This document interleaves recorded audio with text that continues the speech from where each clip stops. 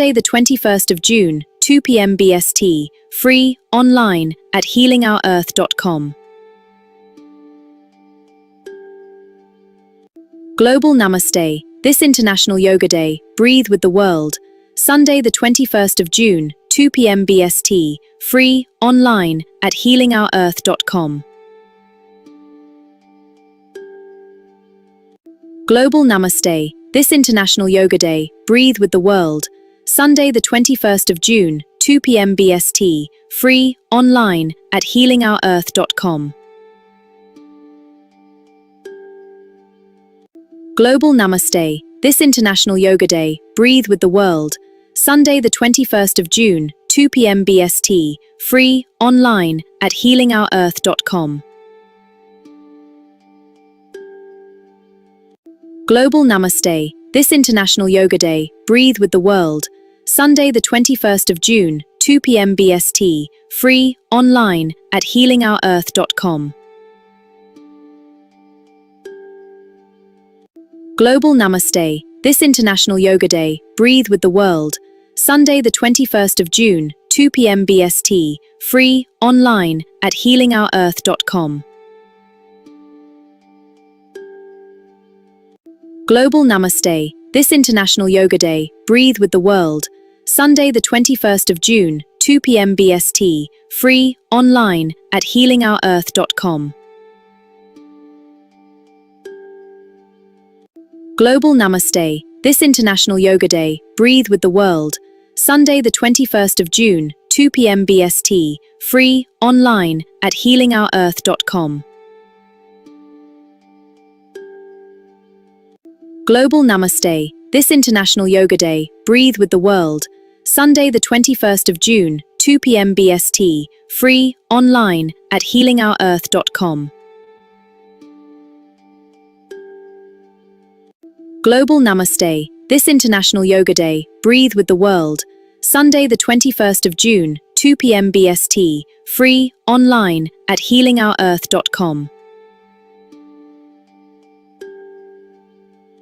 Global Namaste, this International Yoga Day, breathe with the world. Sunday the 21st of June, 2 p.m. BST, free, online, at healingourearth.com. Global Namaste, this International Yoga Day, breathe with the world.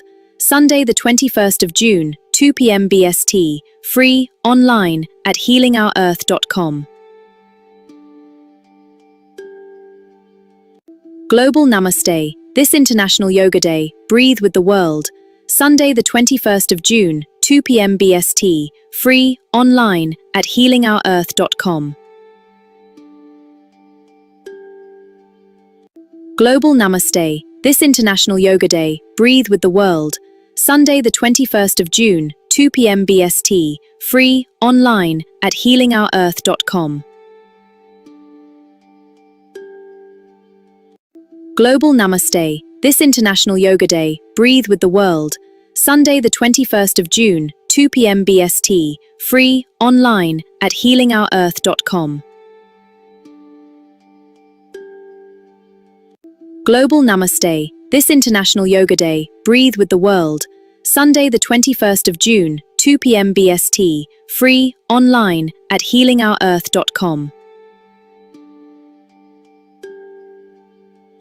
Global Namaste, this International Yoga Day, breathe with the world. Sunday the 21st of June, 2 p.m. BST, free, online, at healingourearth.com.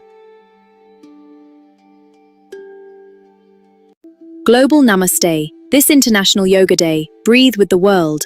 Sunday the 21st of June, 2 p.m. BST, free, online, at healingourearth.com. Global Namaste, this International Yoga Day, breathe with the world. Sunday the 21st of June, 2 p.m. BST, free, online, at healingourearth.com. Global Namaste, this International Yoga Day, breathe with the world. Sunday the 21st of June, 2 p.m. BST, free, online, at healingourearth.com. Global Namaste, this International Yoga Day, breathe with the world. Sunday, the 21st of June, 2 p.m. BST, free, online, at healingourearth.com. Global Namaste, this International Yoga Day, breathe with the world. Sunday, the 21st of June, 2 p.m. BST, free, online, at healingourearth.com. Global Namaste, this International Yoga Day, breathe with the world. Sunday, the 21st of June, 2 p.m. BST, free, online, at healingourearth.com. Global Namaste, this International Yoga Day, breathe with the world. Sunday, the 21st of June, 2 p.m. BST, free, online, at healingourearth.com. Global Namaste, this International Yoga Day, breathe with the world. Sunday, the 21st of June, 2 p.m. BST, free, online, at healingourearth.com. Global Namaste, this International Yoga Day, breathe with the world. Sunday, the 21st of June, 2 p.m. BST, free, online, at healingourearth.com. Global Namaste, this International Yoga Day, breathe with the world. Sunday, the 21st of June, 2 p.m. BST, free, online, at healingourearth.com. Global Namaste, this International Yoga Day, breathe with the world. Sunday, the 21st of June, 2 p.m. BST, free, online, at healingourearth.com. 10, 9, 8, 7, 6, 5, 4, 3, 2, 1. Global Namaste. Good morning, good afternoon, and good evening to everyone. Happy International Yoga Day and happy summer solstice as well. I, your host Amrita Sharma, welcome you to this episode. And today we are celebrating a legacy that has come through in this world for attaining lots of things and for a deeper meaning to life. To dive on that and to talk more about it, let's first remember God. You may hold any affirmation of your choice. I'll be chanting Gayatri Mantra. Closing your eyes, joining your hands together, taking a deep breath inside. With a calm mind, let's chant Om Om Bhur Swaha Tat Savitur Varenyam Bhargo Devasya Dhimahi Dhiyo Yo Na Prachodaya Om Bhur Swaha Tat Savitur Varenyam Bhargo Devasya Dhimahi Dhiyo Yo Na Prachodaya Om Bhur Swaha Tat Savitur Varenyam Bhargo Devasya Dhimahi Dhiyo Yo Na Prachodaya Om Shanti Shanti Shanti.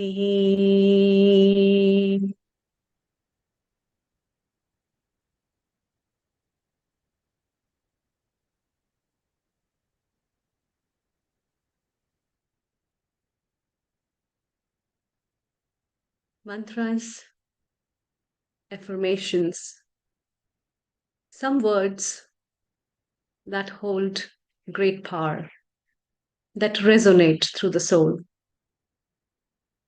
that dive deep into our heart and remind us who we are. And that's what is yoga. Connecting me with myself. Today's International Yoga Day, as we celebrate worldwide, I feel honored and blessed as well to witness the day and celebrate it with loads of yoga experts and the people worldwide who seek wellness, health, longevity through yoga.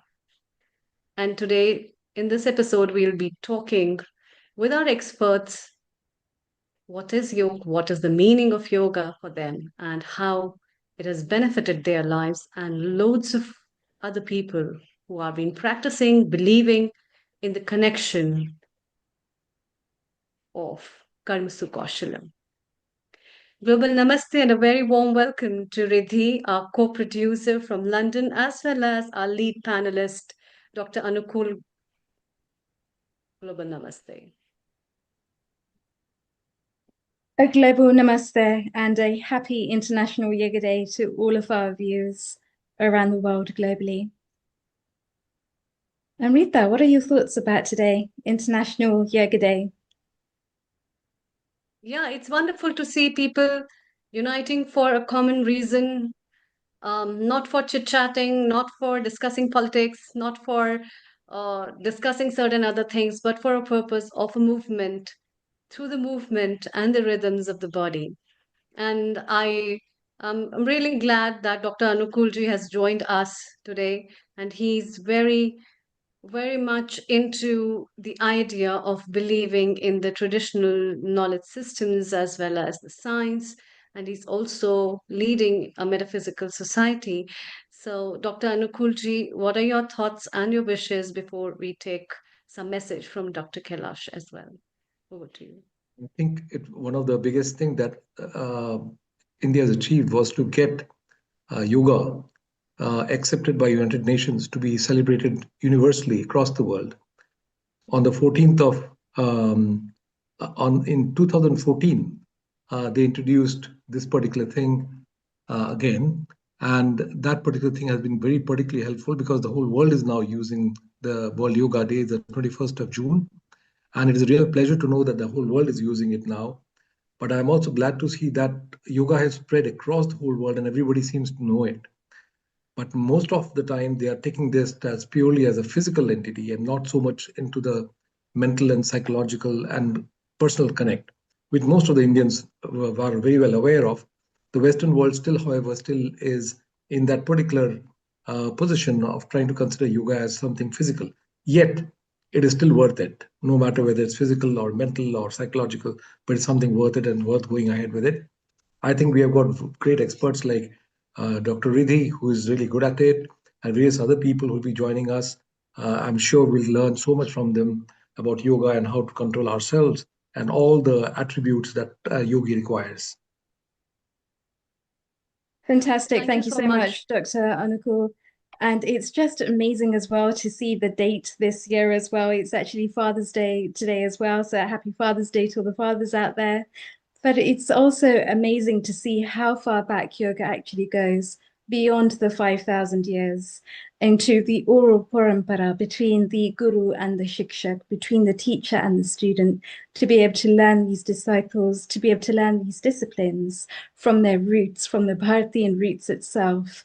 And that, I think, is something that has enabled the United Nations to really bring forth in International Yoga Day.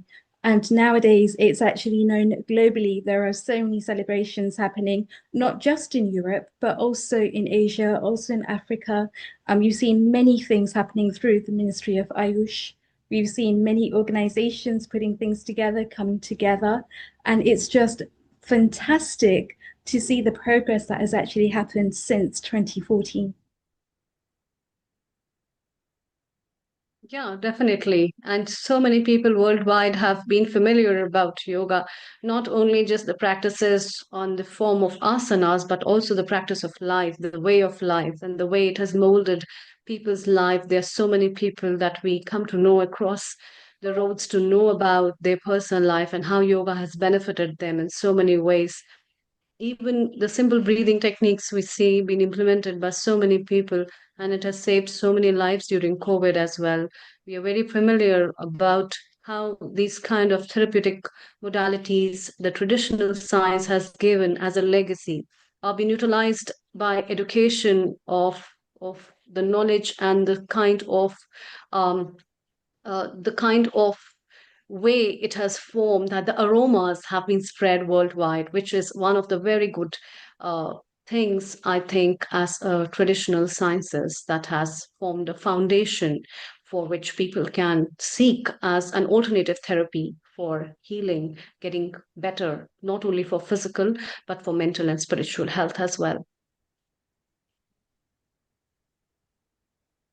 Yes, absolutely. I think yoga is actually a practice that goes beyond the mind and the body into spirituality, into consciousness, and into deeper thinking. And I think that is so imperative that we actually do look at yoga as the overall paradigm, not just limiting it to a certain fragment of it, but actually seeing the benefits of it are actually far-raising even before that. So we have things like mental resilience, we have things like emotional intelligence, and we see the effects that this actually creates within students, not just actually whilst they're studying academically, but also how they become well-rounded individuals within themselves as well. And I think we're going to have a fantastic array of speakers today. And without further ado, let's welcome our first guest, Amrita. Yes. Global Namaste, Dr. Jitendra Patwari ji. Global Namaste, everyone. Namaste. Global Namaste. Jitendra ji, you are already well known worldwide and in India for your chakra healing, holistic healing therapies, and one of your eminent books of Chakra Samhita is very popular, and people follow your advices on balancing the chakras, healing the body through the subtle chakras and the wheels of life. And through yoga, you try to advise people and guide them in many, many ways for different kind of modalities. So please, a very warm welcome to you, and please tell us what have you lined up for us today. Thank you. As Goswami ji said, yogasana, yoga postures have been the main focus these days whenever people are talking about yoga. And it's far beyond that, far beyond postures. Postures are a part of that. But if you go with the meaning yoga, union, yuj, it has come from the word yuj, union. And that union goes far beyond yogasana, pranayama, or even meditation. If we talk about in a scientific way rather, then there is a theory of quantum entanglement. Most of us are at least somewhat aware with the idea that when two particles are connected, one may be in London, one may be here. One may be in our galaxy, the another may be in another galaxy. And yet, if something happens to one particle, it's quite likely that the another particle may be affected. Even Einstein was not ready to believe that because it was going against all the theories of Einstein. But then ultimately in 2022, 3 scientists got the Nobel Prize for that. They proved to the world that the theory of quantum entanglement is true. Now, the funny part is, even before thousands of years, our Rishi Munis in India, they knew it. And they were communicating through that way. And that's why the idea of Vasudeva Kutumbakam was given. Because when something happens to a person, anywhere, somewhere, then the impact goes worldwide, impact goes in the universe. So that connecting to that web, that invisible web, and that is something beyond what we understand about yoga. Let's take it in a different way now. Say, you must have heard the word clear empathy. Clear empathy, for those who are not familiar with the word, when the body gets sensitive, then we get the bodily signals or even emotional signals or all kinds of signals from another person as if we are that person. Like I'm sitting here, I'm talking to someone in US or UK, and even before that person realizes, his or her vibrations, emotions, bodily pains, everything may come to me. That is clear empathy. What is that? Itself says that there is an invisible web which goes far beyond what we right now commonly understand about yoga. We have made it simple. For the last 12 years, this International Yoga Day is being celebrated. And every time, everybody is doing, most of the people. There can be some exceptions. We also did a program today morning about Chakra Yoga. Many people participated and passed through a nice experience also. How is that possible? When somebody is giving a message from somewhere on the another part of the world, and if the neurosystem of the another person sitting on exactly the opposite side of the world is taking those instructions and the neurosystem is responding, how is that possible? It means we are connected and we should know this yoga now.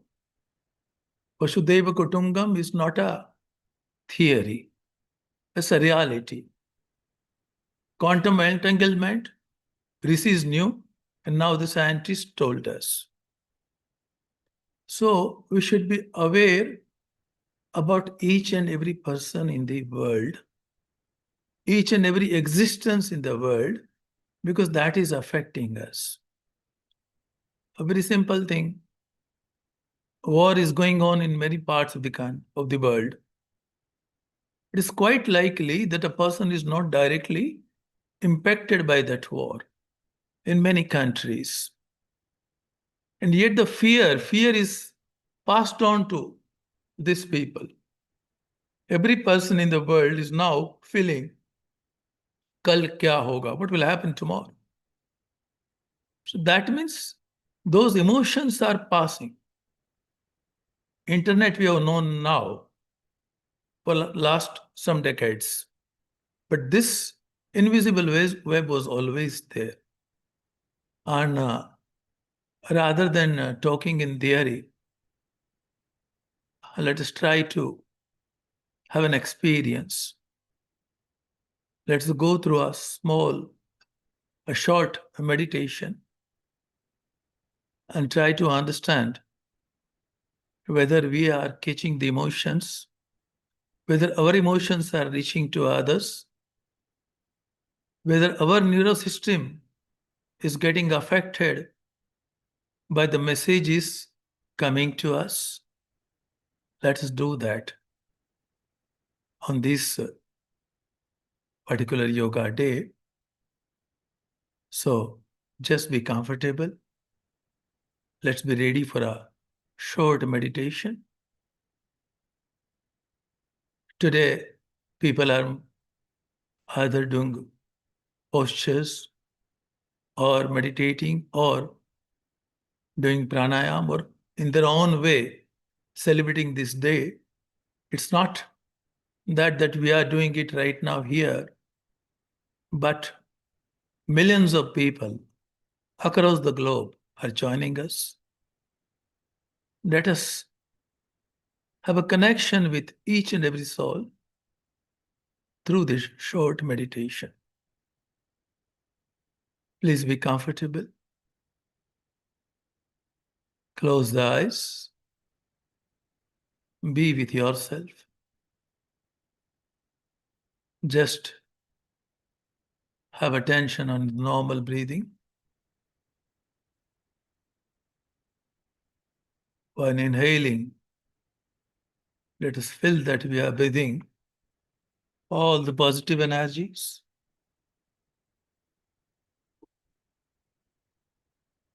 And all the disturbing emotions, if at all we have at this moment, let us forget for the time being. Let the positive golden energy enter our existence. And with our exhale, with a small push from the mouth, the disturbing energy, let it go out. Inhale, exhale through mouth. Fill a circle of energy surrounding us. White light over that golden light, putting us in an energy field where we can feel the energy, or we can send the vibrations and receive the vibrations from across the globe. Feel grounded. Let your weight be more on the chair or sofa, wherever you are seated. Be firmly grounded. Let a string of energy move from the tailbone to the crown, from the crown to the forehead, forehead to throat, throat to heart, heart to navel, to the pelvic area, to the perineum. Let the full cycle of energy make us strong enough to catch the energy from everywhere and to send the energy. Visualize the people doing yoga in their own way in your area, in your town, in your state, in your country, in nearby country, in another continent, in all the continents. And let the collective energy spread around the world, around the universe. Let the golden energies string come out from your heart. Reach to the person whom you love the most. Feel the person surrounded by that energy. Feel his or her emotions, bodily vibrations, as if they are your own. Let the energy and your connection spread to all your loved ones. One by one. Make a circle of all. Breathe together. Fill together. Get energized together. See the energy level increasing.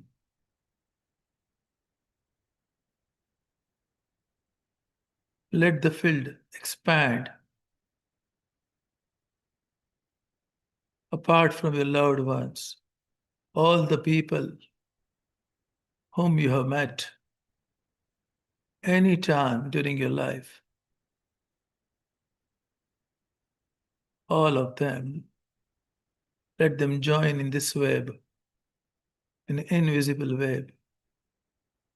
If two particles can have a quantum entanglement across two galaxies, then think a person who has met you, even for 5 minutes, has the person not left some particles on you?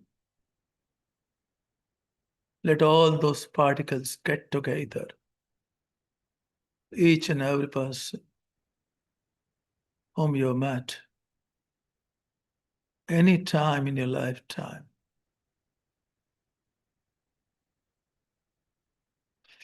Send all the positive vibrations to them. Find many times multiplied vibrations coming to you. All are feeling the same. Expand this field to all the people whom you have hated sometimes. Though they were known to you, you excluded them. Let them come in this field, in this auric field. Forgive yourself and forgive all others.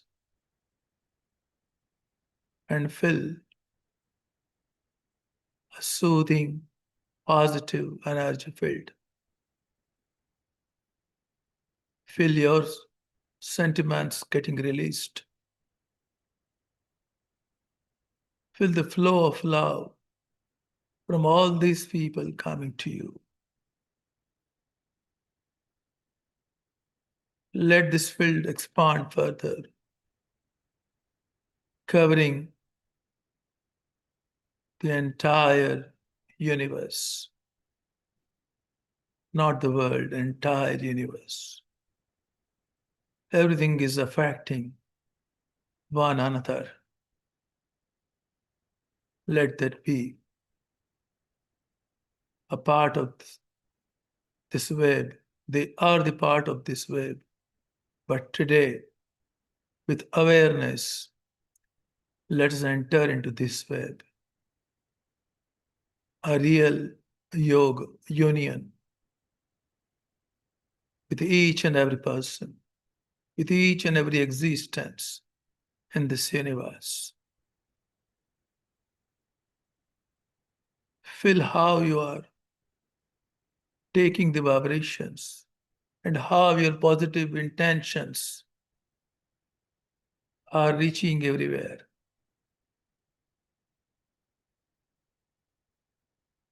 Feel the vibrations in toes, in feet, in thighs, in perineum,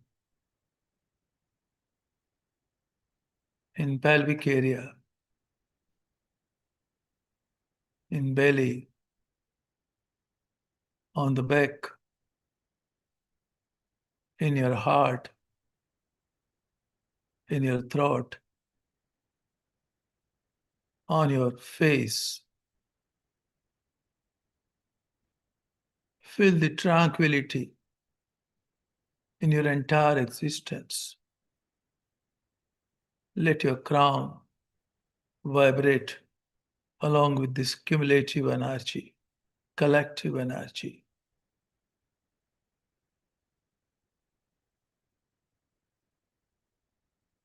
Slowly, slowly, slowly. Try to come back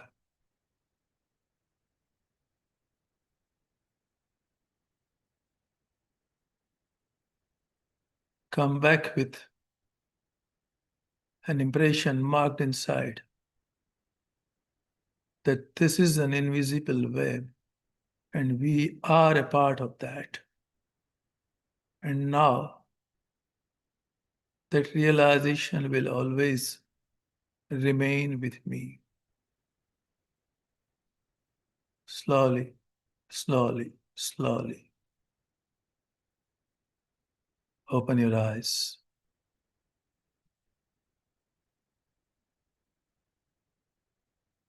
No jerks.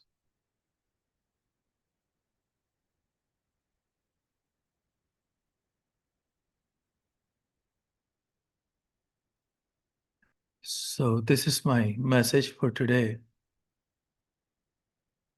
We all are clear empath in certain capacities. Some clearly know that. Some may not understand, but they realize it. For example, a child is crying and a person who is very calm just lift the child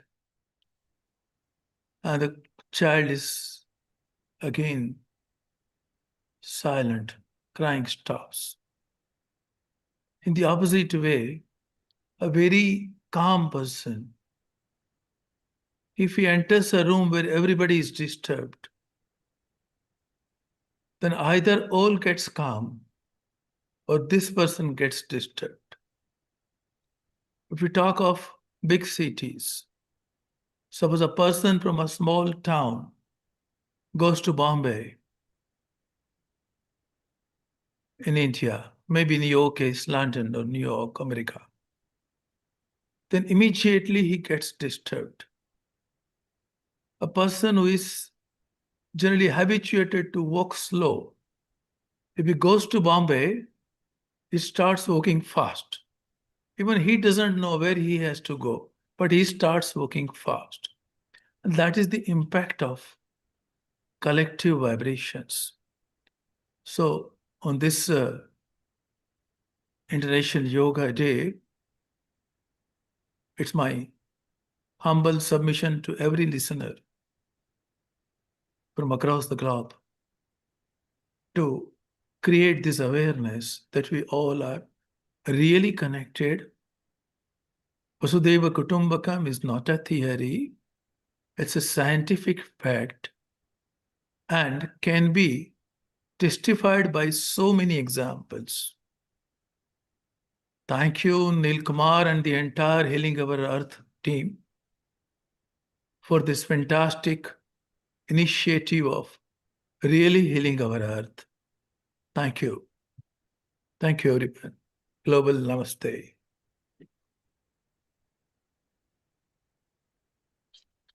I think Dr. Jitendra Patwari has particularly emphasized the need to connect. And that, I believe, is one of the biggest things that happens when you are able to shut your eyes, at one end connect to the outside world, another end connect to the inside world. And that connection is very interestingly gives you much wider vision than just shutting your eyes. And that particular concept of collective harmony has already been researched very extensively in the past. How the collective thinking process can bring about a lot of change in reduction in crime and other kind of violent activities. So I think that is very nicely put by Dr. Jitendra Patwari. Thank you.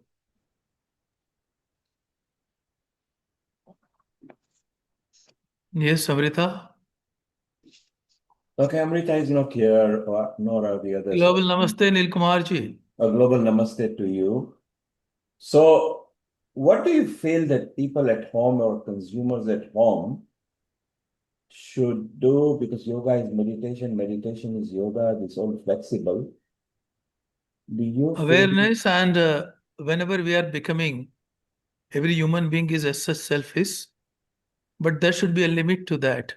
We should know that whenever we are trying to, not to harm, but just to even think something harmful to someone, that is somewhere it is affecting us also in some other way. So let us be aware about what we are thinking, what we are speaking, as already Dr. Masaru Emoto has pointed out. So most of us know now water experiment, and 70% of us is water. So added to that, this awareness that we all are connected will heal the earth, if not today, then tomorrow. Like a phoenix, let's hope that the earth will come out from the present scenario. The present scenario is definitely challenging, but let us hope, and definitely it will come out. So what do you feel that people at home, in a simple form, either as a daily routine, and daily routine can be just before your breakfast or while you're driving the car, because you can be in any state, should Your they, voice is not reaching to me properly. you are not Could you able be a to, bit louder, please? are you able to hear me? Yeah. You are able to hear me? Yeah. Okay, so what I'm asking is, what should a general consumer at home ought to practice, whether they are driving a car or relaxing, having a breakfast or talking to the family? What simple form of yoga meditation they can do without being aware that they're taking time out? Because when you ask people for time, they will always say, I'm busy, I don't have time. I can tell you what I have been doing for last more than 25 years.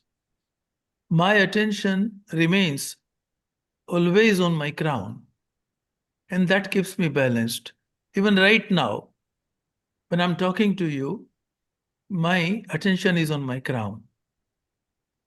So that helps a lot. You are not on the left, you are not on the right, and you are centered. What we normally say, we are centered. That's take time. It takes around 4 to 5 months to have that practice. But once that practice is already put in your body and mind and in your system, it's fantastic. And that's my own experience since at least, I think, 2001. Yeah. Initially, it looked awkward, but it's very much possible. Yes, sir, please.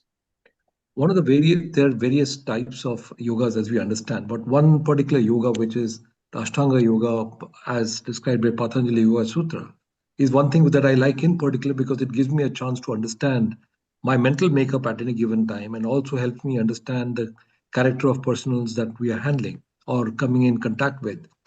So one of the ways that I look into myself, although I'm not a very expert practitioner in yoga, but if you want to see the characteristics of yama, niyama, asanas, or pranayamas and dharana, dhyana, samadhi, and if you take all those things in sequence, it gives you a chance to evolve yourself as a human being and also get a better connect with the world. And that I believe has given me the biggest understanding on yoga, not as much as practice, because I don't think I'm a very ardent practitioner in that sense. But I believe that those features are something which I would like to imbibe in my lifetime so that I can get into a better status of my mental state. And same thing, it helps me connect with other people. And more importantly, I use that way of classifying psychologically what kind of issues can affect people in various illnesses, particularly psychological illnesses. Actually, today morning I had a session here, and what I said there, I'm repeating. I said that whether we do postures, yogasana, whether we do breathing, pranayama, whether we do meditation or any kind of sadhana, everything ultimately leads to chakra balancing. So today I had put my session's name is Chakra Yoga, because for the last 28 years, since 1998, I have been practicing that, and that also out of a disease. My seventh nerve was totally damaged. And everybody said, the topmost doctors, that you will never recover.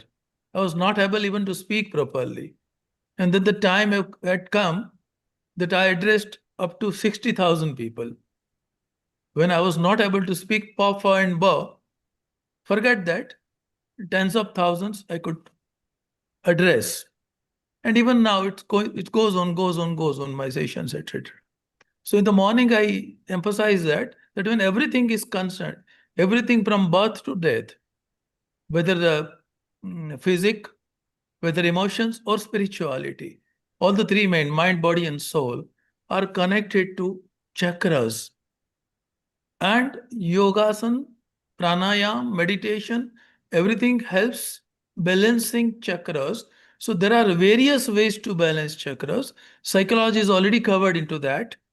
So chakra yoga, though it may be the word coined by me, but I use that word today, and I firmly believe in that after my experiences over these many years, after more than 10,000 hours of meditation. I'm saying this, that ultimately, if we try to balance the chakras in different ways, including asana, pranayama, whatever, mudra, whatever you can do, color therapy, sound therapy, so that ultimately helps a person balance. And that is the best way, as far as I understand, as far as my view goes. I have one question to ask you, and that is about chakras. I found was a particular part of a spiritual enlightening over time. And for me, that's what I understand is much more that it from Mooladhara to the Sahasrara. I mean, there's this ascending concept and ladder through which you come up. Yeah. But how does it connect itself in the healing process It's itself? connected with the energy system. Chakras is the word because rishis understood that. And then in Gurukul it was taught. So we took it as spiritual part. Actually, that is life. See, all the chakras are basically energy centers. Yes. They all are connected to different glands. They all are connected to different emotions. They all are connected to different body parts. In the morning, I explained in detail how all the doctors can be divided among 7 chakras, how all the emotions can be divided into 7 chakras. Then we went through a 1 hour long meditation. And by taking in subconscious mind, we made a programming and we did that. And everybody, fantastically, somebody's pain was gone by 90%. In the morning itself, a lot of reviews have come. They go on coming every time with every program. And ultimately, this is getting a bit. So that is the misconception that chakra is only a spiritual concept. Chakra is direct connection with the body. Chakra is direct connection with the emotions.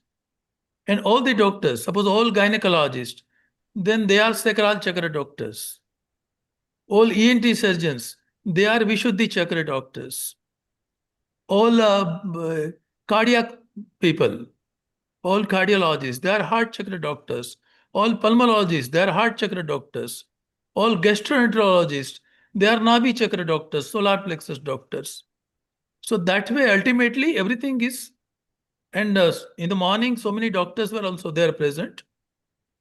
And the impact, I'll tell you, generally we breathe 16 times in a minute. And if it goes down to 10, then doctors consider that's critical.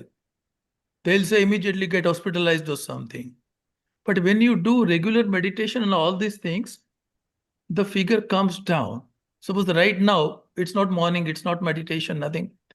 My breathing, if you measure at this moment, it will not be more than 4 per minute. So for doctors, it will be a challenge. And I'm not the alone. I'm not the only person.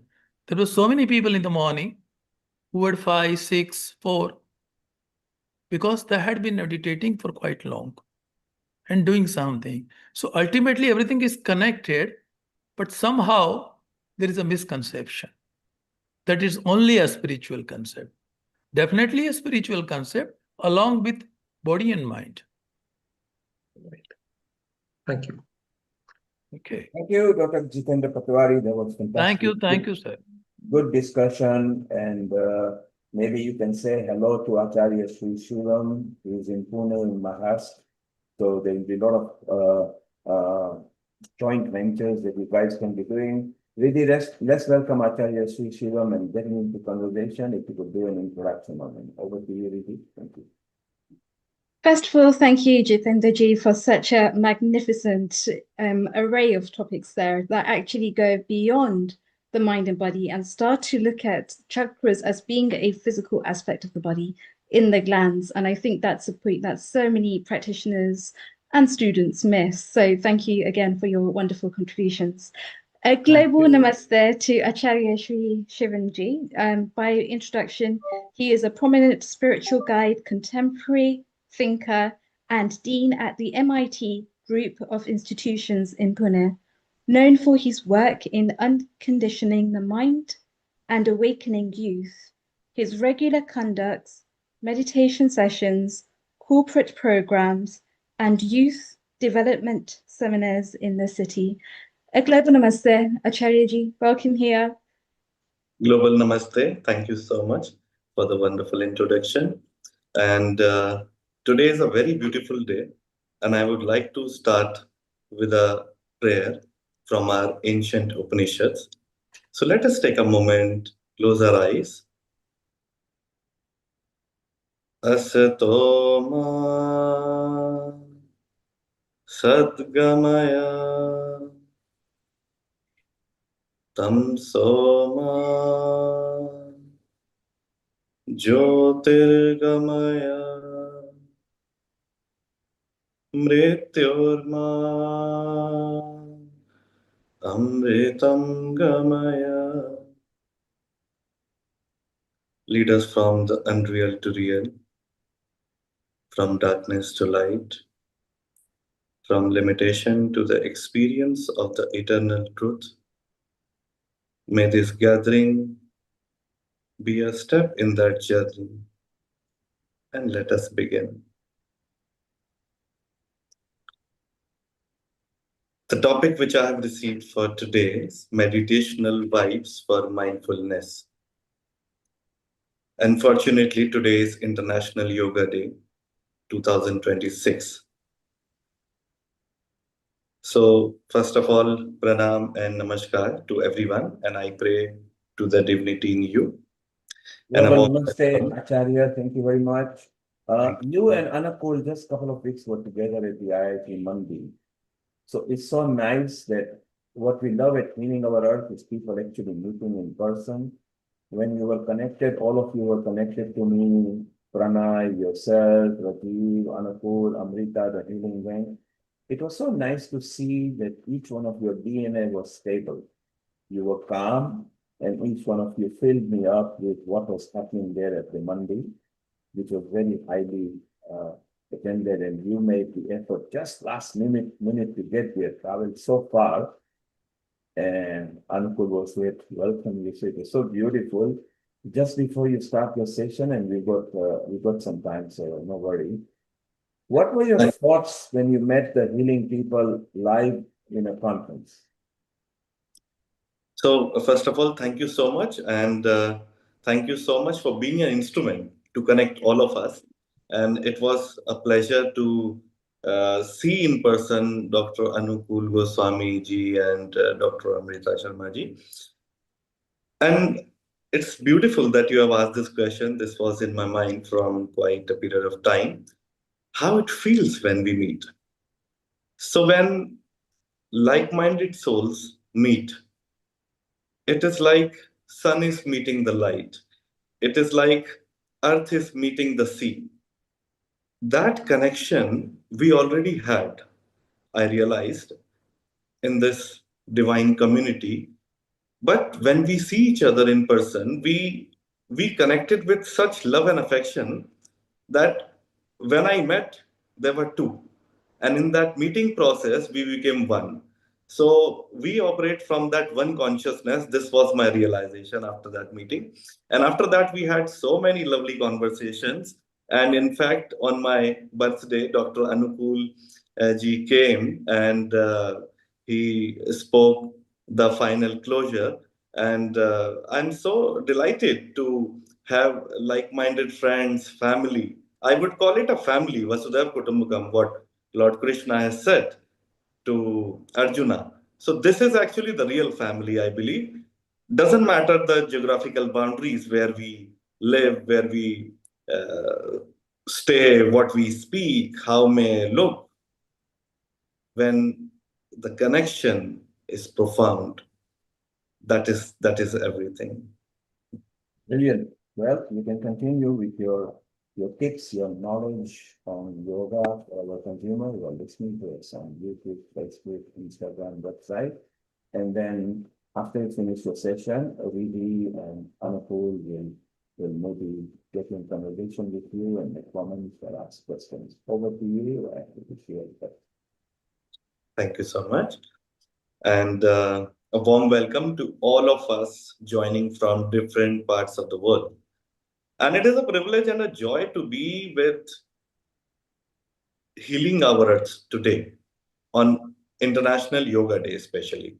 So, my heartfelt gratitude to the entire team, especially to you, Neil Kumarji, Healing Our Earth, for creating this beautiful global gathering and bringing together people from different countries, cultures, and walks of life. So, if I talk about myself, for many years I have been exploring this space of meditation, spirituality, yoga, not merely as a practice, but as a way of living. So, my background is in education, and I have had the opportunity to teach young minds at the university level as well as guide meditation retreats, programs, and awareness based online gatherings through both academic setting and contemplative spaces. And I have observed a common human challenge, which I would like to share in this meeting today. So, people are becoming more informed because information is available, but not necessarily more peaceful. Information can change what we know. Yesterday I was less informed, today I am more informed. So, information can change. But awareness, if I talk about awareness, so awareness can change how we live.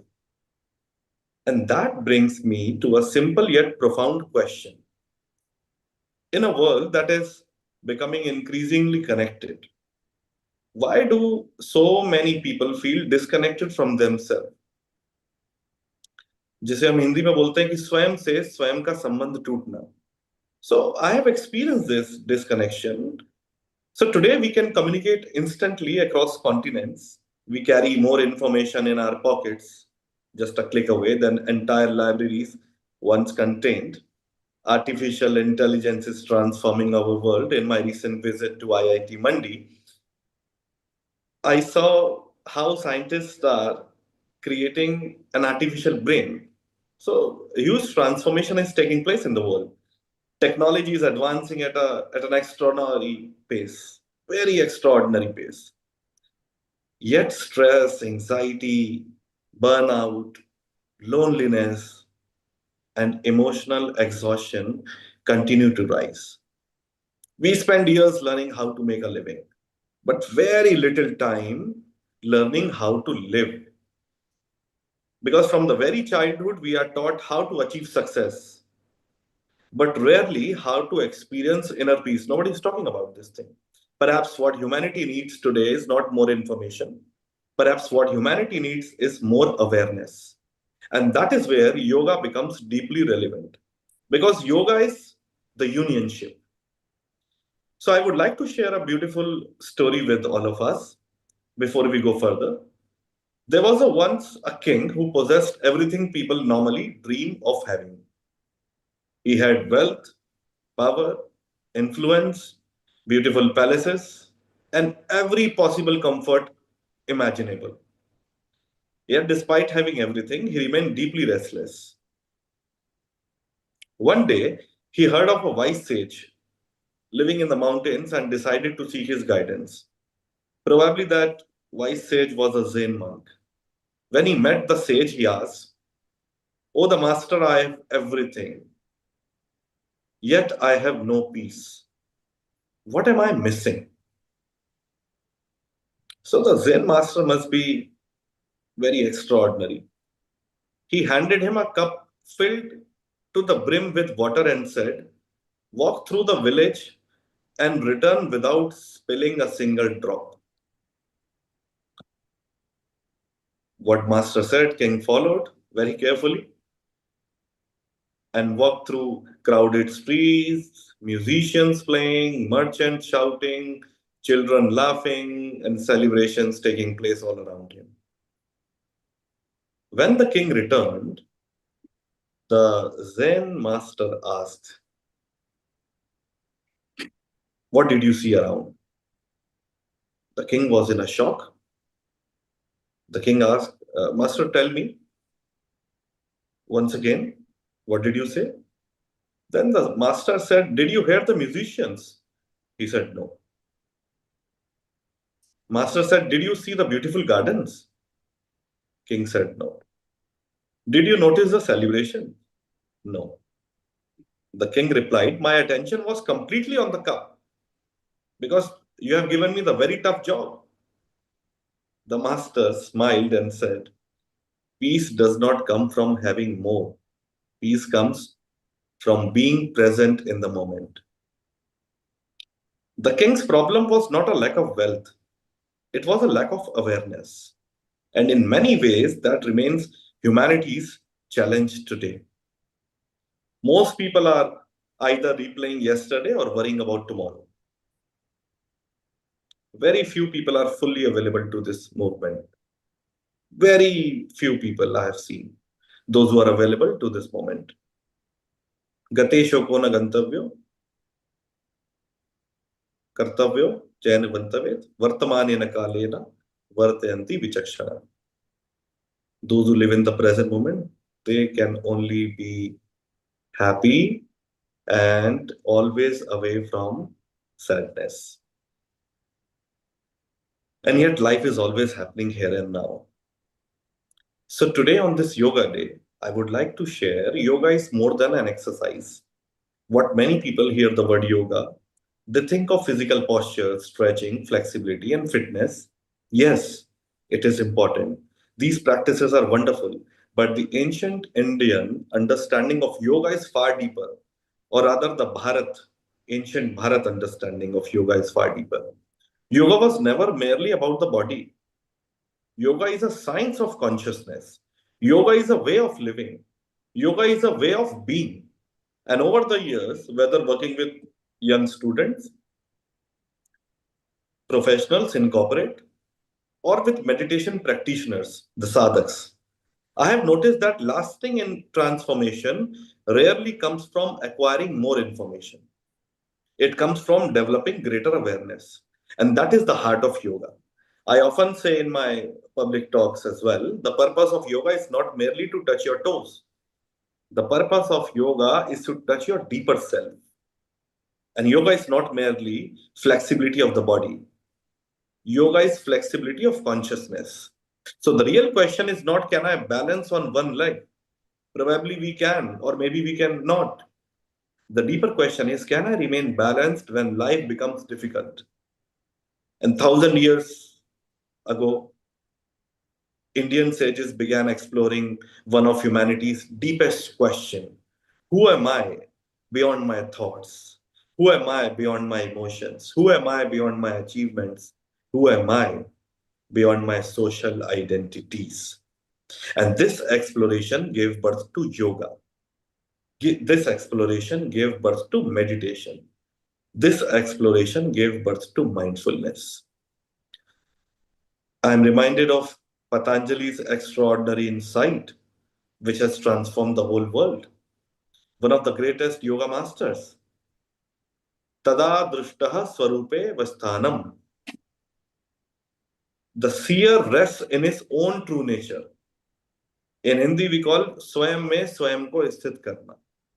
When the observer is being observed, when the seer rests in his own true nature. What a beautiful statement. I love Patanjali for this thing. Patanjali is saying that beneath our thoughts, what we know is our thoughts. So beneath our thoughts, worries, achievements, fears, identities, there is something deeper. What is that something deeper? A witnessing presence, a silent awareness. Meditation is not about becoming something new. Meditation is about rediscovering what has always been present. And modern society constantly tells us to become somebody. Society never wants you to be real. Society wants makeup on your face. Society wants become more successful. Society wants become more productive. Society wants more influential, more recognized. The other day I was discovering in my public talk, many times when I show my visiting card, the reaction is totally different versus when I just approach without my visiting card. So this is the truth of the society. But Patanjali asked a different question.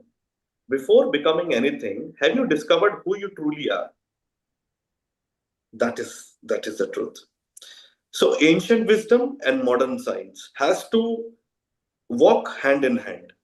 So what is fascinating is that modern science is increasingly supporting many of these ancient insights. Researchers studying mindfulness and meditation have observed benefit related to attention, emotional regulation, resilience, and stress reduction. And neuroscientists, when I talk to them, they speak about neuroplasticity. They talk about the brain's ability to change and adapt throughout life. And ancient yogis spoke about transformation of consciousness. So the language is different, what I've seen, but the direction is remarkably similar. Ancient wisdom and modern science are beginning to meet at the same point. So whether you start from here or from here, you end up reaching to this point. So both suggest that awareness changes us. Both suggest that the quality of our attention shapes the quality of our lives. And if we see the Krishna's message, the timeless teaching from Bhagavad Gita. So in the 6th chapter, Krishna gives a simple and powerful instruction. Yato yato nischarati manasa chanchalam asthiram tatas tato niyamitat atmanaya vasamnayet. What he is trying to say to Arjuna? Whenever the restless mind wanders, gently bring it back. Notice the beauty of this teaching. How wonderful. So Krishna does not say fight the mind, because how can you fight the mind? I have my two hands. How can I beat from this hand to this hand? Ultimately, I am going to lose the fight. So Krishna does not say fight the mind. He does not say suppress the mind. You cannot do that. He does not say condemn yourself for distraction. He is simply saying whenever the mind wanders, bring it back. Gently, patiently, lovingly. This may be one of the oldest mindfulness instruction in the human history. No one has talked about mindfulness. Krishna is probably the first one to talk about mindfulness, and it remains profoundly relevant today. So, I would like all of you to experience, because rather than talking about mindfulness, I prefer experience it together. And I would like to share a simple practice that I often teach because of its simplicity and practicality. So, once upon a time, I was just simply sitting and I was reflecting, what can we do in our everyday life which is very simple, which is very practical, and which can help us to bring transformation in the self. And anyone can use it before an important meeting, before responding to a difficult message or a call, during a stressful moment with your husband, your wife, your girlfriend, your boyfriend, or any stressful moment, or whenever life feels overwhelming. I call it PRB. So it contains three things. So let us take a moment, close your eyes, and let us begin with P. P stands for pause. Let us pause for a moment. Stop doing anything. Just give order to your mind that I want to take a pause in this moment.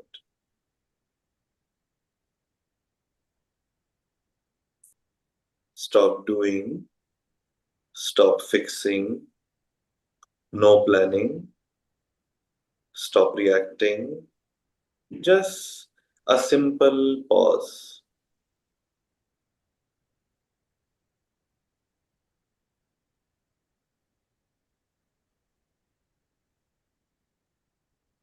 Now R stands for reflect.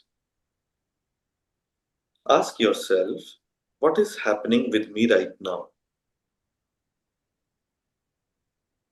What am I feeling? What am I thinking? What does this moment need from me?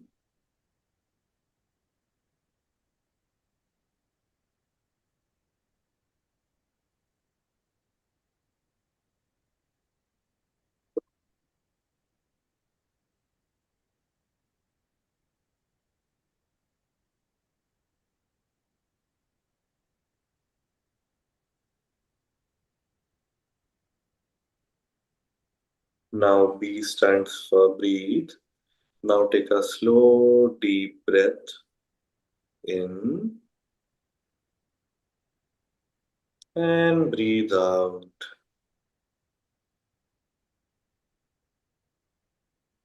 Again, breathe in and breathe out.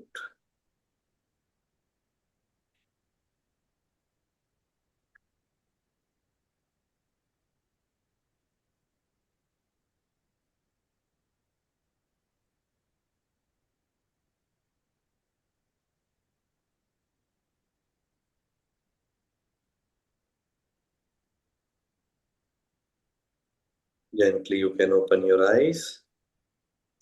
So, this simple shift from reaction to awareness can transform the quality of our decisions, relationships, and our everyday life. So, there's three things: pause, reflect, and breathe. So, it hardly takes 30 to 40 seconds or maybe 50 seconds, and you can make this practice accordingly. If you have some time, you can give 3 minutes, 2 minutes, 5 minutes. It's up to you. Minimum 20 to 30 seconds is just enough if you have a very busy schedule. So, if you see the sky, there are so many clouds in the sky. So, the mystics often used a beautiful metaphor. Thoughts are like clouds. Some clouds are bright, some clouds are dark, some clouds bring storms. So, these are clouds. But if we go back, if we go above, what is sky? So awareness is like the sky. The clouds come and go, but the sky remains. Most of us spend our lives believing we are clouds. So those who ask, why should I do meditation? I can't meditate. I am very busy. I have no time. So meditation helps us discover that we are the sky. And during the process of meditation, in that process, the clouds come and go. But what remains is the awareness. And when we discover this awareness, something starts changing. We become less reactive. We become less fearful. We become more compassionate because that is our true nature. We become more present in the moment because that is the reality. We become more alive because that is who we are. So we call it Satchit Ananda, existence, consciousness, and bliss. So when we are totally in that Satchit Ananda, we are one with ourselves. So before we conclude, I invite you into one final moment of awareness. Please gently close your eyes. Become aware of your breath.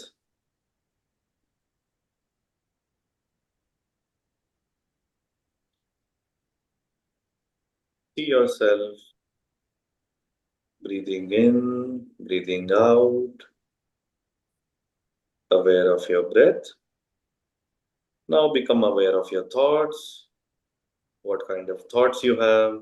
What are you thinking? Become aware of your emotions, if you have any emotions. Notice that you can observe all of these in this moment. Now ask yourself a simple question. Who is aware? Who is aware? If you can observe your thoughts, who is the observer? If you can observe your emotions, who is observing them? Do not search for any answer. Do not analyze. Just drop the question. Simply experience the question without using your mind.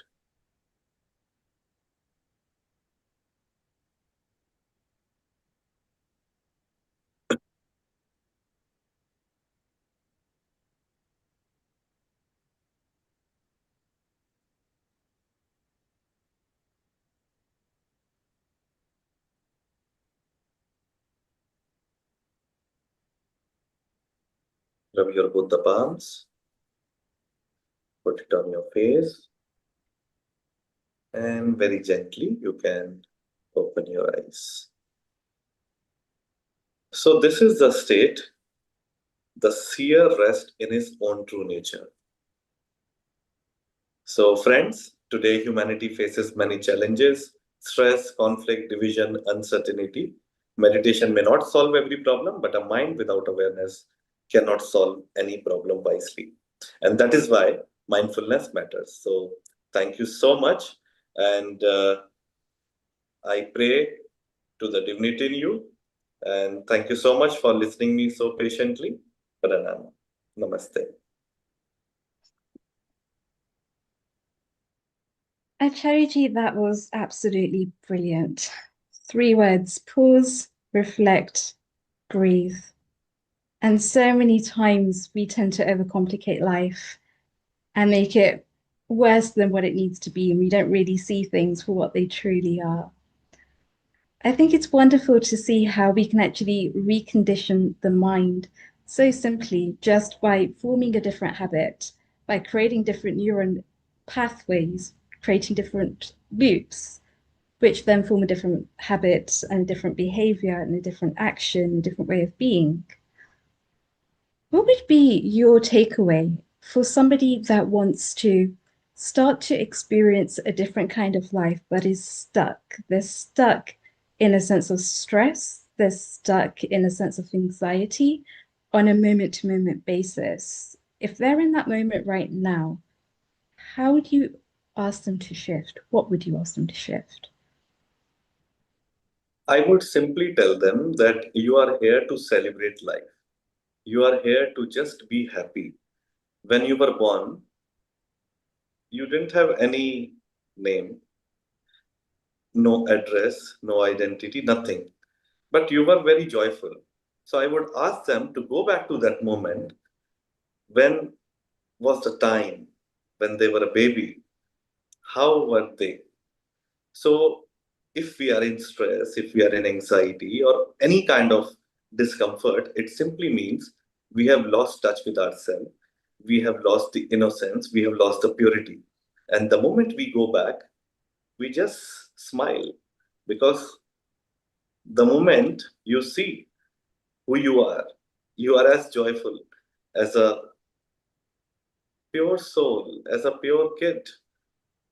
So that light is missing. And I believe if we have to transform the humanity, then we have to ask all of us in the entire community, in our family, in our friend circle, to just be joyful, to just be yourself, very natural. So I talk about 3 things: awareness, authenticity, and simplicity.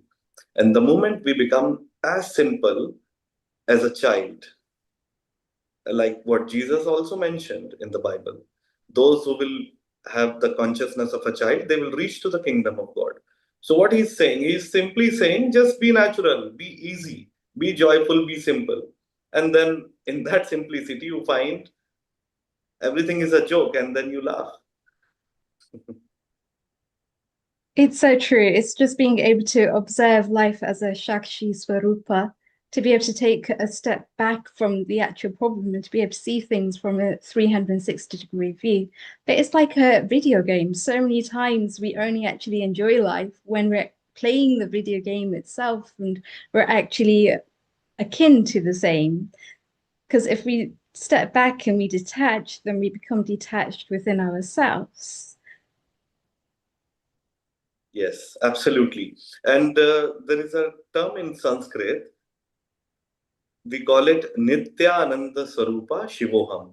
So it is like Nityananda Swarupa Shivoham Shivoham. It means Nityanand. Every moment when you are in Anand, when you are in joy, that is your true identity. Fantastic. Focusing on that identity. Krishna actually teaches, and Dronacharya teaches Arjuna on the battlefield of the Kurukshetra to be able to focus on the pupil of the eye itself when actually shooting, and to be able to hit the target on point. Anukulji, I can see that you have a question. Would you like to ask? Yes, I had a small thing that possibly something just to add, that the feeling of happiness comes based on your understanding of your own personality. Sometimes we often punish ourselves saying that, oh, I should have done this or I should have done something else. In reality, it's just a part of your personality. If I'm one of those guys who requires the push to be able to do something, somebody say you have to do it within this limited time, then I said, oh, okay, fine enough. I'll keep on waiting till that particular push comes. And okay, now I'm going to go and do it. And so it is my personality trait. Another person says, oh, why are you sitting quietly? Why are you not taking some action? The fact is that we all have our own triggering point at which we can work and the pace at which we work, and not to unnecessarily punish yourself saying, oh, I cannot do it or this thing like that. So the idea is recognize your own self, do it very, very nicely. That's all that you can do. And I think that's where the happiness comes from again, recognizing what the issues are. Absolutely. Yeah, I think that's so true, because so many times we have people that can actually perform if they don't have the pressure, but it's under the pressure that they buckle. So it's really getting to the root cause of that.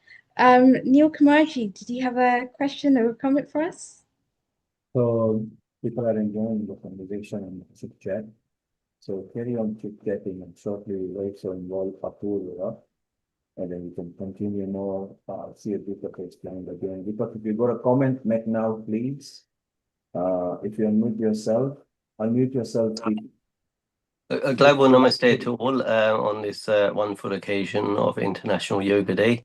I did like the session on mindfulness. I felt it was very, very relevant, and it was very nicely explained by Acharya Sri. And yeah, I had a few points that I'd like to have taken away, but it was mentioned by Riddhi Ben how to apply this in if you're caught up in the storm, how do you apply it yourself? But that was very nicely explained. So thank you.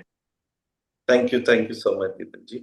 I like when Acharya say that, you see, today in the last 20 years, mindfulness has become very big. And it's actually a subject that is now in the university. And I like when Acharya associated Krishna from mindfulness. So the current world realizes now in 20 years, because mindfulness is now even a TEDx subject. And several thousand years back, Krishna used to practice mindfulness. So it's a way of thinking. I think when we reset ourselves and go back to the basic should never be ignored. And basic like sun, water, earth, nature is what we have stopped respecting. And that's why we are turning the penalty. So I think it's very good because we notice the right thing. Anupul, going back to the basics, do you feel if a mind is with a basic ingredient as opposed to a big churning with high frequency, do you think a basic mind's DNA is more stable than a high frequency mind? In reality, I think one of the biggest things that we face a challenge in the current days is not being told as to how your mind is working. One should be able to look at your thoughts, because everything starts from thoughts, as Acharya ji said, that we have to learn how to understand what our thought process is. And coming back to the same point, saying that, let me control my thoughts. Let me see how my thoughts are jumping from one point to the other point to the other. Once I realized this, I keep on seeing my own thoughts all the time, and I say it every few seconds it jumps from one point to the other point to the other point, and no wonder that's how it's that they say the your mind is like a monkey; it jumps from one point to the other point all the time. If we can understand that particular process and try to get it back into a particular position to say, let me focus my mind on this particular issue, then we can get particular answers. I remember in the IIT Mandi when what you call Dr. Bhattacharya, he did his some Dr. Bandyopadhyay did my test with DDG on my brain. My brain was all lit up nice and red because my mind was jumping all over the place. So that clearly understand that my mind has a lot of thoughts going on. But in reality, one can think yourself as to be in one particular position and focus on that. That will be the best thing that one can do. So Anupam, now I'm going to ask each one of you a question. Deepak, Acharya. I'm going to ask a simple question. What factor or what tips do you use on yourself to stable your mind and be very focused on the presence? Just simple, short answer. Anupam, you go first. Well, there is whatever is there in front of me, which is going to have an immediate impact on my actions, is what I focus on. So I've got to do a particular work X at this particular time. That's I'll be focused on, and nothing else. I just don't think of anything else beyond that. And so, what do you apply to do that? I just have to get on with that work and finish it, and then till the next work comes. And I still remember that the secretary in my secretary used to put a label outside my door. He's working. Do not disturb him, because if somebody else comes and takes my thought off, then I'll be jumping into something else. So I remember I take a work and try to finish it as quickly as I can.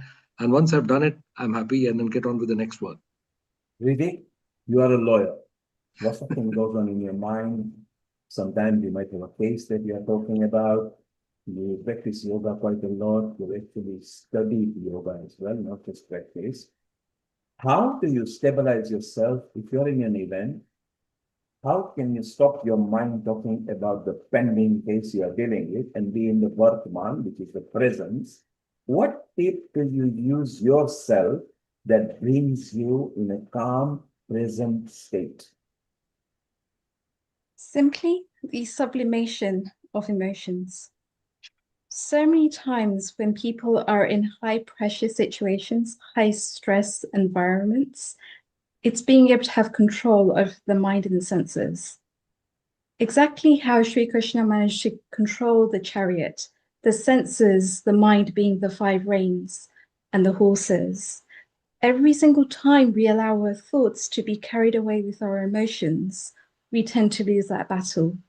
So the art of it is really to be able to take 2-minute resets, focus on the breath, bring back awareness, bring back present moment awareness, and then tackle the task. And what you'll find is the mind moves from a defocused position to a focused position. The brainwaves change scientifically. And you mentioned Krishna. Krishna was very clever, very highly educated, and he could see the future as well.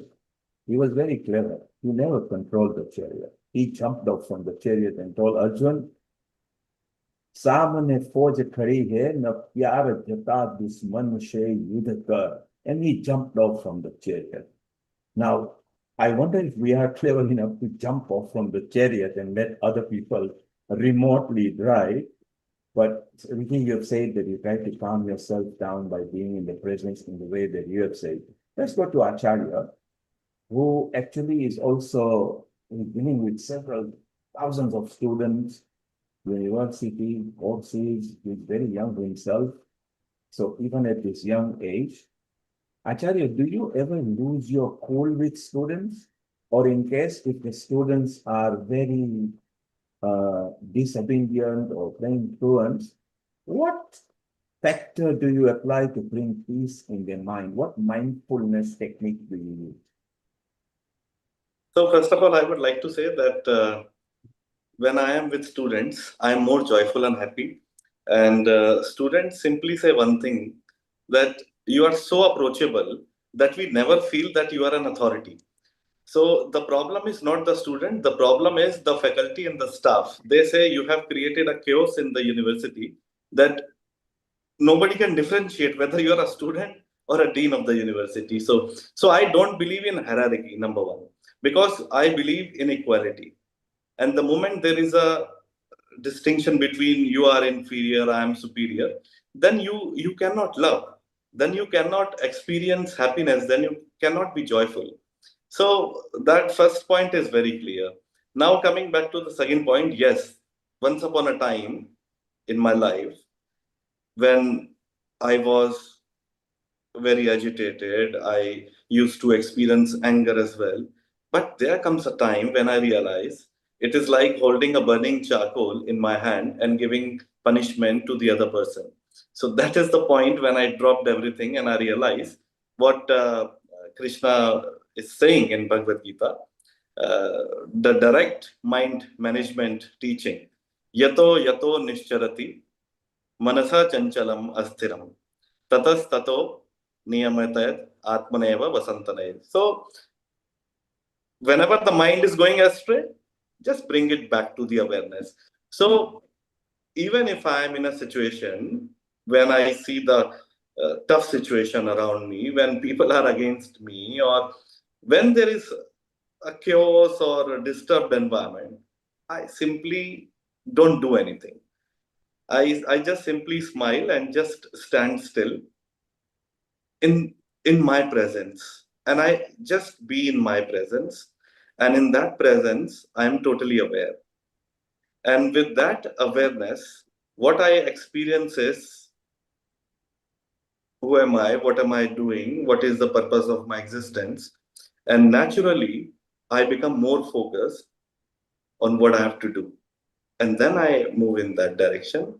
And actually, I tell you the real story. So the people around me, they also feel the vibrations. So what I've experienced is, when you are happy, when you are joyful, when you are peaceful, this is so contagious. The people around you can actually feel that. The people around you cannot hate you. They are bound to love you. Even they don't want to love you, they have to love you, because the vibrations, the frequency is in such a way that they feel that I want to be with this person, but my mind is not allowing me to, surrender. My mind is not allowing me to talk. My mind wants me to maintain my authority, but somehow in my heart, I feel there is something I should go and approach and talk. So this is what I have experienced. And this is very powerful, even in our families or friends or environment. If we see tough situations, we just don't do anything. We just simply send them peace, love, and gradually all will come together. Thank you, Acharya. You mentioned tough situation. And prior to you, Vivi mentioned high pressure job as well. So now I pose to you, and you don't have to answer either one of them because I will bring approval in as well. Is really a tough situation there, or is it really high pressure job, or is it an opportunity being thrown on your way to find a solution? So frankly, there is never a problem in life. There is never high pressure job. You are allowing the pressure to build, just like a pressure cooker. Let it whistle off and go, and find solution. You are lucky that you are giving opportunity. My one tip for people to be stable mind and everything is, we all live with a mobile phone now. We carry it as if, we forget the spouse and a boyfriend and a girlfriend. The mobile phone, hey, the moment you realize, straight away, you've forgotten. Put it on a silent. If you are going to a wedding or an event or to somebody's dinner, that person has taken several years to master their skill. Put your phone on silent and steal the skill and the knowledge of 30, 40 years just in few minutes. And that stability will increase your own stable DNA, and it's very good.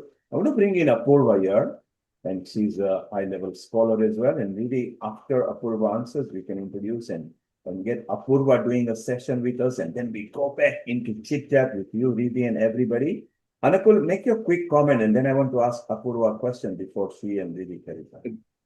When Acharya was talking about friendship in the college and how he is happy with the students, it reminded me that although it's been 47 years since I passed from my medical school, I still have not left the dormitories and my college corridors, and I still get the same dream that I used to get that time, that the train is running away and I'm still trying to catch up with it, and the constant feeling of that I still got to do a lot. That thing is all the time there. And let me tell you, the last time I did any course with the university was just about 4 years ago, and I'm always in one course or the other. But I feel the most comfortable in the college and students environment, because that's what we are all the time learning, and I always feel very happy in that particular situation. So that's where my happiness comes from. I'm in the class, I'm in the school students with and enjoying my studies. I'm at it. And it's amazing because the students actually come to go to an institution to study. So if you can make your environment pleasurable and enhance their knowledge, the student you are teaching few years from now might become a prime minister, president, or a company staff, and will go way beyond you. Don't regret it, because you are there at their foundation. So yes, friendship is very good. Unfortunately, in today's day and age, fluency is more higher. You can go to university and walk out of the classes. In my time, the head of the family is the hierarchy. You do not argue with them. You sit down, and you at Karela, bitter gourd, you eat it, full stop. He says, go to sleep, you go to sleep. Now, mother earns, father earns, siblings earn, sons and daughters earn. So the whole world, I think we need to go back to basic. Talking about basic and everything, let's go to Apurva.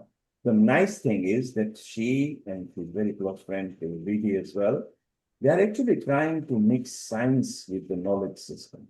So finding scientific way how they can maybe prove something. Apurva, how do you calm your mind and be in presence, and then carry on with Vidhi and everybody else? So for me, the easiest way to calm my mind and come back to the present is just to realize that my mind has drifted off. Because sometimes we think that, our mind is going many places, and then we're like, hey, where am I? And then you just remember that, come back to this moment, come back to where you are, and then keep doing it. Because the time between how wherever you wandered off gets smaller and smaller when you keep developing that habit. Everything is just habits, and developing good habits of mindfulness, just like everything else. Thank you, Apurva. Vidhi, go ahead and introduce Apurva. Acharya Shivam, stay around. After Apurva delivers her own session and then gets into chit chat with Vidhi, we'll have more interesting conversation. So over to you, Apurva and Vidhi, and let's see what we've got lined up for everybody. Yeah, but I just want to come back to the conversation actually. Anukulji, Acharyaji, you both mentioned actually being a student of life and actually going through that process and seeing what it's like to actually see things from the student's perspective. And that's exactly what me and Apurvaji have been experiencing ourselves, being master students now of yoga from the University of Vayu, and actually going through that whole process ourselves of how do we get present, how do we come back to the moment, how do we control our breathing. And Apurvaji has actually done a fantastic research thesis that brings together the psychology of the Western world, people like Sigmund Freud, with the contemporary Vedic Upanishads, looking at the different types of darshana and how the two can actually be akin to the same page. And realistically, what we're aiming at here is how to bring science up to date with the Vedas, with the Upanishads, because these knowledge systems have existed from aeon years, at least 5,000 years, if not longer. And now the science is playing catch up. Now we can actually start to see things like the brain waves and how to move from a sympathetic stress state to a parasympathetic state, and the effect that that has on the brain waves, and how states of arousal, psychological states of arousal start to happen. And Apurvaji has actually done fantastic research when it comes to looking at the different types of yoga darshanas and how these different types interact with one another, and to really go deeper into the psychology behind the mindset too there. So Apurva, a global namaste to you. Welcome. The floor is yours. Please continue with your session, and then we'll come Thank back for you. chit chat. I just wanted to share my screen. Can I do that? Wonderful.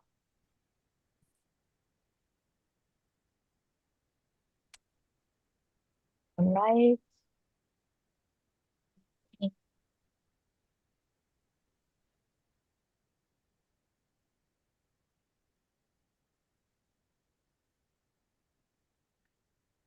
We can see your screens. Can you make them full screen? There we go. Fantastic. Okay, wonderful.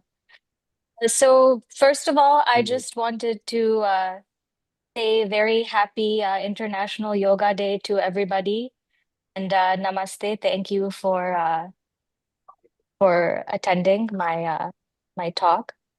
Basically, I have always seen the path of yoga as fundamentally a movement away from the mindset of becoming, of always striving, always reaching, into the state of being.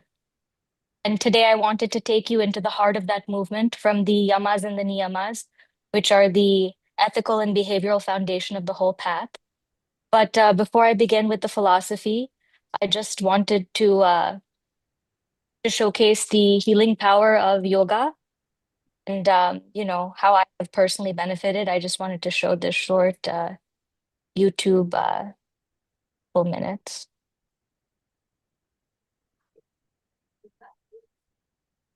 This is through Vayu. This is just a little bit of my experience in how I benefited from yoga.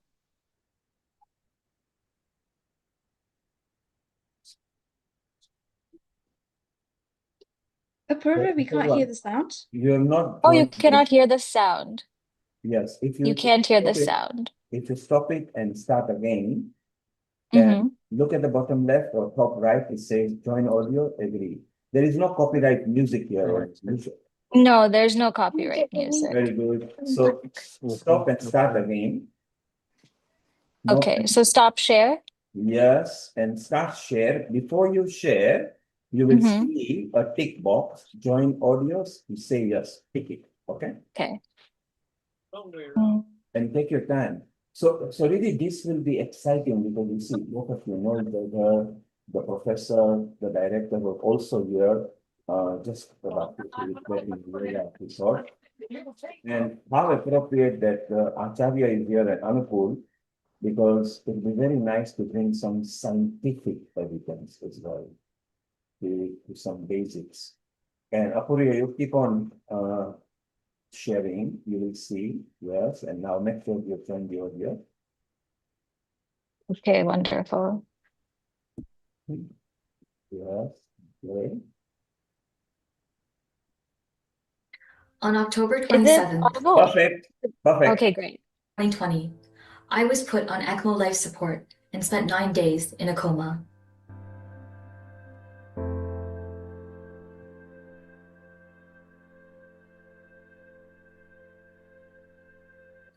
I had developed severe cardiomyopathy, my lungs and kidneys failed, I had pneumonia in both of my lungs, and had to be airlifted to a specialty hospital.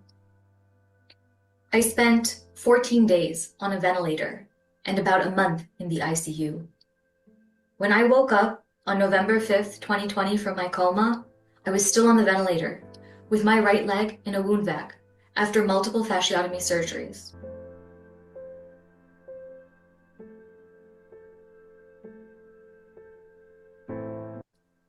I couldn't feel my feet. They told me to expect to at least lose 3 of my toes on my right leg, if not the leg itself. They told my husband that if I survived 1 year, then I would have beaten the odds. After 2 months in the hospital, my muscles turned to jello. I could poke my thigh and feel the bone underneath my skin. Over the course of 2 years, I did 130 sessions of physical therapy. When I began PT in January of 2021, my goal was to be able to sit up in my wheelchair for at least 4 hours a day. I couldn't even move from my bed to the wheelchair independently, let alone use the bathroom on my own. When I began my MS in yoga at Vayu in the fall of 2022, I began earnestly practicing what I learned, both in mind and body. At that time, I couldn't stand up with my eyes closed without falling backwards, but Professor Balaram Pradhan helped meet me where I was. Vayu gave me the key to unlock the miraculous healing ability within myself. In August 2022, I was unable to attend my cousin's wedding due to my unstable heart health. I spent 90% of my day bedridden, with very little stamina, taking multiple medications.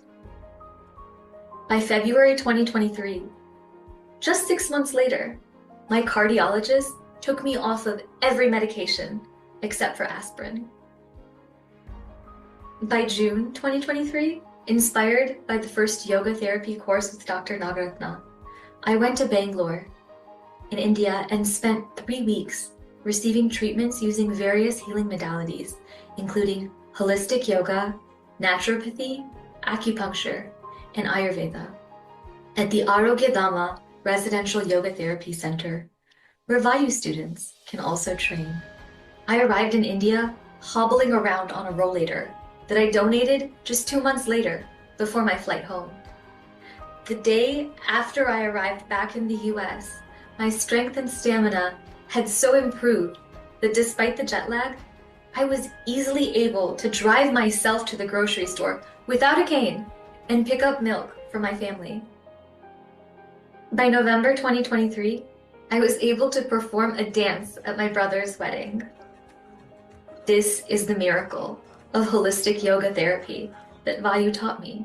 Modern medicine saved me from imminent death, but the holistic yoga therapy I learned at Vayu is what brought me back to life. Thank you for hearing my. So I went from that to the other week, I was averaging 25,000 steps a day up and down Rome. I'm the father of Jonathan, my son. He took his own life at the age of 23. Apurva, something is 2018, playing at the back. Can you stop it, please? April Apurva, Oh, wait. 24th, can you stop exact sharing to this screen? Stop date. sharing screen, please. Yes. Oh. Thank you. So, what a journey you had. You could see as you were narrating on the video, you were excited from almost having been written off to something that was able to move by self. You say you never could pop your out, you know. What a sensation from nothing to zero to that. So human beings don't appreciate what they've got. You know, the machinery that God has given us, we don't appreciate what we've got till we are about to lose something. And you vociferously, to yourself, bringing your mind, the mind over matter, learn the technique. What a very good example that a lot of people can share. For those who have either given up in life or who are completely bedridden, there is going to basic sometimes that can bring life. Maybe you were listening to the video with your pupils directing as well as you were on a pool. What a story. Thank you. Yes. So I, have benefited immensely from yoga therapy, and it's helped me a lot in my in my life in general. But basically, I see yoga not as a set of poses, but it's an entire orientation of living in we act in, mm, you know. You are setting a screen for in first principles, yoga is a way of life. Yes, yes, absolutely. And I think one thing about Hinduism that very few people understand the full significance and the context of why every ritual might be practiced. And even fewer can explain that esoteric or philosophical meaning of each part. But academic understanding is not necessary because for the quality of our absorption of our personal sadhana, it leads to undeniable fruits of mental quietude and transformation. So for the spiritual pursuits, I think the proof of the pudding is in the eating, as opposed to, how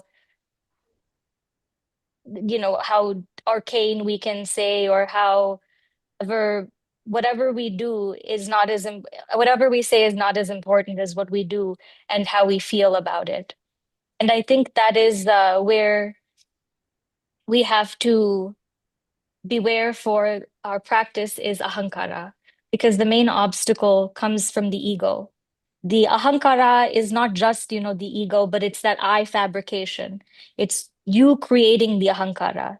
It's your identification. It's a choice that you make every single moment of every single day to identify yourself with something. And often the trap is that the scholarly or academic learning leads to the most insidious sort of ego, which is the spiritual ego, that voice that says, I am the one who knows. I have accomplished. I did it. And then you have to ask, is there something wrong with that in itself? But, when you are in the state of I-ness, that is where all the karma bija are created. Because being in yoga is being in a state of no karma creation. And to create karma, you need a sense of I-ness. And the I who is paying for the karma may not be the I who created the karma, but the equal thing is a sense of I-ness. And that creates the soil in which these seeds are planted. And according to our karmic impressions, our samskaras and the vasanas, which are our deep patterns of character and behavior, this is how the karma phala will first germinate. The karma bija germinates into a sprout, and that sprout turns into a tree. And that tree one day bears fruit, and one day you must eat that fruit. So when and how these seeds germinate, whether they sprout into a tree that bears fruit, and whether we must eat that fruit, whether it's nourishing, whether it's sweet or bitter or even poisonous, that's not under our control. But, when something happens to us, we will cry out, why me? Why did this happen to me? What did I do to deserve this? And you can see the problem there is I. What did I do to deserve this? The problem is rooted in that I-ness. Oh, that friction between our capability to accept what has happened to us and our ability to respond from our highest self is where we have a choice. But when we ask, oh, why me? What did I do? We become obsessed with carving out like a perfect dissection of reality, hoping to avoid pain for ourselves, for the people we love. But the real problem is that attachment itself. And we wish to control through bargaining with our purity and our good behavior. But we don't have the right to the fruit of our actions, as Sri Krishna says in the Bhagavad Gita. We have only the right to act. So, Karmanyevadikaraste ma phaleshu kadachana, ma karma phale heturbu, ma te sangost akarmani. But that doesn't mean we should also not act. We have only the right to act, and even inaction is an action. So therefore, there is no time we are not in a state of karma creation, except for when we're in yoga. And so what is under our control? Our control is how much resistance are we bringing to whatever our karmic lot is in this life. Whenever we resist, whenever we react from outside of our seat of sattva, however justified that reaction may feel, that friction creates a spark which gives life to a new karmic seed, and that seed goes into our karmic granary for storage, waiting until the time for the fertile soil and samskaras and vasanas to be present for it to germinate and to take fruit, whatever life that may be. So then what do we do? So we have to go from our ahankara to our asmita in yoga. That is what we are attempting to do. To stop operating from ahankara, to begin operating from asmita instead. What does that mean? It means moving from I as me as in this identity. We have these sense of selves. I'm a daughter, I'm a spouse, I'm from this country, I am this religion, I am this age, I am born here, I care about this person and I don't care about that person. All of these things. And that identity is like a castle that we're constantly defending.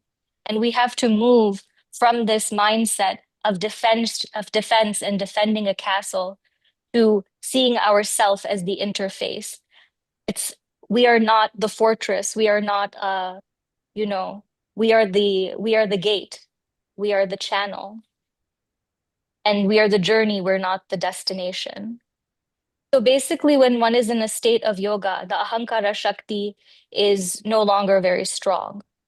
What acts in the world of samsara is asmita.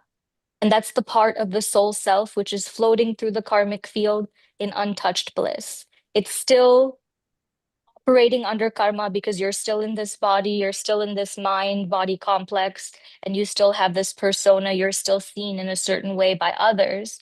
But you're not being touched by karma because you are in a state of yoga. And that yoga is that bliss, that connection to the Sachitananda. And so then the question changes. We're no longer asking, how do I preserve my ego position? We're asking, what is the most loving, most truthful, most compassionate possible response in this moment? And so we tend to our mind field, the chitta. And in your Patanjali's Yoga Sutras in 1.2, Patanjali says yoga chitta vritti nirodha. And so what are chitta vrittis? They're the modifications of the mind field. The chitta is the mind field. It's like your mental landscape. And so it's like terraforming the earth. It takes patience and resources, like a beaver creating a dam and making the river to go a different direction. And even desertification of a once fertile minefield can happen very quickly. And you can take a place that was once a beautiful oasis and turn it into a desert by chopping down all the trees and doing all the wrong behavior. So too it is with our internal ecosystem. And so our chitta, our mind field, is that main land where that ultimate quantum of free will is available to us. The only thing that is fully inside our locus of control is our own behavior, our own thoughts. We cannot control what another person feels, how they act, what they do, regardless of who it is. Sometimes we cannot even control ourselves, what we feel and what we act. So we can at least control some small amount ourselves compared to anybody else.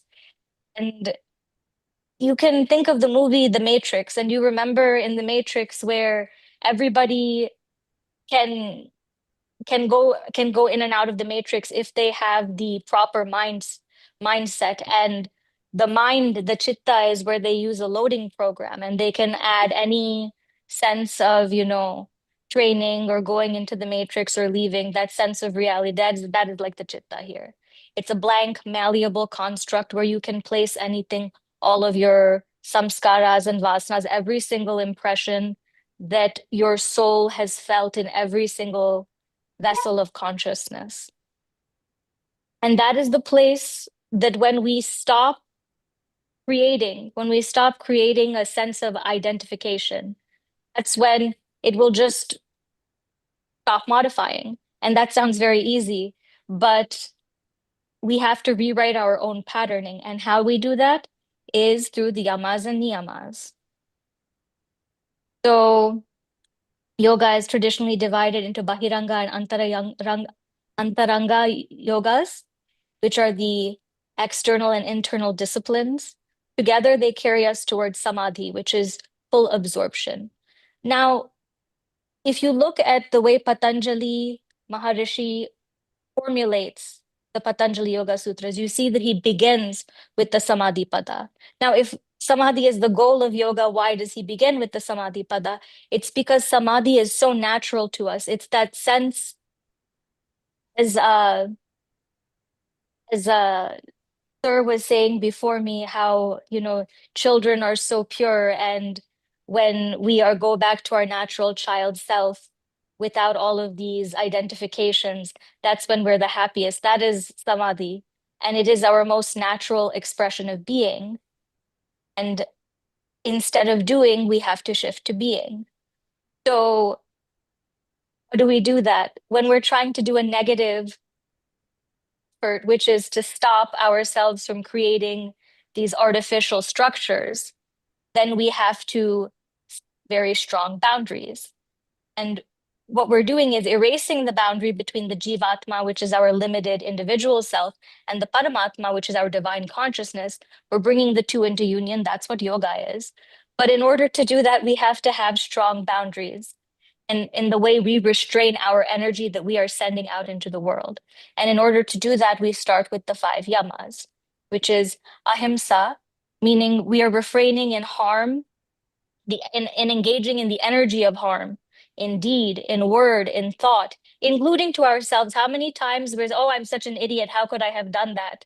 That's not engaging in himsa. Even if you're so kind to everybody, but you're being cruel to yourself, that is also himsa, because you are also a living being, and every living being should be treated equally.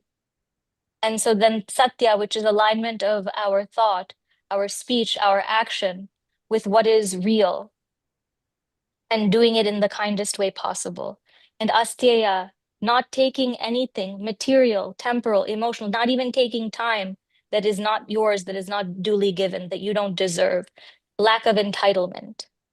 Brahmacharya is spiritual continence, the proper use of conserving and directing your ojas. Because as we know from Ayurveda, the ojas is the most subtle of your dhatus, which is your energies, your subtle energies. And it is also your spiritual energy. So when you get angry and you lose your temper, or when you lose your cool in some way, you lose your control of your energy, you are not practicing brahmacharya. It's not just the stereotypical type of energy that people talk about. It's much deeper than that. And then there's aparigraha, which is keeping things light, not holding on to things. Everything, we lose everything. Nothing is yours, not your body, not your life. Nothing is really, truly yours.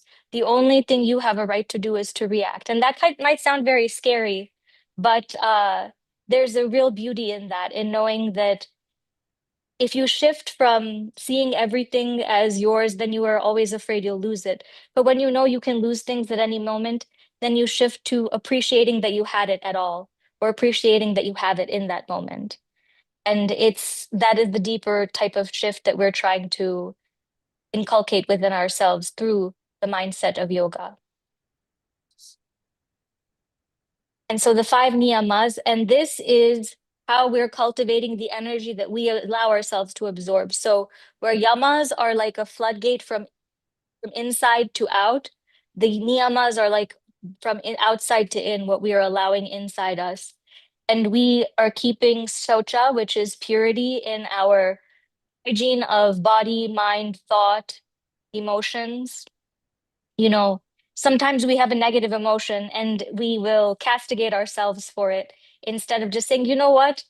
I'm a human being too. These things happen sometimes, and you let it go. And,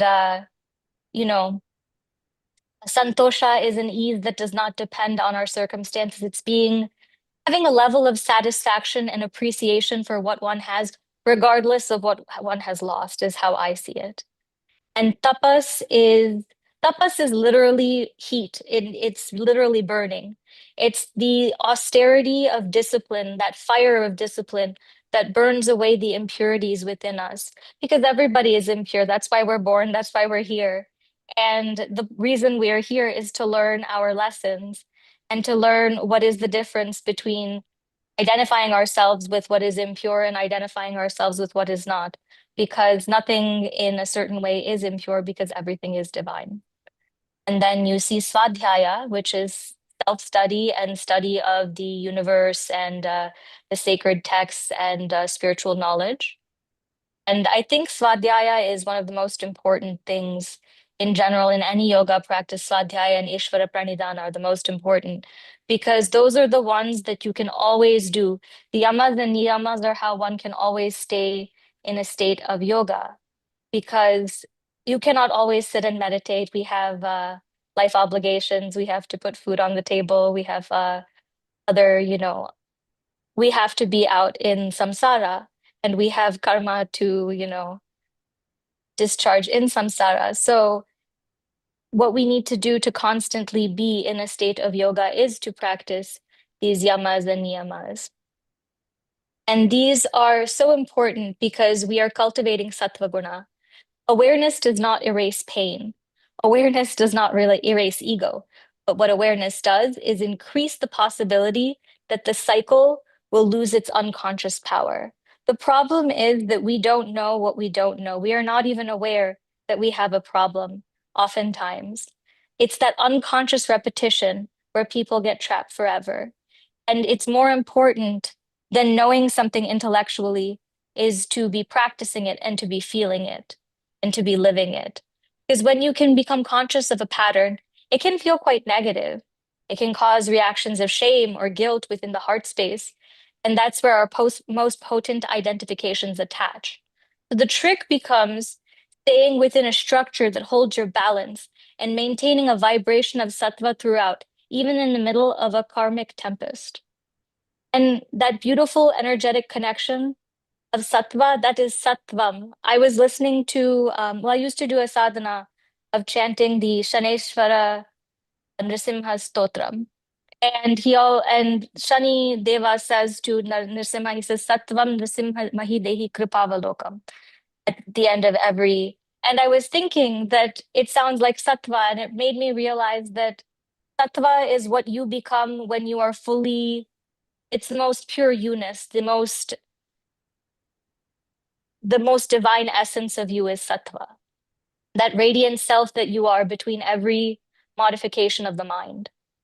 And when you become conscious of your patterns while retaining your sattva, then it doesn't cause the pain that you see, oh my God, I've done so many terrible things. How could I have done this? Unknowingly, I hurt somebody. I didn't realize what I had done. I didn't realize what this would cause. We have regrets. We don't live up to our expectations, or things happen to us. But precisely since you no longer claim identification with your behavior, with your karmic debts, or with your circumstances, whatever happens is no longer touching you because you are so connected to that core of your asmita self rather than your ahankara self. And this is where I think yamas and niyamas really shine. How much time do I have left, Riddhiji? You can keep going, Apravaji. Okay. You're good. Wonderful. And so I think that here is the subtle threshold as well, where compassion can slide into self-erasure. And this is why I think Maharishi Patanjali also prescribes the Chitta Prasadana, because sometimes when someone realizes, okay, intellectually, I understand that there's no difference between me and this other person, and our orientation can shift to trying to alleviate everybody's suffering. And that's also not appropriate, because when we're trying to, we're sticking our fingers into other people's karma, and then we're getting burned and we're not understanding why is this happening.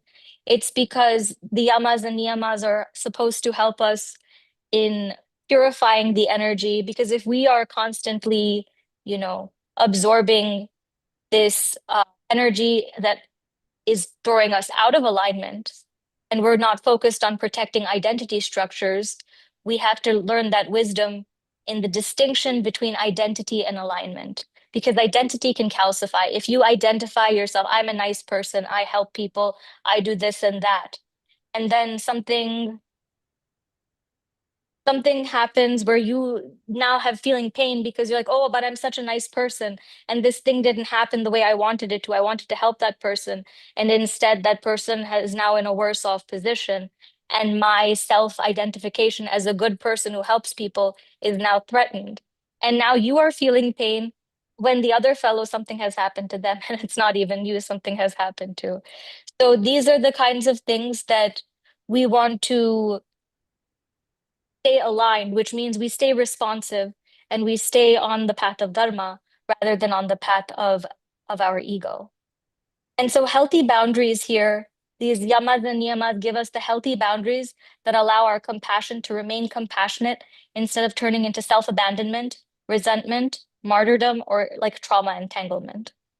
And then we need to distinguish between understanding somebody and over accommodating them, between staying aligned with our deeper values of truthfulness, compassion, accountability, non-cruelty, self-awareness, and the refusal to dehumanize. But how do we do that? This is where the dialectical behavioral bombs of yoga, of the Chitta Prasadana, give us a way of moving through the world. They give us the 4 orientations of the heart that clear and gladden our chitta. They give us the mind field becomes even and easy. It's like each one following like the steps of a dance that committed to muscle memory, and then they become reflexive in time, just like walking. Once you lose the ability to walk, it's very difficult to get back into that rhythm because there are these tiny, tiny muscles that you don't realize that you had. And so over time, you first start off like a Frankenstein walking, and then eventually it gets more smooth, and over time, then just like a baby. And everything is like that. But then once you lose muscle, it becomes difficult to regain it. So you have to constantly be tending to your mind field. And we do that through friendliness towards Maitreyi, towards those who are mudita, who are happy, karuna towards those who are miserable. We are happy for those who are having punya happen to them, and towards people who are apunya, who are not following punya, who are not doing good deeds, we maintain upeksha, which is neutrality. And we don't, it may offend us on a moral level, but that doesn't mean it needs to offend us on an energetic level as well. And so maintaining equanimity, even in the face of adharma and apunya, is very important. And so basically, once we relinquish our impulses to control, to understand or to be understood, to heard or be known, then that's when we are free. When you see every action in the universe through the eyes of love, then you have entered into your own spiritual path of yoga. And that is beyond anything that can be quantified in a scholarly fashion. That is the bliss of sadhana. The yamas and the niyamas are the boundaries for the energy we enact into the world and for the energy that we permit ourselves to absorb. They are how we walk the path. The purpose of life is to learn our lessons. The purpose of suffering is to remember that this too is not us. So from being to becoming is yoga, and namaste, happy International Yoga Day.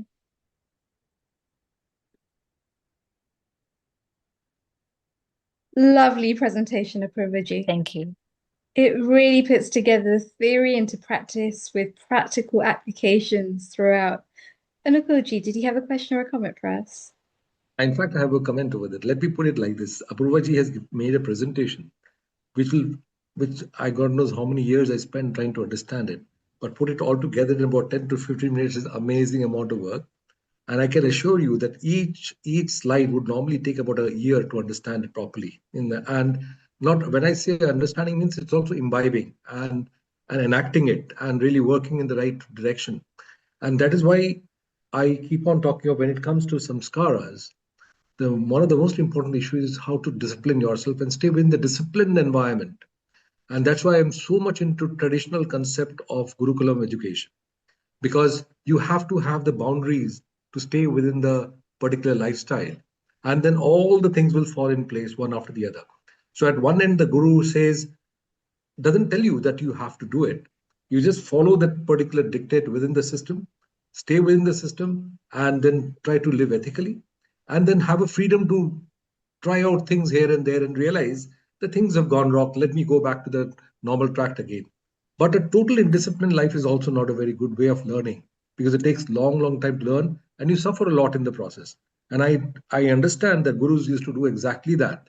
It's all right if you don't want to follow this, or try to follow a way that you think would be right. And ultimately you would get the pain later on. And then you realize, oh, I wished I had followed that. But unfortunately, it comes up much later. And I was discussing this issue with one of the other gurus before.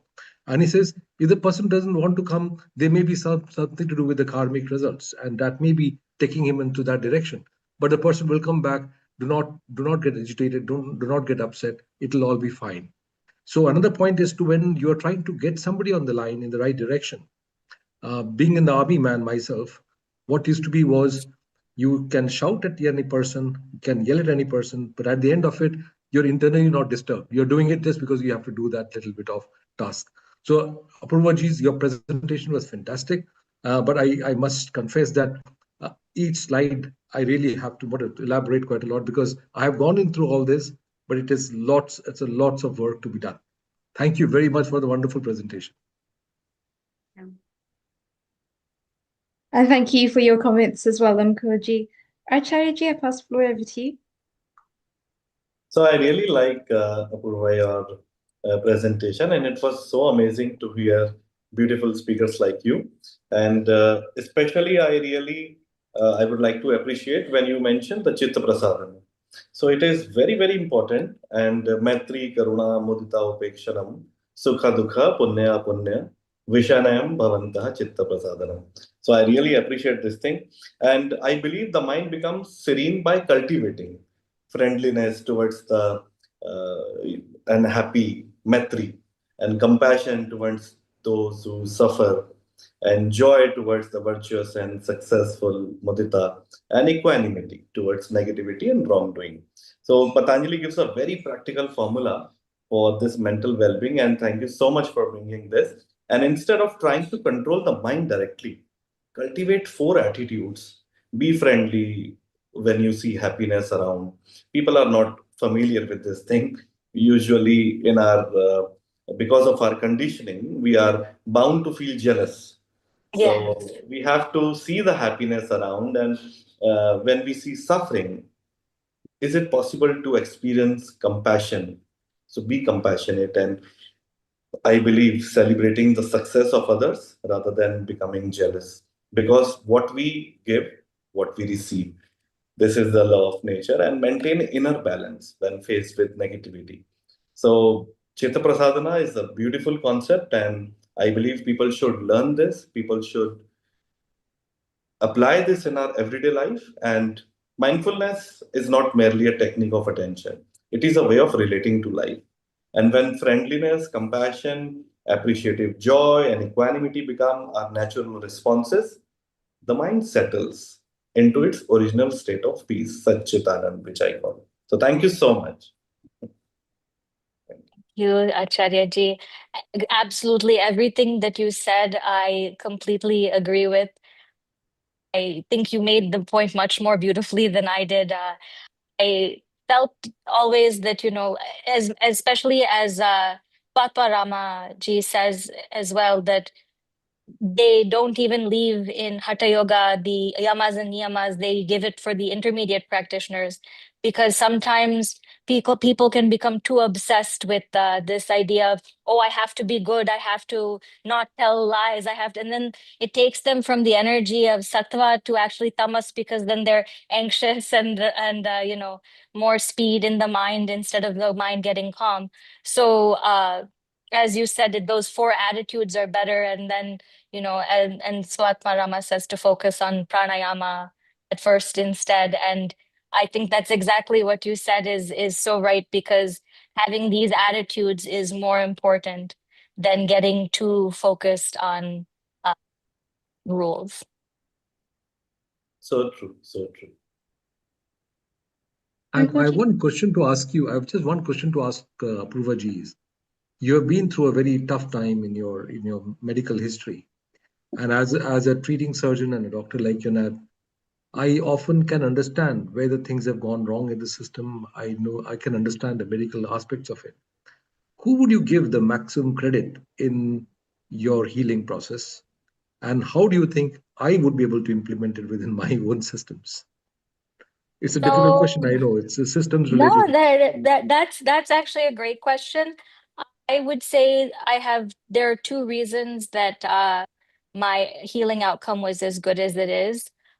One is definitely my husband. He's the only reason I have all of my toes. He made sure that, he was changing my bandages 3 times a day, putting povidone, making sure that the necrosis fell out without spreading, all of that.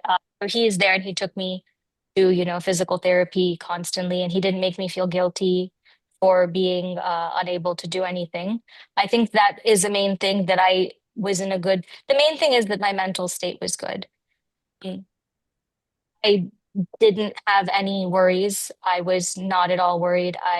The only thing I had was a lot of pain, but the pain is actually what taught me how to do yoga, because I didn't want to take drugs, and they were giving me like tramadol, and the tramadol didn't even really help very much. And I didn't want to take opiates, and I didn't want to become addicted. So I would just focus. I just started noticing things, and I noticed, the pain would be worse at night. And because I had ischemia for 4 hours, I didn't have any oxygen to my right leg.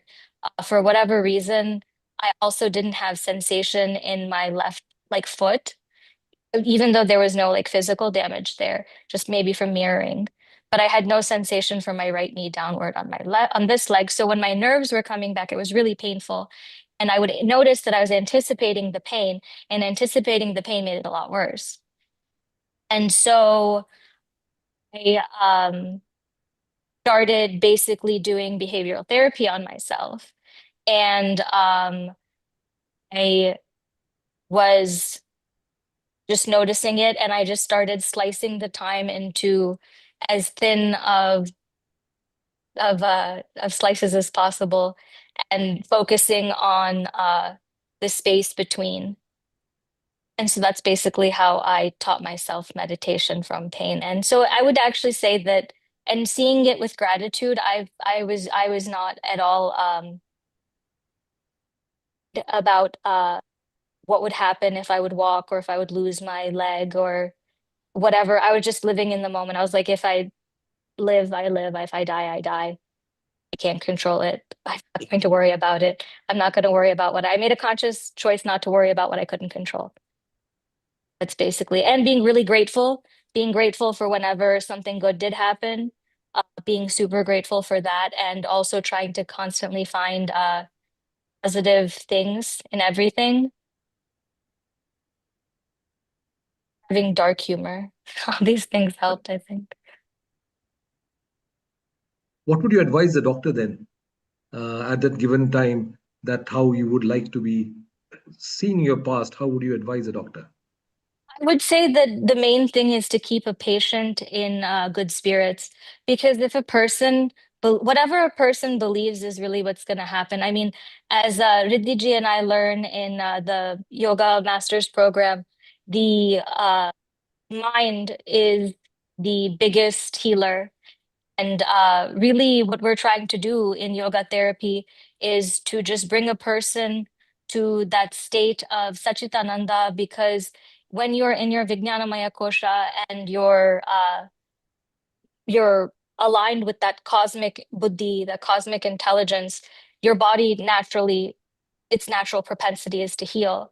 And so if you're allowing the mind to get out of the way and to stop taking up the resources that the body could use to heal, and I think that's the body really does want to heal. I mean, I was in as bad of a position as one could be, but the natural tendency of to heal, as long as the mind doesn't have opinions about it. I used to get injured a lot. I couldn't feel my feet, so I would hit my foot, and then I'd be like, darn, now I can't walk again, and now I'm like bedridden again. And instead of getting negative and being upset, I mean, I would sometimes be upset about it. I'm not like an enlightened saint or anything. I would sometimes get upset about it, but then I realized getting upset about it isn't helping. It's not going to prevent me from injuring myself again.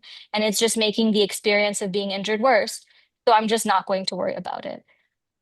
And also, I had the luxury of, not worrying about things because I had somebody to take care of me and give me, support system and make sure that, I got to therapy, the resources, all that. So basically, people being connected to resources and not having worries is the best way for people to heal. But in the American medical system, that's very difficult for people not to have worries. Apology, I think you've summed it up so well. Sometimes it actually takes personal pain to then be an advocate for other people that are going through pain themselves and how they can actually shift themselves into sattva and get better and be on that healing journey.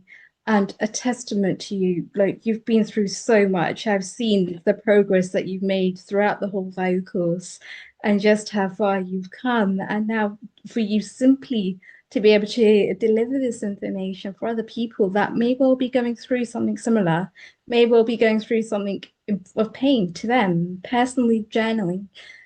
This personal journey will actually show them where they should be journaling and where they should actually be doing things slightly differently. And I think it's a testament to you because you've had so many times where your old identity has been lost, your old identity has passed.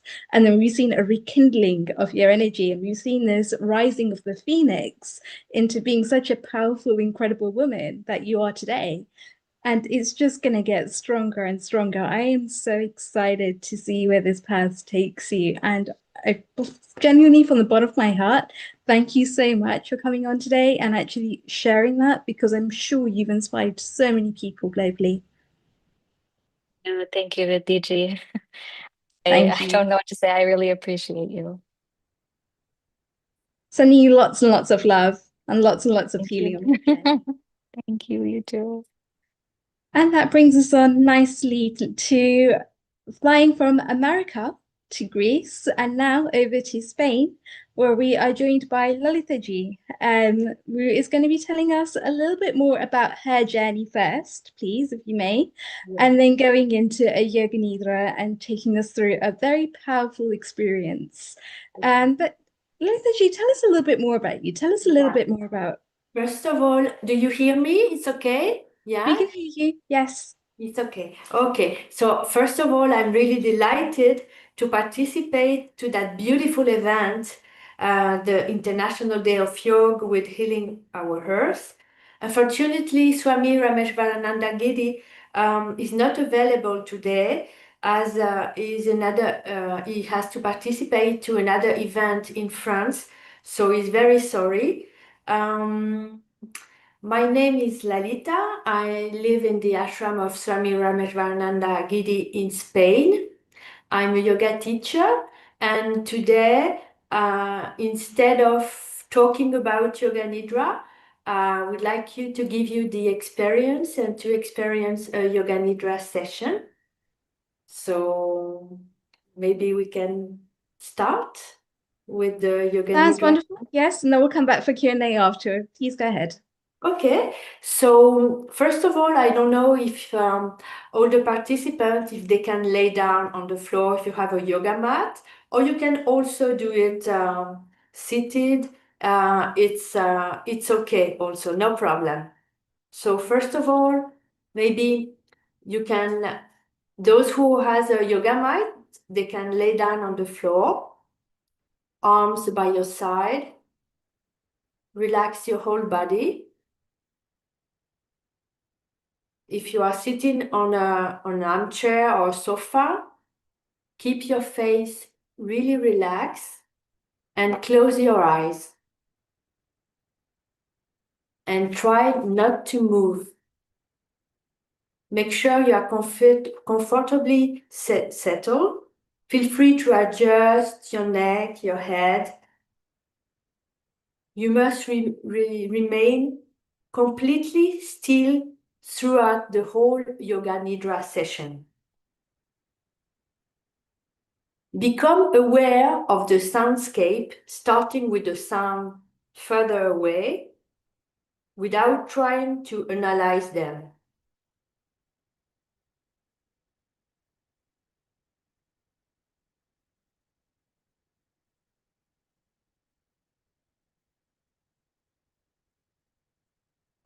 Then listen to the sound closest to you.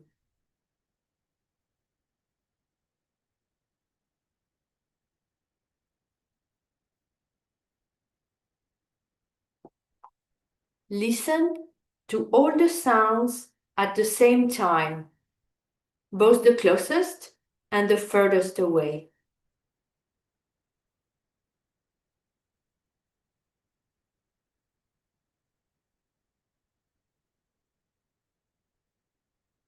Now you're going to choose a sankalpa, a positive resolution that you will repeat 3 times in a row in your mind.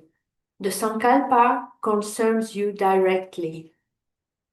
Take the time to formulate your positive resolution, then repeat it 3 times in a row in your mind.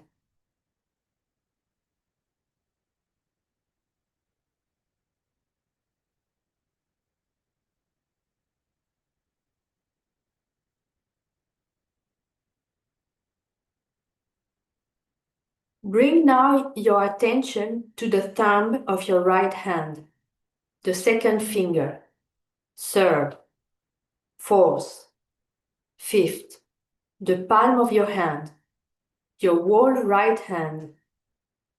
Focus your attention on the thumb of your left hand, second finger, third, fourth, fifth, the palm, the whole left hand. Feel both hands at the same time completely relax, the same sense of relaxation in both hands. Focus your attention on your face. Feel your forehead, your right eyebrow, your left eyebrow, the space between your eyebrows, your right cheek, your left cheek, your entire nose, upper lip, lower lip, your chin. Feel all parts of your face at the same time. Focus your attention on the joints of your right foot, the toes, the inside of your right foot, the heel. Focus your attention on the joints of your left foot, the toes, the inside of the foot, the left heel. Feel the inside of your left foot and the inside of your right foot at the same time. Move on to your right ankle. Relax your right ankle, your left ankle. Apply the same relaxation to your right ankle and your left ankle. Focus your attention on your right knee, relax it. Focus your attention on your left knee, relax it. Focus your attention on both knees at the same time. Feel the right hip joint, the left hip joint. Feel both hips at the same time. Feel your right shoulder blade, your left shoulder blade, both shoulder blades. Your right shoulders, your left shoulder, both shoulders at the same time. Your right elbow, your left elbow, both elbows. Your right wrist, your left wrist, both wrists. The entire palm of your right hand, the joints of your right hand. The entire palm of your left hand, all the joints of your left hand. All the joints of both hands at the same time. Now relax your jaw completely. All the joints in your skull, the teeny joints between the bones of your skull. Feel all the joints, all the bony junction in your body. Perfectly relax. Feel the lower spine, the coccyx, the sacrum, then the lumbar spine. A little higher up, the thoracic spine, and then the cervical spine. Feel the entire spine, the entire spine. Focus your attention now on the space between your eyebrows.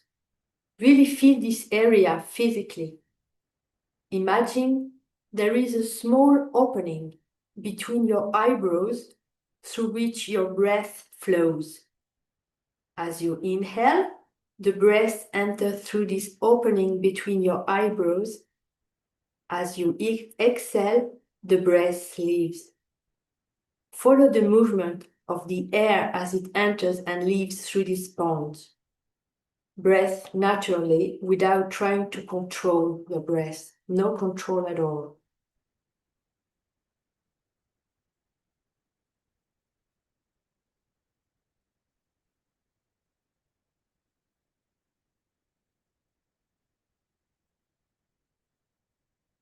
You're going to count your breath in your head from 54 down to 0, starting with 54. As you breathe in, the air enters through the space between your eyebrows. Count 54. As you breathe out, the air leaves. Count 54. Then on the next inhale, count 53, exhale 53, 52, 52, etc. and so on down to 0. You must count with every breath. Stay focused. Do not lose count. If you do so, start again from 54. Do not fall asleep.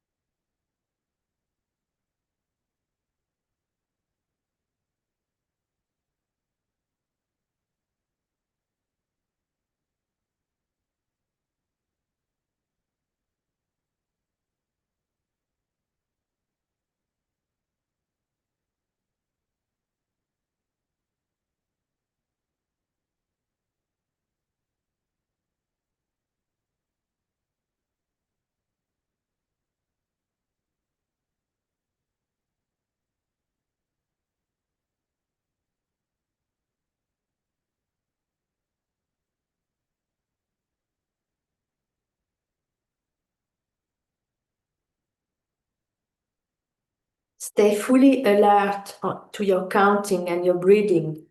Do not fall asleep.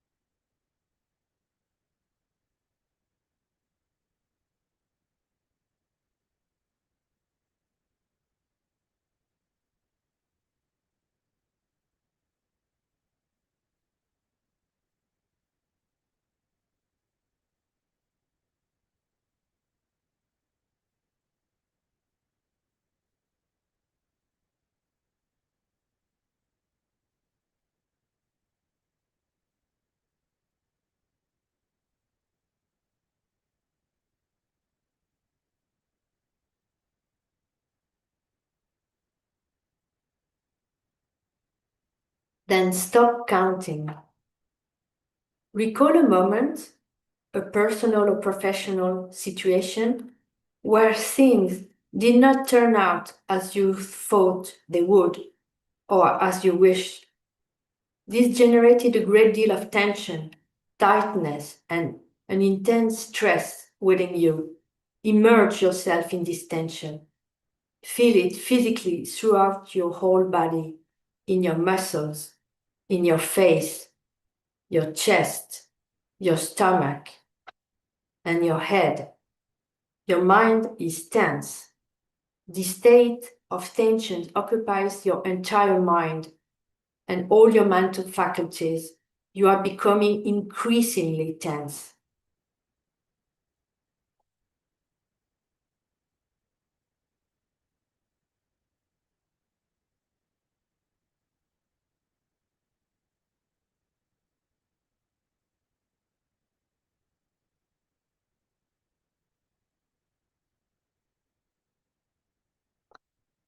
Now relive the same situation where things did not turn out as you expected, but this time experience it with a sense of perspective, with a certain letting go, with confidence in life that things will eventually work out, that you will find a solution, that it is not that serious, that it is not worth getting upset or worrying about.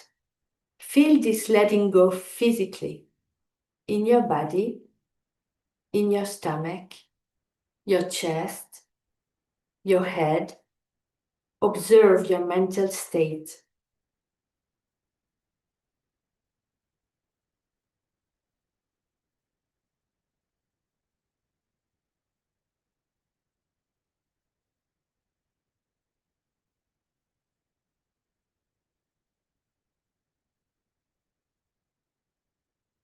Shift back into tension. You are becoming increasingly tense.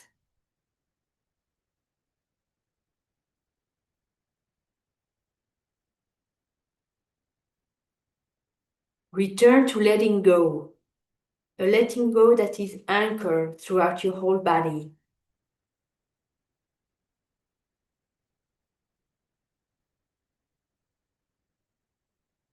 Feel the tension again, a tension that grows deeper and deeper. Once again, let go.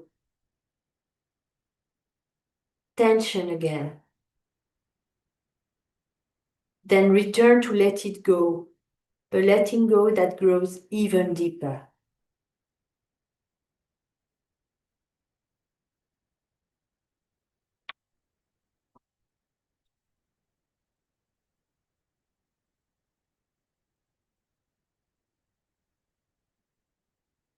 You're going to visualize now the images I'm going to propose you. Be careful. This will go quite quickly.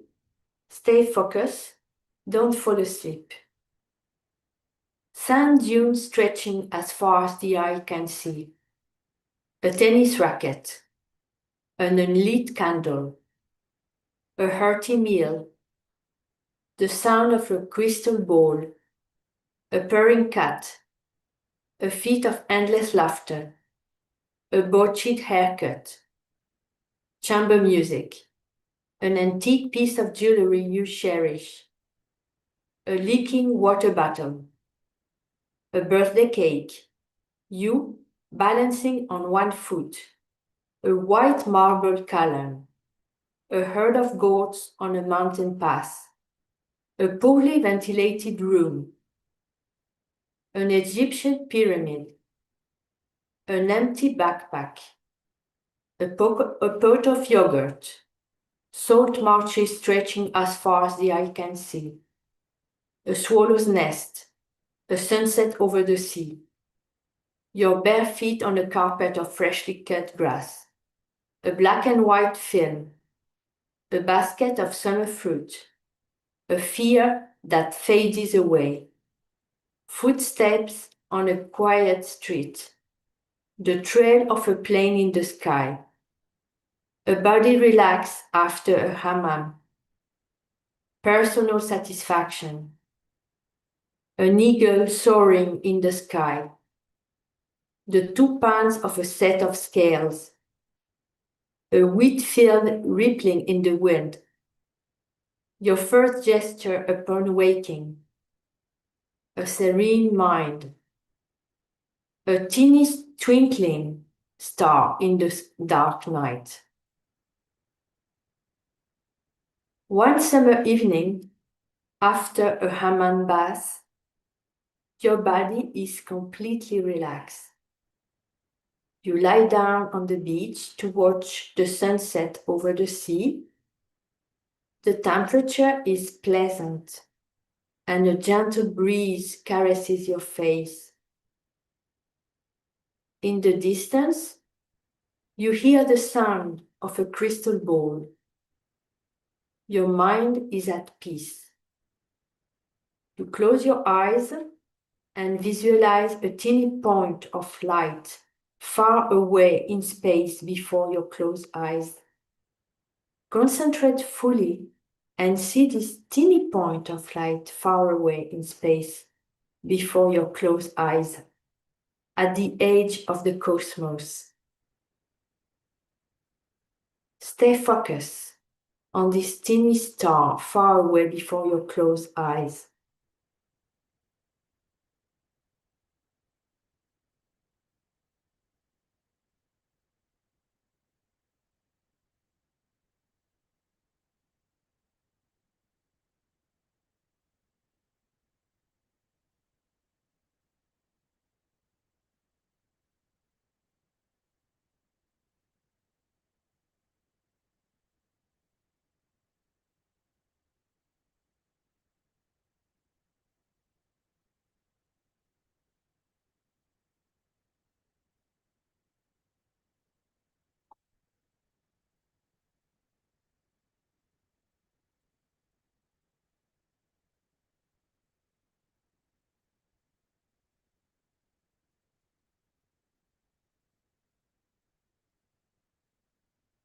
Let go of the visualization and observe your state.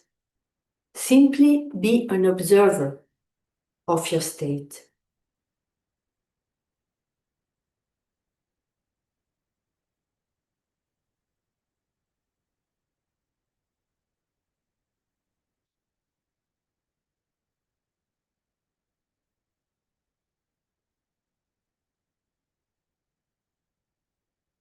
Then Sankalpa, repeat again your Sankalpa 3 times in a row in your mind.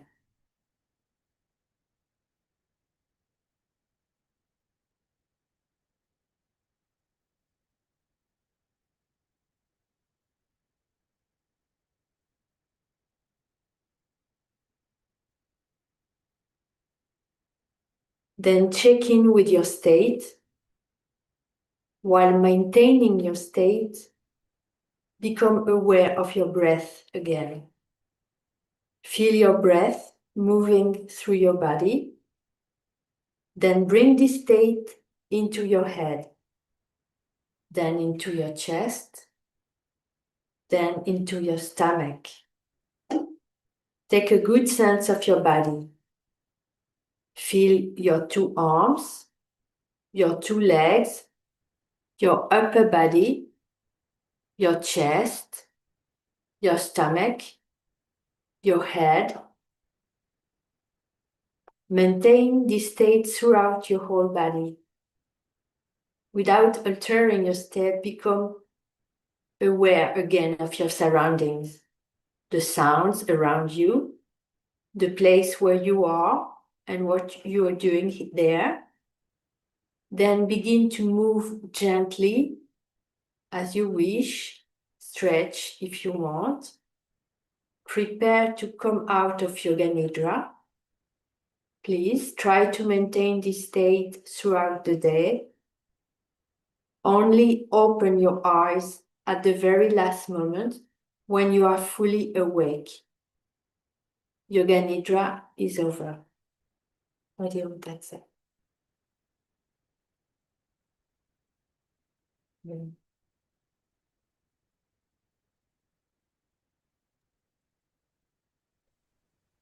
Wow, what an incredible experience, Lethargy. It's just one of going through the parasympathetic and the sympathetic dominance at the same time to experience the shift in HRV heart rate variability and getting one even more relaxed and even more peaceful and even more tranquil.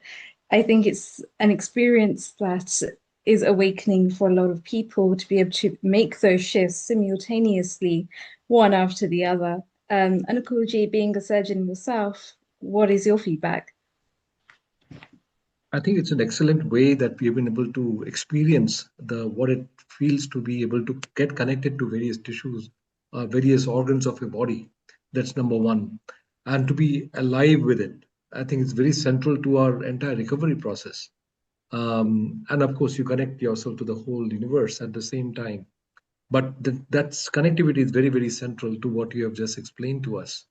And I think thank you very much, Lalita ji, for a very good experience. I wish I can practice this very often. Thank you very much for your invitation. And talk to you soon. And all the best for that beautiful day. Thank you so much for your invitation. Lalita, muchas gracias. Buenas noches. Muchas gracias y hasta pronto. Tiene que venir acá en España a visitarnos. Habla español muy poquito. Adiós. But please give regards to Swami Ramesh Parananda because he's a regular part of us, and Swami as well, and all of you. It's wonderful, nice, and you will communicate. You have to come and visit us in Spain. Please come. Come. Yes. You're welcome. You're the most invited. Please come. And some of the team are planning something for next year, and they will be in touch with you. So once again, thank you very much. It was wonderful. Thank and you. we still move on because we got many other contributors have over. So adios and buenas noches. Adios. Bye-bye. Adios. So really, for next 15 minutes is Trupti's turn. So a quick introduction and we can get on, and then we go to Nidhi and then Dr. Seema. Over to you, Nidhi. Thank you. Fantastic. So Trupti Patelji, head of Hindu Forum of Britain, is also served as a PYPT, Yoga Teachers Coordinator for the UK for the last 3 years. Sorry, no, from 2006 to 2009. And she has set up her whole system and drafted teachers training manuals. And she has also written articles in health magazines and done numerous training sessions for young and elderly, including Nitya Yoga, Chair Yoga, and other forms of yoga. A global namaste to you, Trupti ji. Welcome, and a happy International Yoga Day to you. Namaste. Happy International Yoga Day. I was listening earlier on as well to your professor from one of the university. So first thing that comes to my mind, I know that there was numbers of topics to choose from when you want to talk about yoga. And to talk about rules and regulations, to talk about yam, niyam and all that, I want to explore a different side of it, that why the certain things are there, not going into Rajasi, Tamasi or any sattvic way of living or anything. But before even I start, I want to sort of like raise one issue.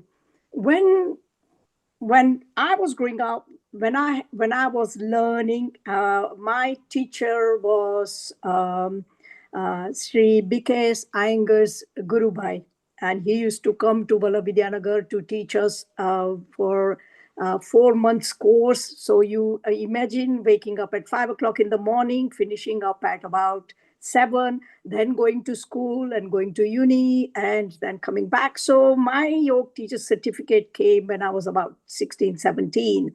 And it's amazing energy that you collect from the yoga training. But what amazes me is that our language, our matrubhasha, our mother tongue, matrubhasha. So in Sanskrit, so it is pronounced as Sanskrit and not anglicized version of Sanskrit.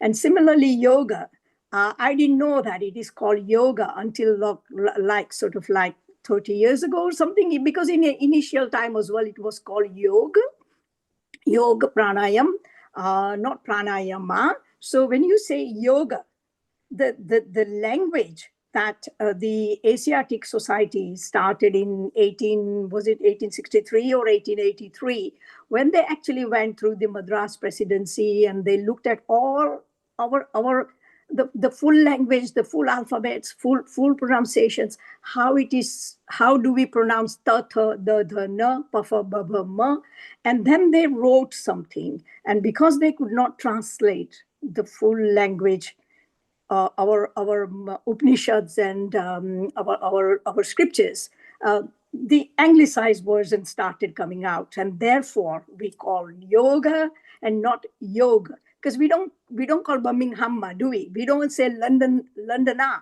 we say London. So similarly, we should all start practicing as yoga, because the way we speak and the way our every word is pronounced, we know that the mantra therapy is quite amazing in the sense of when we do bhakti yoga. Okay, right. So when we come back to coming into our how do we like aspirant, what do they should be doing? They should be learning from, when they start learning yoga, they should learn from various teachers. If possible, they should young minds should be taught Bharatanatyam, they should be taught folk dances, they should be taught the music, because doing yoga practice, learning yoga without learning music, dance, everything else, it doesn't like fully become a holistic approach to learning yoga. Now, when we look at the yama, so what is yama? It's the moral commandments. Yeah, like we have the commandments in all dharma. So in Sanatan Dharma, these moral commandments is for the goodness of the society. And we all learn from Ramayana, we all learn from Mahabharata, the life lessons. Yeah. And those life lessons, if you look at in the yama, those commandments teaches us to be pious, teaches us to be person who can differentiate and distinguish between good and bad, between right and wrong, and we stand. Don't think that love is the only sort of like a word that we learn from Krishna Bhagavan. No, we have to stand up for our rights as well. So the Srimad Bhagavad Gita is the perfect manual for holistic life and whole life, living, learning, everything. And at this moment, something comes to my mind is that we all have been brought up with a bhajan called Vaishnava Janito Tenere Kahiye Je Peed Parai Jane Re Par Dukhe Upkar Kare Toya Mana Bhimanan Aane Re. So what it means is the person who is Vaishnava, the one who helps everyone, but never thinks that I have done that. Never take the credit. Now, what does it teach us from this yam and niyama? So we come to niyama as well, that you do your work, but do not expect the fruits of your labor. And when you do that, automatically you are actually doing the fourth step or the fifth step. So the third one will be asana. Now asana, or now in anglicized version asana. So when you do asana, the postures, okay. Now let me just share something with you. In 2020, I was doing the Kati Chakrasana, and doing Kati Chakrasana, and then I just screamed. Now I knew I was trying to break the stones in my gallbladder, and I wanted them to be removed naturally rather than going through the operations and all that palawa. Now, something that happened, and I don't know what happened at that point. So in the morning, my normal yoga practice, and you can see some of my Facebook pages that I have uploaded some pictures. I don't upload everything, but sometimes I do. So sitting in the Kati Chakrasana, and when I actually did that, something twisted, and you won't believe it, that I had a burst appendix. And doing that posture and staying in there for 2 minutes that is prescribed by BKS Iyengar, it actually sealed. And whatever the tube came out and tumor started, and there's the whole palawa, I had big operations and everything afterwards. But you imagine that if I was not in that position, not doing that asana, it could have been a lot worse, and I could have been a lot worse situation. So yoga always helps.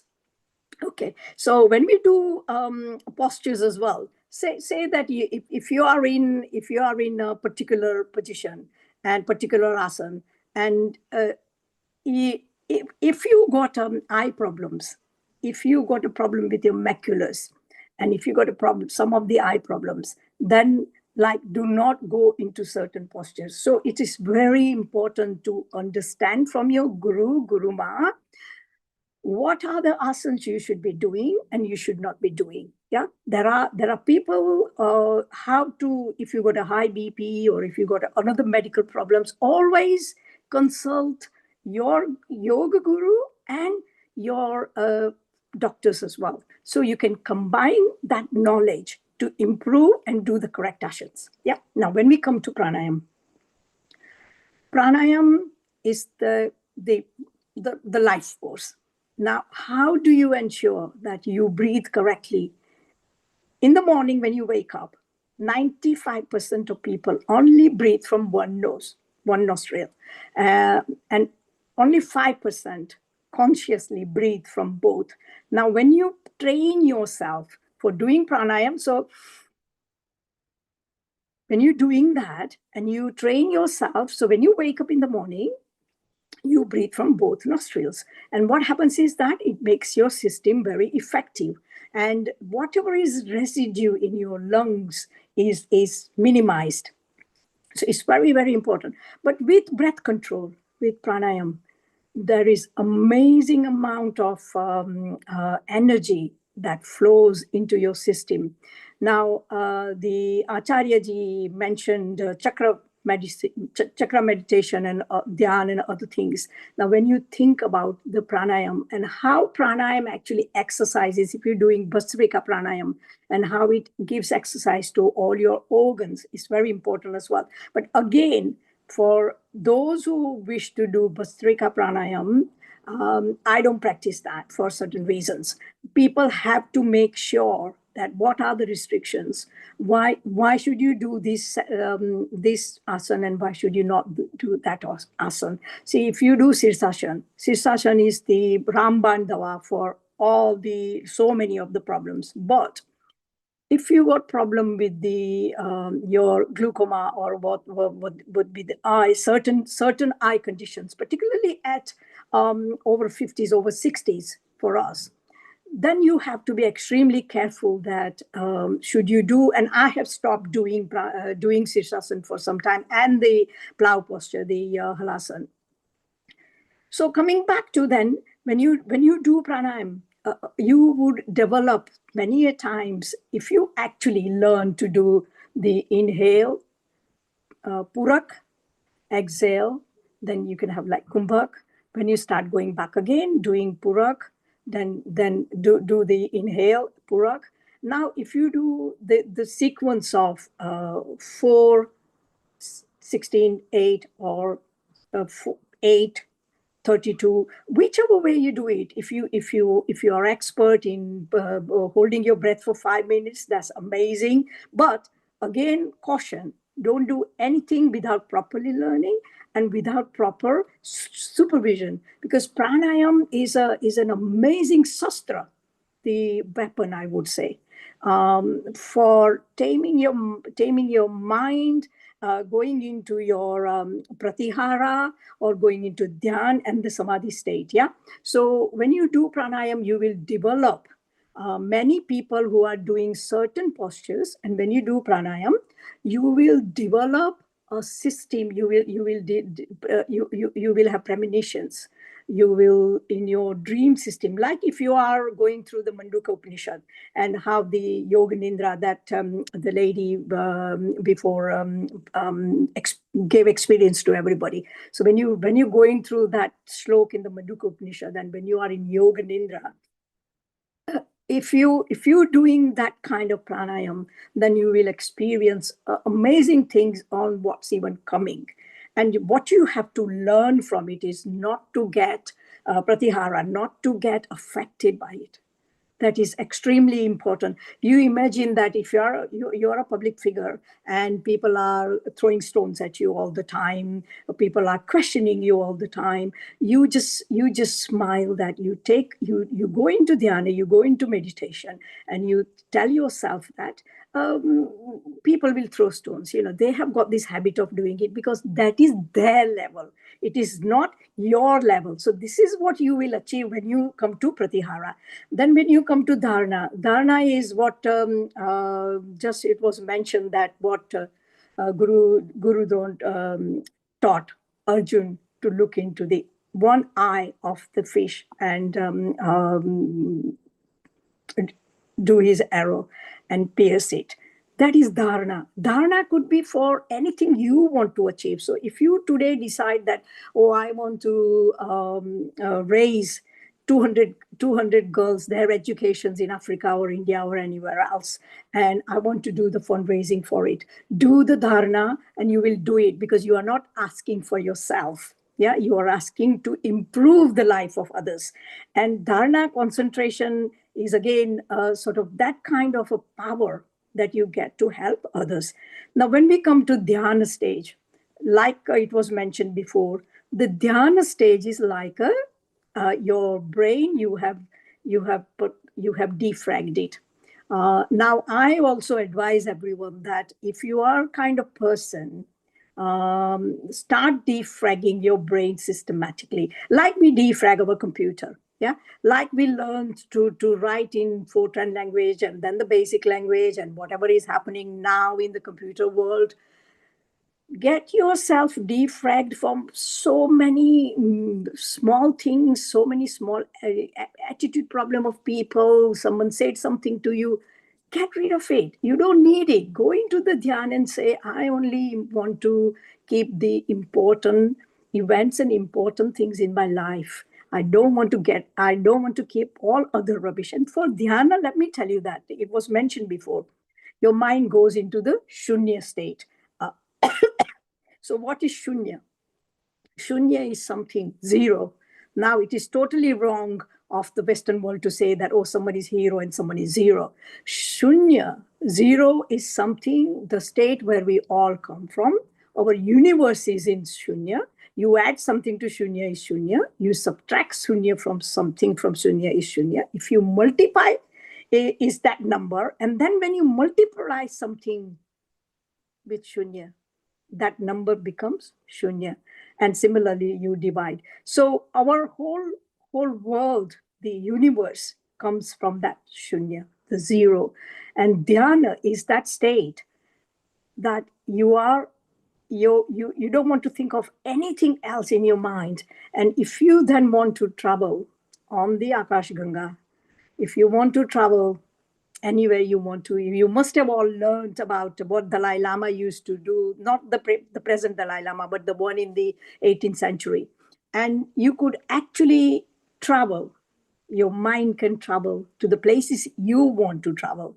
But that's, again, another science. That science is. Everything is science. So the whole Sanatan Dharma, everything we do is all scientific. Yeah. And then we come into Samadhi. And when you come into Samadhi state, that is the state, ultimate state. And when we go to Pondicherry and you see the Samadhi of Sri Aurobindo, it just gives you that whole approach of the life that he gave, his example, the way he lived his life, the way he taught us, what he gave us from physical education, from asana, from giving daily dozen to the men and women, to the full 32 postures, asanas that I normally practice. And it's the meditation side as well. How you do dharana by having the your Lalan, your Balkrishna, your Thakurji, your Satyananda Swami, whoever is your Ishtadev. You can do a lamp, light a lamp, and you can do your dharana there, or you can just visualize that lamp. But please never ever visualize that the lamp is in your heart, please, because that generates so much energy, and that is not very good for you. So we then come to samadhi. So we've done the samadhi, yeah. So it's so important that we have to understand this, that what are these yam, niyam, what are the asana. It's not something that, oh, you have to be good and now I have to follow it because he says that, because it's sattvic too. It's not that. Yeah. Okay. So I'll finish at this point. Namaste. Lovely, Truptiji. That's such a enlightening discussion there on Ashtanga Yoga and just the steps that are actually involved in such a simplified way. Acharya-ji, any comments?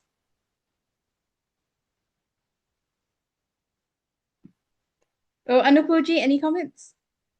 Yes, I think it was very well described to take into account all that Truptiji has explained. To bring it to our normal day-to-day use is quite a bit of an effort. But I think that some of the examples that she gave in terms of what she had experienced in her abdomen and the lower abdomen is something very, very interesting.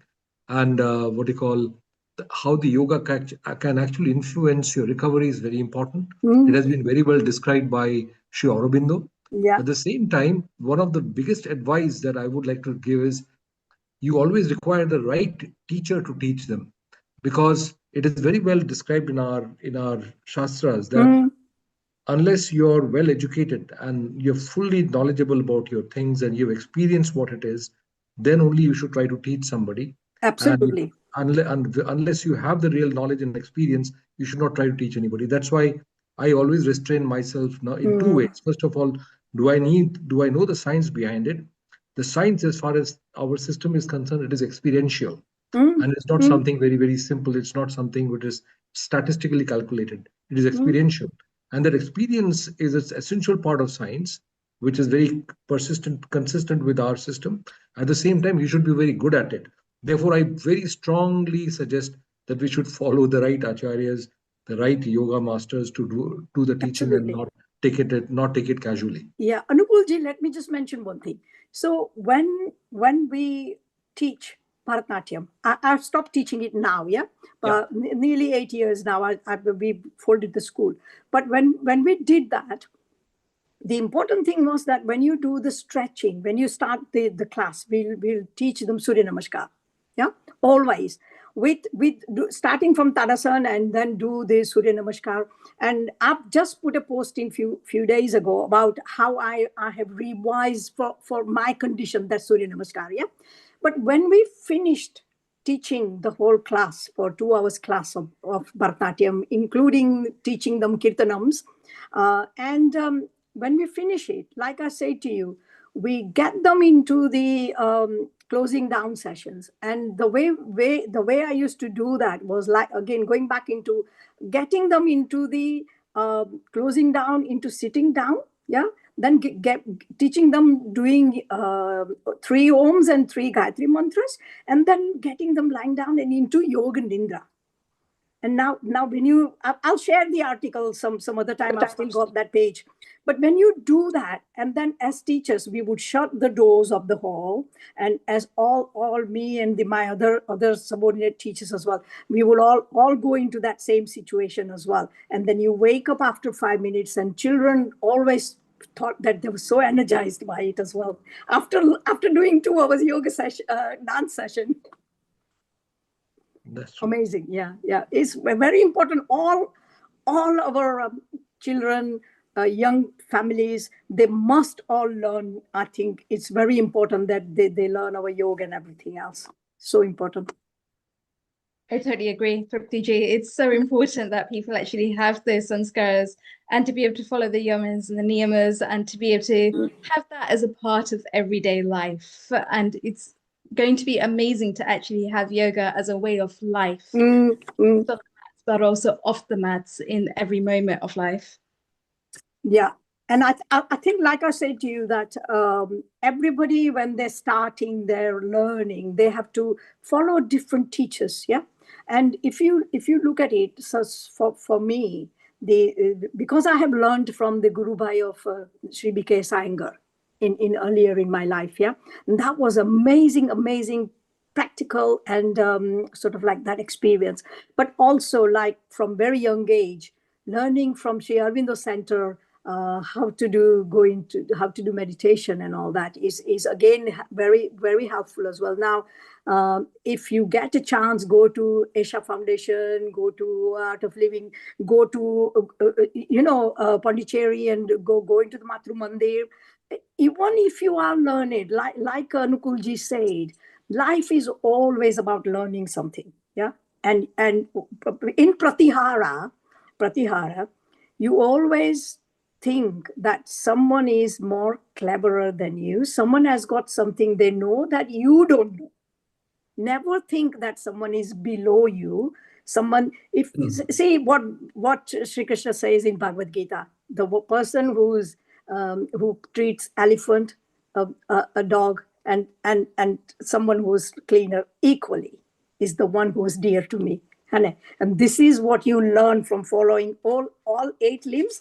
And not only that, if you think about it, out of what let me just go quickly. Let me just go quickly. What BKS Iyengar also says about that, part of it is that you have the people who have vyadhi, means worries, yeah.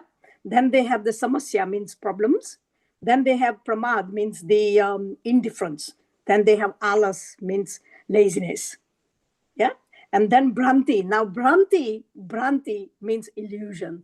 And if you are at certain stage of your life, and we talk about Maya, and that's all different thing, yeah. The whole world is illusion, and that's a different topic.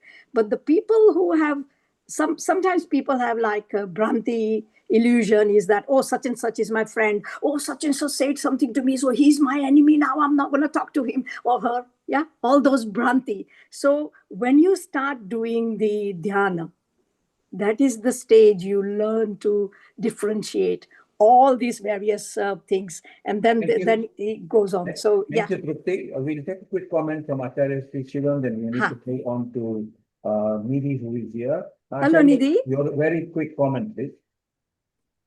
Namaste. Acharya Shivam, your comment, please. Yes. So thank you so much, Trupti Patel. Your sharing reflects the depth of classical yogic understanding, where you mentioned where even language carries precision and vibration. So when you mention yoga rather than yoga, pranayama rather than pranayama, so this kind of sensitivity to tradition is something we also see in the Iyengar school under BKS Iyengar ji, where alignment, discipline, and purity of practice are given deep importance. So beautifully expressed, and thank you so much for bringing this insight. Thank you. Thank you. Thank you. Namaste. Thank you, Dr. G. Yes, do your duty. Don't focus on the power, don't focus on the outcomes, but do your duty diligently and consciously, and you will get to your goal. Global Namaste, Nidhi. Welcome to Healing Our Earth. Nidhi is a yoga therapist and practitioner. She is also master's qualified in yoga, has a diploma in nutrition and health education. She is a yoga prashikshika, member of the Indian Yoga Association, IYA.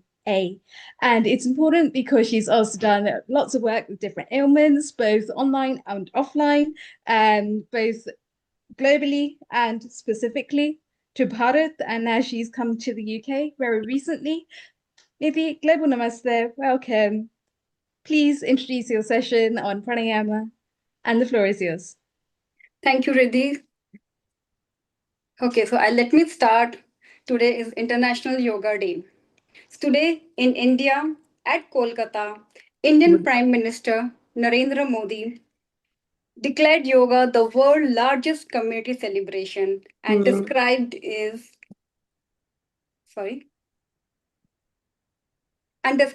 as not just physical exercise, but an expression of human spirit that connects all people globally. Warm greetings to everyone joining from around the world. Let me share my screen to start the session.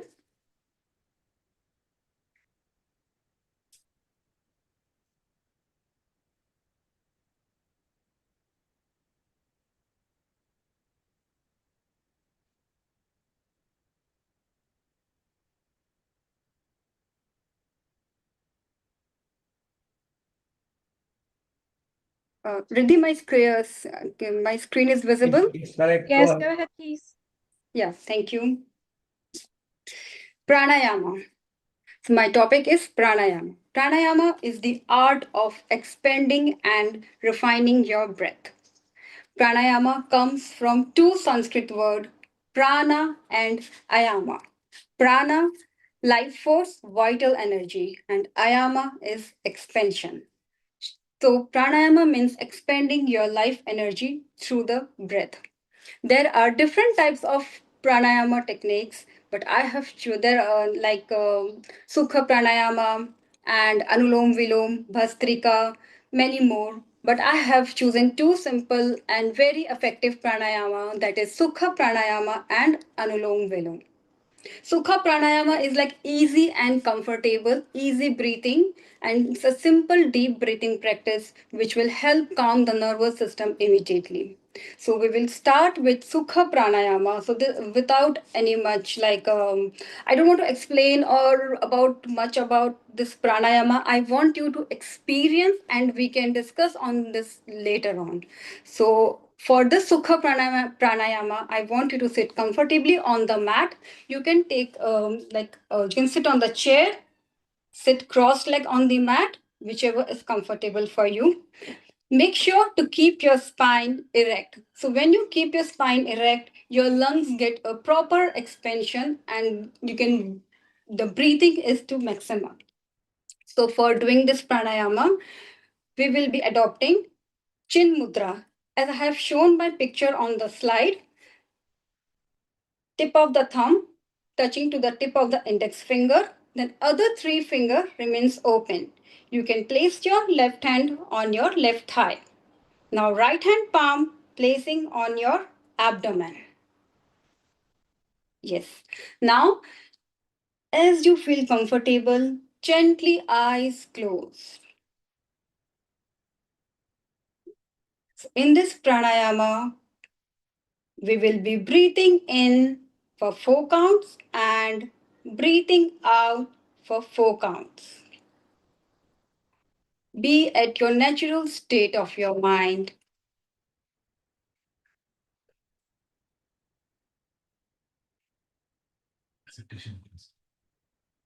Now let's begin the practice.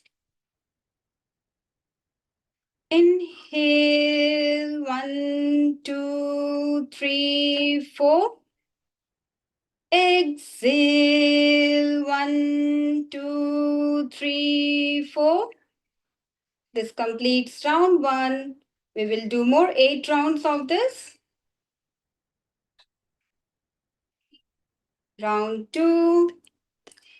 Inhale, 1, 2, 3, 4. Exhale, 1, 2, 3, 4. Round 3. Inhale, 1, 2, 3, 4. Exhale, 1, 2, 3, 4. Round 4. Inhale, 1, 2, 3, 4. Exhale, 1, 2, 3, 4. Round 5. Inhale, 1, 2, 3, 4. Exhale, 1, 2, 3, 4. Round 6. Inhale, 1, 2, 3, 4. Exhale, 1, 2, 3, 4. Round 7. Inhale, 1, 2, 3, 4. Exhale, 1, 2, 3, 4. Last round, round 8. Inhale, 1, 2, 3, 4. Exhale, 4, 3, 2, 1. Gently relax your hands on your thighs. And try to observe your breath from inside. Feel the stillness and slowness of your mind. Sukha Pranayama, the balanced breath. This practice will help you connect your mind and body.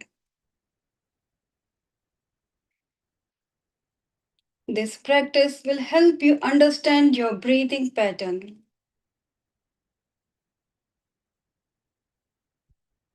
Observe your breath and be present with yourself. Do not get distracted.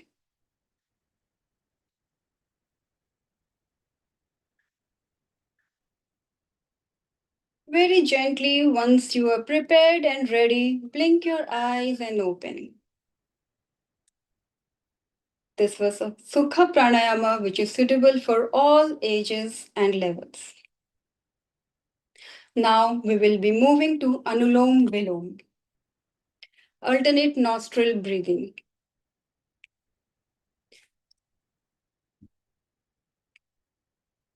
Let me start.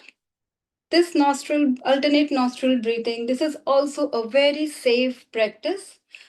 But if you have any heart issue or any other ailment, please discuss with the practitioner, discuss with your instructor before starting.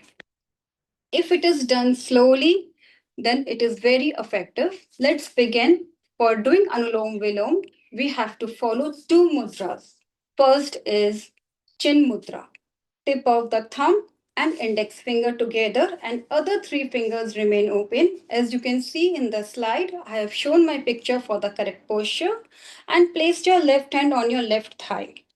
And with your right hand, you have to adopt Nasika Mudra. Thumb remains open. First two fingers, the tip of the fingers move closer to your palms and other two fingers remain open. Now place this mudra on your nostrils. With your right thumb, we will close our right nostril and with the other two finger will help you close your left nostril. So first we will start, I'll show the demo, then we will do it together again. Close your right nostril with your thumb. Inhale through your left nostril.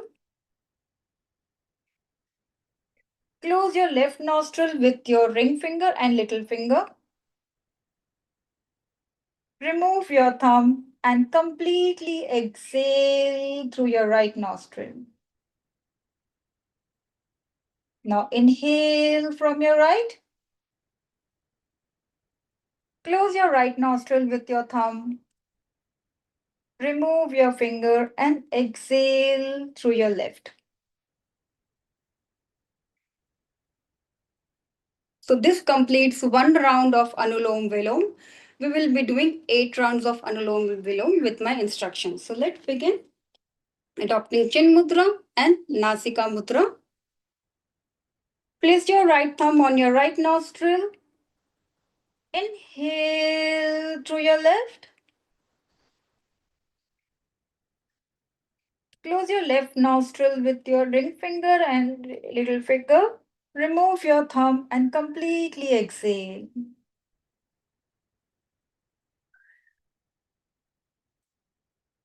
Again, inhale through your right.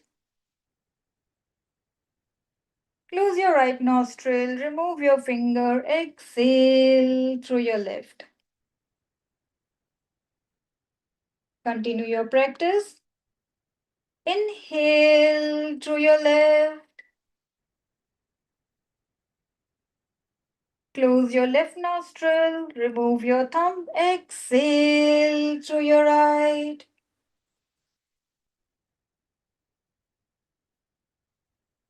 Inhale through your right.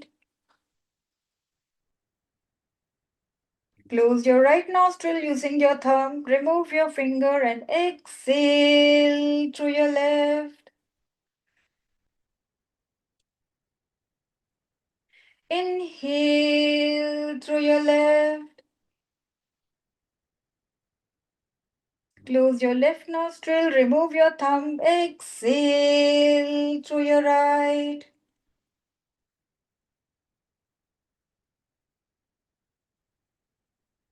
Inhale through your right. Close your right nostril. Exhale through your left. Inhale through your left. Close your left nostril. Exhale through your right.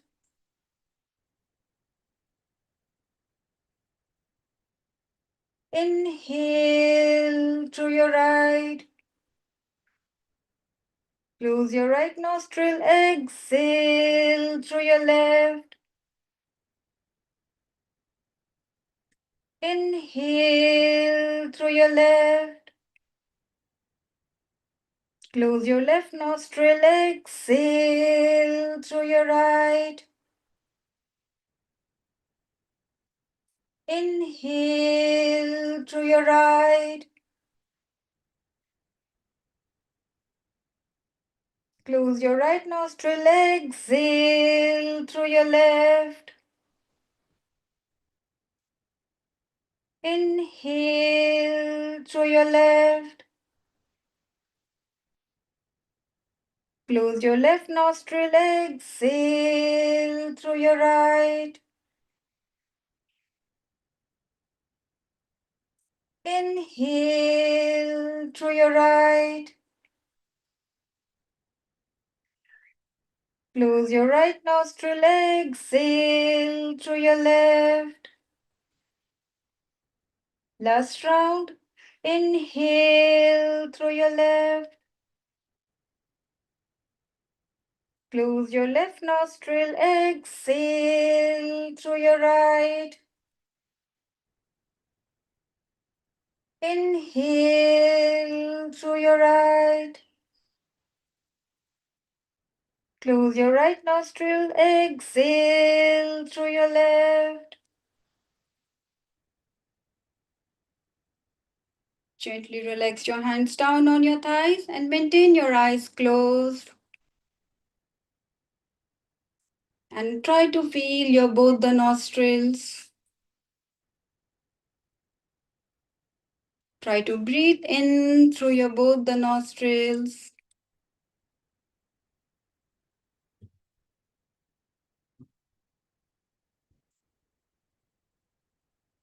Feel the cool air entering your nostril and warm air coming out.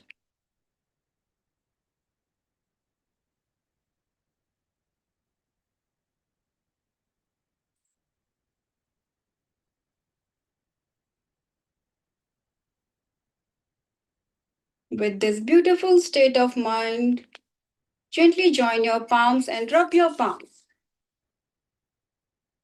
Rub your palms until you feel warm. Now you can feel your palms are getting warm. Make a cup of your both the palms and place it on your eyes. Make sure your palms are not touching your eyes. Only feel the warmth of your palms. Let your eyes get relaxed. Slowly you will feel your palms are getting cooler. Very gently put the hands down on your thighs and blink your eyes and open. Thank you so much. I hope you all have enjoyed the practice and have done the session with me. That was wonderful, Nidhi. If you could stop screen share, so we can have a quick couple of minutes comment before we move to the question.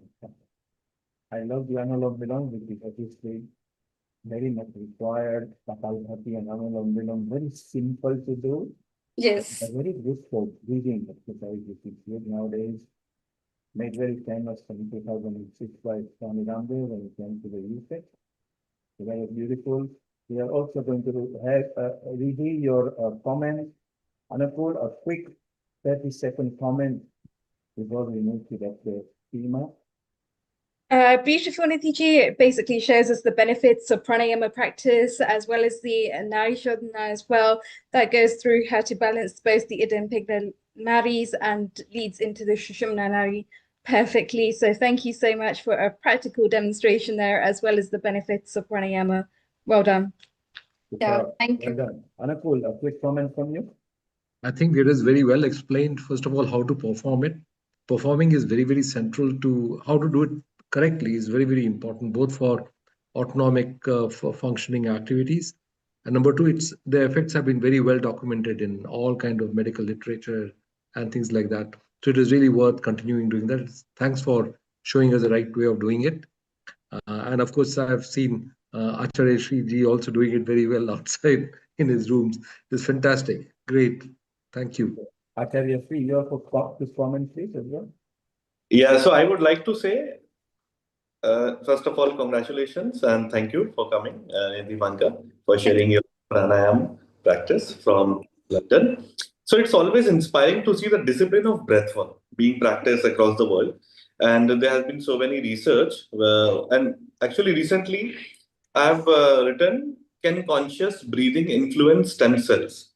What ancient yogis and modern science may be telling us. So I've shared it on LinkedIn as well. So I'll be sharing the link. And there have been so many researches on this topic. And in Shabad, if we go to Gurudwara, and I have worked closely to the Shabads, it says, Shwas Shwas Simra Govind Man Antar Ki Utra Chind. It means when you are totally aligned with your breath, then automatically your mind becomes pure.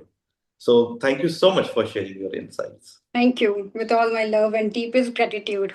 Namaste. Thank you, Acharya, for your comment. Nidhi, wonderful session. Say hello to Sharon Rose before you go, so you make friends in America as well. Sharon is the senior host in Preston, Colorado, there in America. She is a prolific dancer, got a video and a producer and a filmmaker as well, which will tell us more. In 20 minutes, her guest will be coming after Dr. Seema Shah's session. A global namaste, Sharon, in USA, and how are you? Hello, Sharon. Namaste. Sharon, you need to unmute yourself. So, yes. Global namaste, everyone. I'm in Boulder right now for the solstice, Boulder, Colorado, and my wonderful musicians are performing tonight here. So I came up and to see my friend. And yeah, I'm working hard. The movie is, things are things are developing, and it's very exciting. I've been meeting with lots of people. We're planning a worldwide network for these kinds of films and events and all of that. So it's a lot of work, but it's wonderful. And I'm happy to be here. I have some wonderful guests today. Thank you, Sharon. And you can tell us a bit more about him in about 20 minutes. Vidhi, let's go to Dr. Seema Shah. She's now our resident contributor and in various episodes. Please introduce herself. And Dr. Seema, you've got 18 minutes from there on. And before we move to USA, over to you, Vidhi. Wonderful. A global namaste to Dr. Seema Shah. Dr. Seema Shah is a holistic professional whose passion for wellness stems from professional challenges, personal challenges, global exposure, and a relentless desire to empower others through the transformative power of nutrition, health coaching, mindset, yoga, meditation, and essential oils. And today, her topic is yoga for stress management. A global namaste, Dr. Seema Shah. Welcome here to Healing Our Earth. The stage is yours. Thank you so much, Vidhi. Thank you, Neilji, and the rest of the Healing Our Earth community. Thank you for hosting this. It's helping many, many people. And thank you for all the contributors as well. So my journey to yoga, I actually feel that yoga found me. And I truly believe that the right people, situations come through when one is ready for that. And with that, I strongly believe that yoga is not something that we do on the mat. It is consciously living every moment of our life. So 10 years ago, I trained as a yoga instructor, and it came through my own health challenges. I had my son Then I went through a stage of postpartum depression. My son had multiple food allergies and other health challenges. And as a newborn, I was really stressed. And though I practiced yoga as a student, there was a time when I was doing a session at a local temple and they were doing a teacher's training soon. Somebody dropped out. And because I'd been going for a while, one of the instructors said, there is a space that has come up, though there was a long waiting list before that, it miraculously opened up and I embraced it with a reason that I want to train myself so I can lower my stress levels and help my son. But then that became my passion. So I started volunteering, teaching at various places, online and also in person. And I've done that since in the US, UK, globally, including leading yoga camps for kids as well, because I'm really passionate about how the future generation empower themselves with this ancient wisdom, especially when modern education is not all encompassing with these practices, which are mind, body, soul, and holistic. So yoga to me is all about being more. How can I be myself to embrace and give out more to others along the way? It's about living, purpose, but for the greater good of all. And even with yoga, so there's a lot that I've heard. I've heard most of the talks today, and the Patanjali Yoga Sutras and the 8 limbs, especially the Ashtanga yoga aspect, has been coming through in various talks. So what I'll do to keep the consistency is tie in the stress management with those as well. And one thing that Patanjali has described is yoga chitta vritti nirodha. In other words, it's calming those fluctuations in the mind. Our mind will go through cycles, but those fluctuations, so it's about equanimity, about not getting too excited or the other direction. So it's about how do we keep that equilibrium in our life by being calm. So because my journey to yoga started with my own stress levels, when I did my teacher's training, and again, I consciously chose a school that was teaching yoga in a very traditional way, because being a clinician, I wanted to combine the science with ancient wisdom and learn it in its natural root as much as possible. So I trained through the Vyasa School of Yoga, where the head office is in Bangalore, but I did my training in US. I was living there at that stage of my life. And what I discovered is that yoga isn't just about the mat, the blocks, and everything else. Yoga is much more than that. There's science, there's philosophy, and there's just so much wisdom. It's simply changed my life. And what is stress? So let's start with that. Stress in the olden days was about running away from threats. So it was sudden biological change for survival. But these days, stress has become something that is ingrained in a lot of cultures and societies, especially in the Western world, where people feel doing more is being more. But unfortunately, that becomes from acute stress, which is protective, to chronic stress, which causes a lot of different issues. Physical issues like increasing blood pressure, affecting our breathing rate, as well as for some people, the tension headaches or muscles which are tense. So there are lots of physical manifestations of stress, which is chronic, the modern day stress. And then we've got the mental and emotional aspect of stress. So anxiety is one spectrum, and then depression is the other side.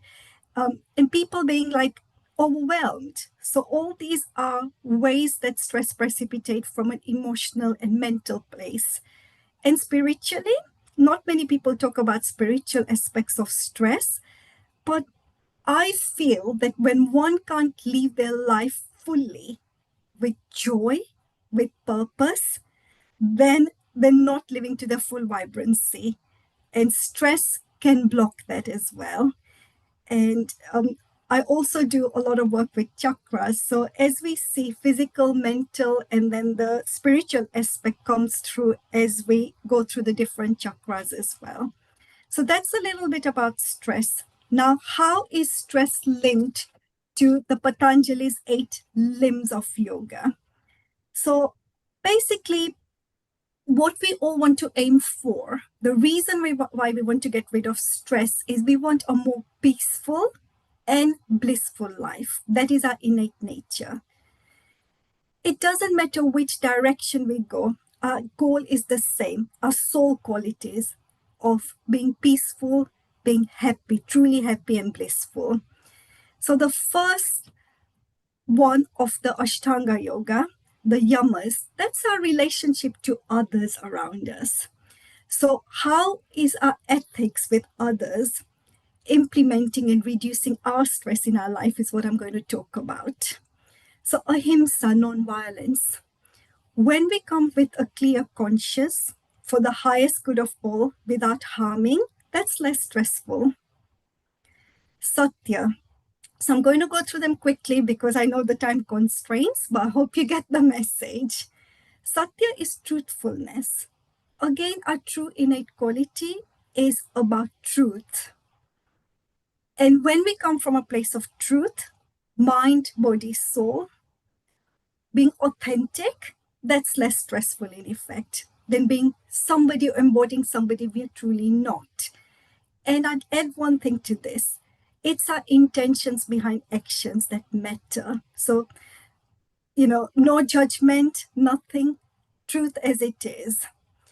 And then Asteya is non-stealing. So when we basically live with that, so these days you get a lot of different ways that people so-called steal. It's not just about physically taking things away, but there's a lot of, for example, digital things and a lot of things. But the greatest thing I've learned through my journey of yoga is when one steals their own peace and vitality by comparisons. When we are our own competition to be better rather than somebody else and comparing ourselves to others, we are adding vitality to our lives. So that's my version in the modern day of the stealing as well. Conserve your energy. And then brahmacharya, for most people in this modern day, accounts to moderation. That's if I had to sum it up in one word. It's about living our life with the boundaries in place. Those boundaries that are for our highest good and that of others. And that can be different things for different people, depending on what their aspirations, life goals, and purpose is. Aparigraha, which is basically non-attachment. And one way I've learned that in my own life is basically, I was at my lowest point in my life when my son, who's got severe life-threatening allergies, was younger.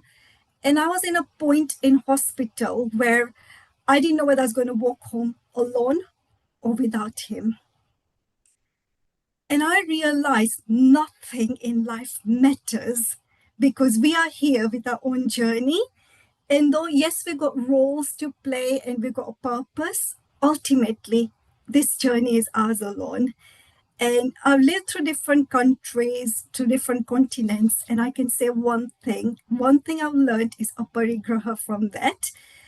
So much so that I enjoy the present moment, but I'm not as attached to things, items, people, places as much as I used to when I was, younger. And then let's go to the second limb, the niyama. So that's our relationship with ourselves. And these are things, when we cultivate, we can reduce our stress levels. So swachha, which is purity. And that's not just about purity of, for example, us nourishing ourselves with the best foods or like our personal cleanliness. It's also about our mindset. Are our thoughts pure and clear as well? It's mind, body, and soul. And then santosh, basically being content. Again, that comes with the aspect of gratitude. Are we grateful for having what we do? Be it cherished moments or the lessons that life is teaching us, because there's always some wisdom, even in those hardest moments. And what I've learned along the way is gratitude is powerful for contentment and reducing the stress levels. Now, top, to me, it's discipline. Why are we doing what we're doing? As a health coach and clinician, it's things like sleep. Are we honoring when our body needs that rest? Are we nourishing ourselves with the food that bring out the best in us, make us feel vital? And all those little things, movement that makes us feel joyous, not just because we have to do it, but because we enjoy doing it. So it's about those habits, but those consistent habits which add positivity to our life. And Swadhyay, that's self-reflection and awareness. Are we growing? Where were we yesterday? Are we better today? And what is our path? Where are we aiming for? Are we taking steps towards that? Reflect with awareness for the greatest good of all, starting with oneself. And Ishvara Pranidhana, to me, to put it simply, it's surrendering with faith. And I've done that at many times in my life. One thing I describe is my son's allergies. I've been in a fatal car accident, a few broken ribs, I'm surviving. And that was, when that was happening, the few milliseconds, when the car swiveled around, I wasn't sure whether I'd make it through that accident. And one thing that came to mind is, if I had a second chance, what difference do I want to make in this world? And that's what I live by now. So surrendering with faith, I'm meant to serve a purpose, and I'm here today. Now let's go to asanas. Now, a lot of modern yoga practices concentrate on the aspect of asanas or asanas, which is the physical postures. And it is believed that the body is the temple for our soul. So yes, having a healthy body helps add, because the less pain we've got, the less ailments we've got, it helps us with focus and concentration to live a much enriched life. So again, when it comes to Patanjali's Yoga Sutra, basically what he describes in terms of the asanas is Sthiram Sukham Asanam, which means it's not about the flexibility, it's not about those complex postures, but it is about being steady and comfortable. So it's connecting, which is the next limb of the Ashtanga Yoga, the pranayama, it's connecting the breath through the asanas to quiet the mind, reduce our stress levels. So with pranayama, we've heard, the talk before me, the two beautiful pranayams. And pranayama, basically controlling our vitality. In fact, science shows that animals that breathe faster, rapid shallow breathing, have a lower lifespan. For example, rats, while tortoises breathe much more slower than humans and have a higher lifespan as well. So the science shows the vitality. So if we learn to control our breathing, breathe deeply, we can then help ourselves by adding vitality to our lives. So one of the practices that was mentioned is the Anulom Vilam, the alternate nostril breathing. Now that's generally great for most people to balance their nervous system. And basically it is blocking one nostril at a time and inhaling and exhaling in a particular way. I won't go through that because that was covered. And what I will say is the right nostril is our Surya Nadi, which is basically the activating or the sympathetic part of our nervous system. The left side is our parasympathetic, the Chandra Nadi, which calms our nervous system down. The sympathetic basically activates our nervous system. The parasympathetic calms it. And when we do alternate nostril breathing, we balancing our brain hemispheres, and our nervous system is neither too active nor too passive. And we're helping with the science through the different meridians, parts, and the nadis with that. So just wanted to add that in terms of the pranayam. Each pranayam has got a purpose. Like Kapalbhati, the shining forehead gets more oxygen to the brain. But of course, there's some contraindications. So all of them have got purpose, but when used correctly and when used correctly with the asanas, so the postures, which one to use when, in what posture, under what situation, can be really powerful as well. Then the fifth link is pratyahara, which literally to me means turning inwards. It's about controlling our senses so that we are acknowledging our human existence but not being controlled by it. A lot of the time people are controlled by, say, digital exposure, media, and other things.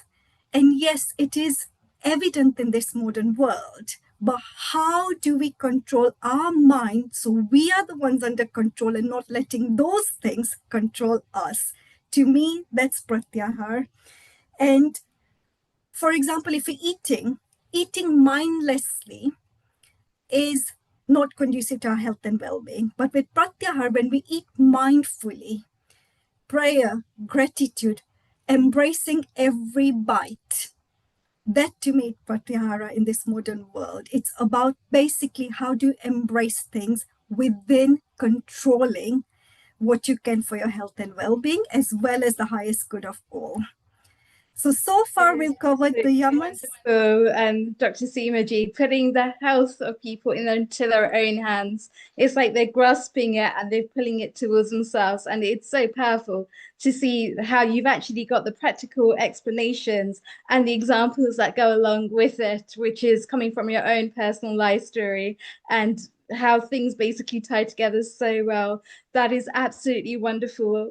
Because we're actually short on time, you do have to move on. But I've got to say, once again, thank you so much for coming on today and sharing these beautiful snippets with us as well. Thank you. And thank you so much for having me. Thank you, Seema. Earlier, Apurva was here as well. Both of you have indeed life experience and bounced back. It was very good. So now we're going to we travel different countries and different continents. We're now going to go to the US to follow Sharon. Just before we go, 30-second comment. Anakul, your comment on what Seema said, then Sri Sivam, and then we move on to Sharon. What is very interesting is that having heard all these things, they all take us to Aurobindo's integral pathways. It's taken into account the entire Jnana Yoga, the Bhakti Yoga, Karma Yoga, Raj Yoga. They've all taken into everything. In fact, if you collect all the things that have been spoken about, it covers the entire yoga systems. It's just amazing how much we can just tabulate it serially that way. Thank you very much, Seemaji. It was beautiful. I'll certainly contact you because I was wanting to talk to you anyway about it. Thank you. Yeah. Acharya Shivam, please. Yes. Namaste, Sivaji. Thank you so much for coming here. And it's nice to see you once again. And beautifully expressed your reflections on Asteya, Brahmacharya, Aparigraha, gratitude, and tapas, awareness, and Ishwar Pranidhana. Deeply grounded and relevant to daily living, and everyone should practice it. And it's always enriching to explore and deepen these understandings when you come in the weekly inner journey dialogues as well. And it's always pleasure to hear you. Thank you so much. Namaste. Thank you. So many different countries we are connected to right now. So now let's go. We go to Sharon, who is a resident senior host at Healing Our Earth. In every episode at the tail end, brings different contributors on any subject that we select. And we are excited. Sharon, are we going to Tunisia first with Dr. Ariel? It's over to you. If you unmute yourself, please. Yes, we are. I am so excited about my guests today. Talk about light and energy and yoga and qigong and meditation. The people I'm bringing, Ariel, Christopher, and Daniela, are just full of such wonderful, wonderful positivity. And so I was really happy that they would join us. And Bill Douglas, of course, is here with us. Bill actually introduced me to them.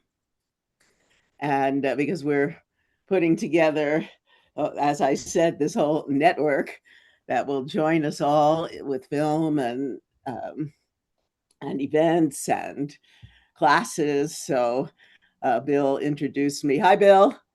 Bill introduced me to Ariel and to Christopher and Daniela. So you all know Bill, the founder of the co-founder with his wife Angela of World Tai Chi and Qigong Day. It was incredible this year. It was just amazing, and it's even going to be more incredible next year. So I'd love to have Bill introduce Ariel. Yeah. Hi, Bill. Yeah. Hi, how's it going? Yeah, this is great. This is so beautiful.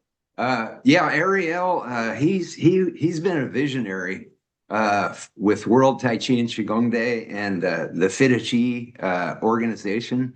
And he's been educating a lot of people in the internal arts.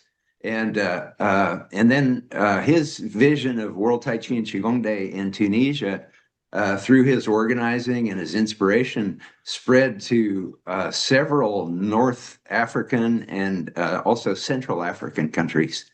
And it's been amazing connecting with people around the world, like both of you, Sharon and Ariel, who realize that this is the time in human history when the masses need to know about these things.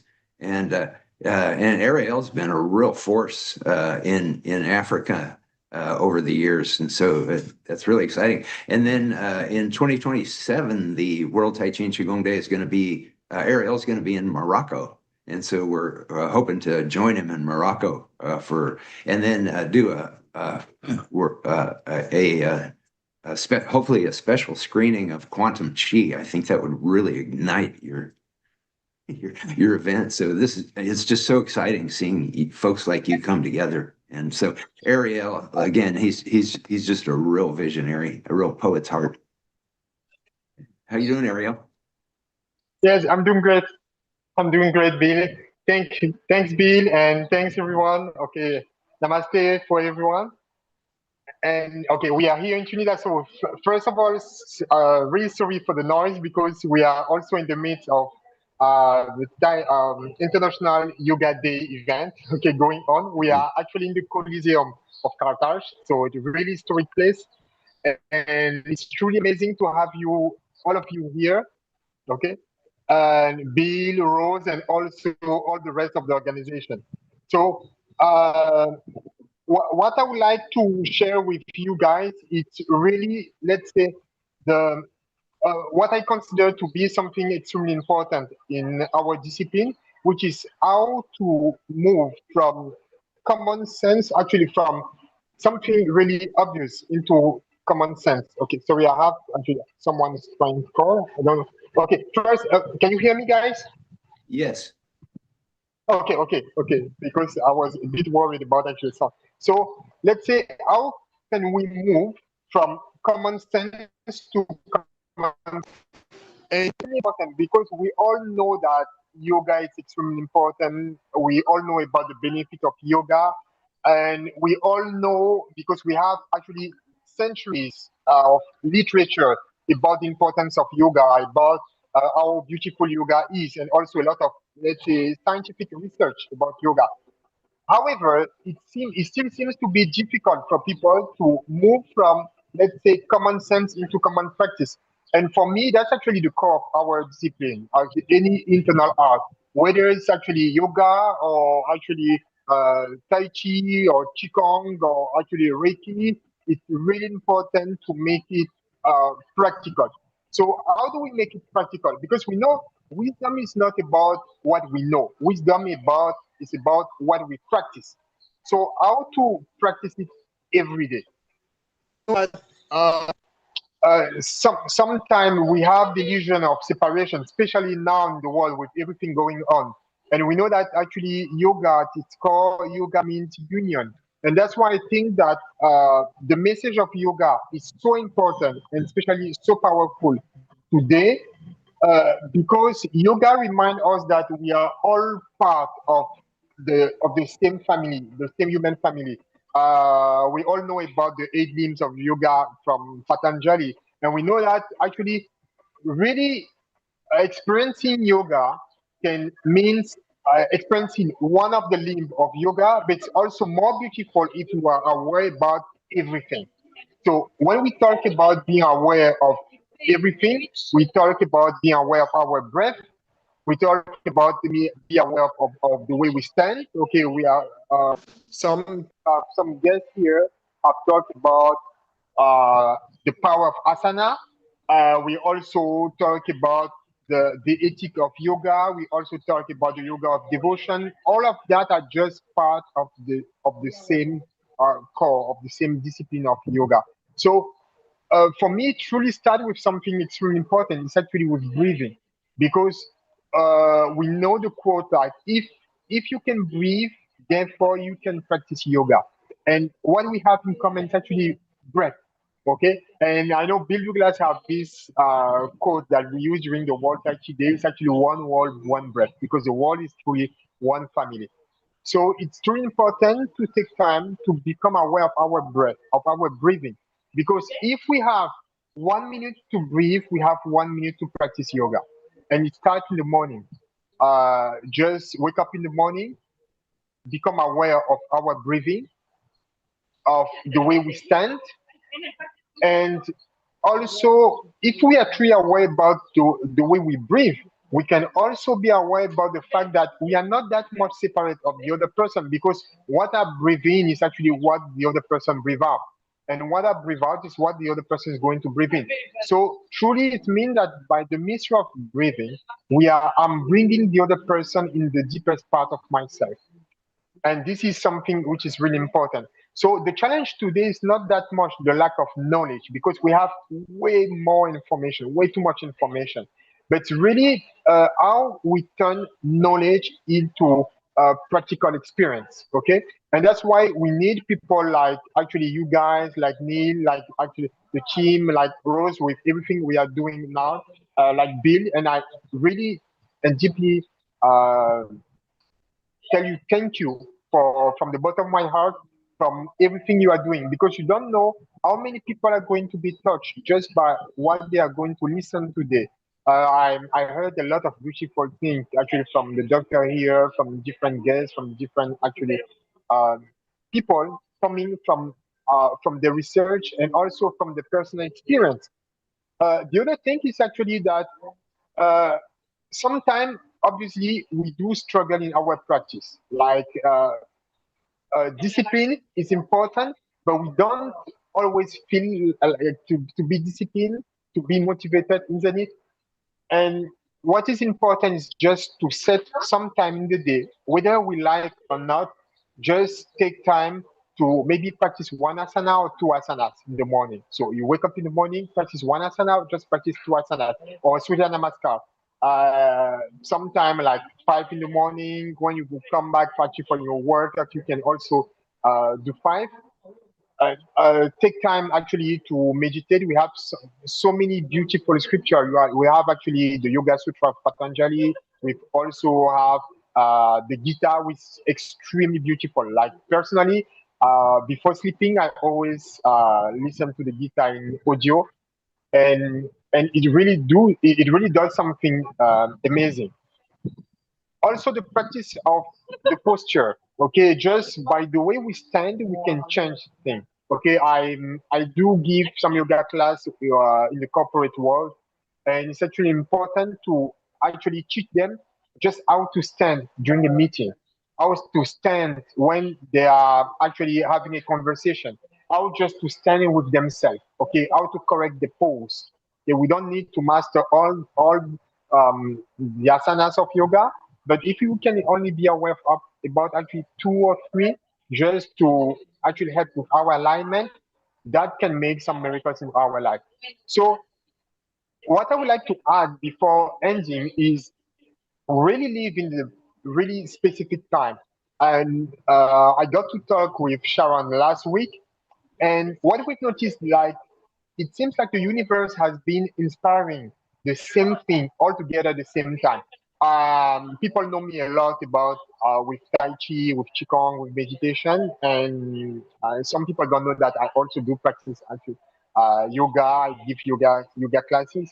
And what was really important this year is actually to in our organization, Tai Chi, was actually to add in our training yoga. So this is something we are going to do next year. where in Morocco, because we have been doing Fitaichi event in Tunisia for a long time. And now we are going to make it next year, really something extremely important. In 2027, it will be in April. We are going to have actually something amazing in Morocco because we are going to have a Walmart training with internal discipline for corporations, meditation, Tai Chi, Qigong. And for this year, next year, we are going to add yoga.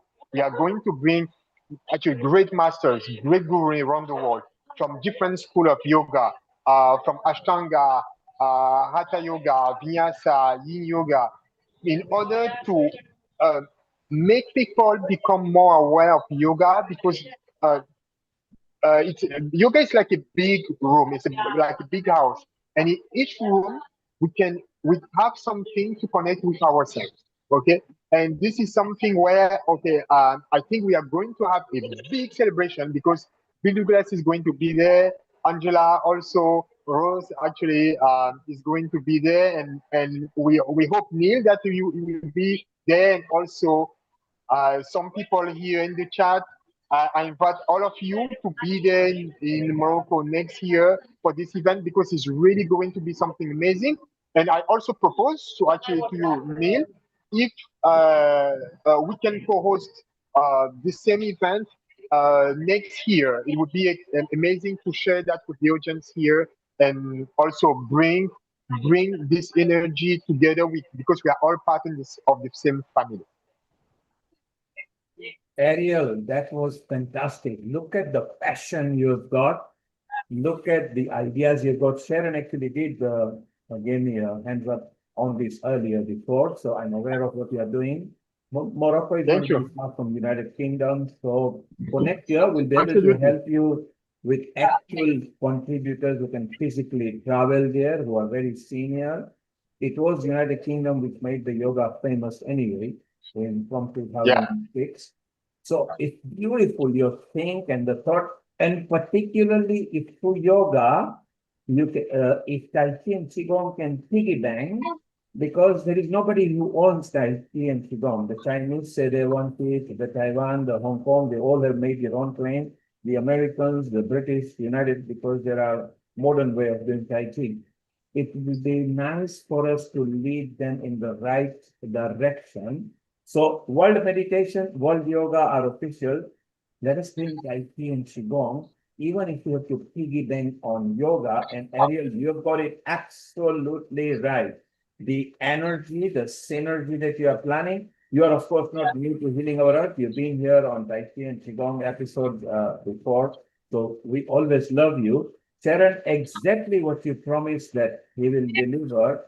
We will definitely support this, not just online, but maybe in a physical format, because Morocco actually does yoga and stuff. Anukul, the passion that Ariel is reciprocating and how passionate he is about yoga and bringing Tai Chi and Qigong, which is what even Bill and Sharon wants to do. It's amazing. I was discussing about this with some other people that I know, and including some patients, very senior politicians over here. And it's interesting how the concept of spiritual alignment with physical activity with Tai Chi and Qigong is very, very interesting. It's something that was never possibly emphasized amongst the common people in general.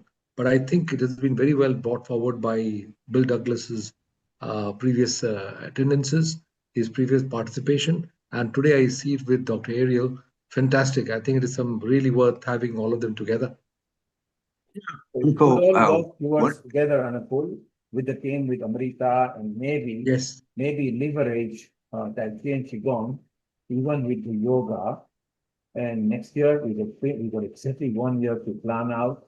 We can do some free online session, which is definitely a must, and maybe physically bring it up, because there are very good prominent yoga meditation teachers. Even if someone like Sister Genti travels to Morocco, they've got a big following there in Morocco and Tunisia. And because she represents United Nations, that'll be good. So Ariel, we'll try to make it happen as what your dream is. And because Sharon and Bill are part of Healing Our Earth, and they've been here for yonks, ever since Healing Our Earth started. You got our full support. Keep in touch with Sharon, who will introduce. Thank you again. Thank you again, Neil. Yeah, she will introduce you with some steering group which can maybe help. Sharon, wonderful. Bill, thank you for bringing someone like Dr. Ariel, because he is not only talking about it, he's passionate. You can see the emotion he brought, the passion, and he didn't just talk, he also gave ideas how it can come to fruition. So I love it. Sharon, all over to you and Bill, and you've got two other guests here. It's up to you. How and when you involve, it's all yours. Thank you, and a global namaste. Yeah, Sharon, one thing I just wanted to point out is we were just having this conversation, like, what Ariel was talking about, about this connection of everybody.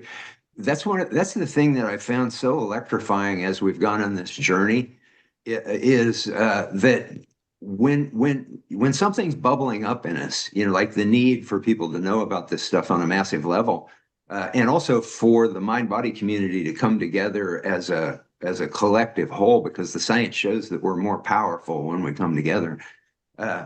It's like what's been so electrifying about this experience is seeing that when you have that feeling, you're not the only one on the planet that's having it. People are having it all over the planet. And, Ariel just articulated it so well. And then we've got Christopher and Daniela coming up, who we're all thinking in the same kind of a way.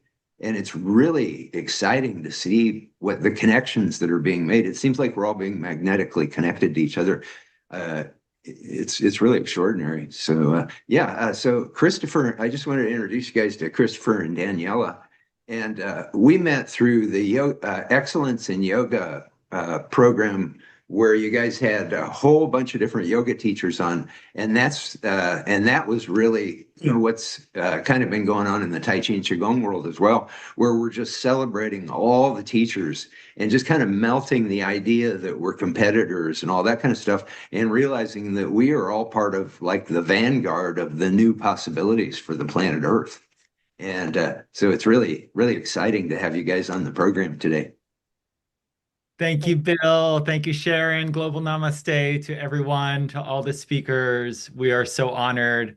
Myself and Daniela, our business is called Great Energy, and Daniela will introduce a little bit more about what we're here for. Thank you so much. It's great to see you all. And, I thought about this, and I wanted to start with the conversation that I have internally when I open my eyes in the morning and each new precious day is before me. So I thought we could just step back for a moment and just reconnect with, well, the whole purpose of our human experience. I love the looking at our lives through the lens of, we really are spiritual beings having a very human experience. And we're not just human beings occasionally having these spiritual experiences. We are spiritual beings having a human experience. I grew up loving Joseph Campbell.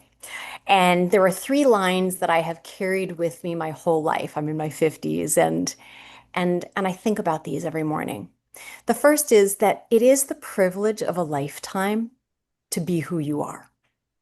The second is that the goal of our life is to make our heartbeat match the beat of the universe, to match your nature with nature. And then this one just blew the top of the cake off for me. He said, I think people say that what we're seeking is the meaning of life, but I don't think that's what we're really seeking. I think what we're seeking is the experience of being alive. So we feel the rapture of our being alive. His Holiness said to Andrew Harvey when asked the question, what is the purpose of our life? And he said, without missing a beat, which is a very non-traditional Tibetan Buddhist response, he said, we are here to embody the transcendent, to embody it, not just think about it, right? Not to occasionally touch on it in our meditation and then shift back into our daily lives, but to live inside the embodiment of the transcendent in our skin, in our bones, in our daily curriculum of life. And so why does this perspective matter when we think about meditation as one aspect of our yogic path? Because meditation isn't a retreat from life. It's a practice that makes us more available to our lives, more present, more congruent, more genuinely alive. And so Christopher and I, we love sharing a particular style of meditation called effortless meditation. And this style of meditation is one that is an invitation to attend to your interior castle, to sort, to explore, to reorganize, to create those inner conditions in which that something deeper can be felt.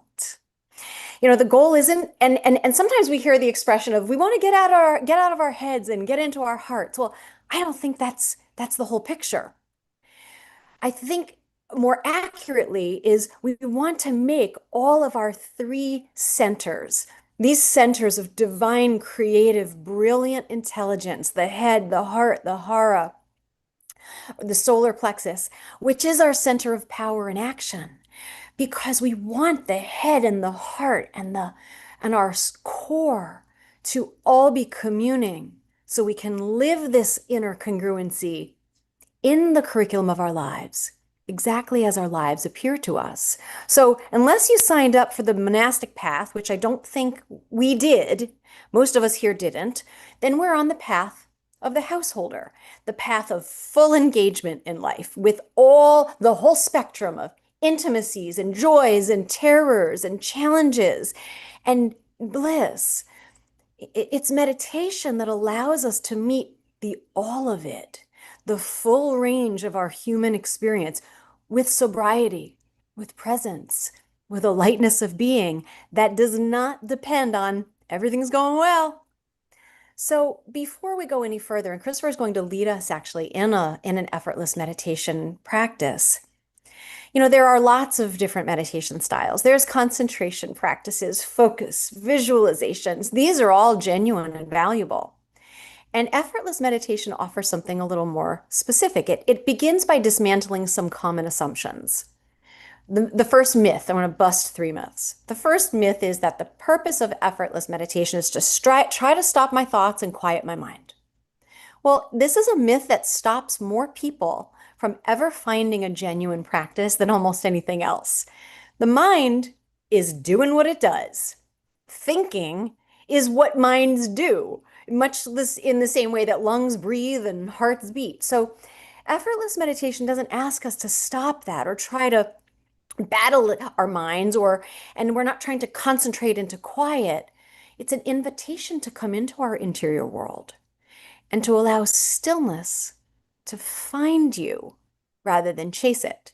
It's a fundamentally different doorway. So the second myth I want to bust, and then I'm going to turn it over to Christopher, is if your mind is busy during meditation, I must be doing it wrong, or I have a monkey mind.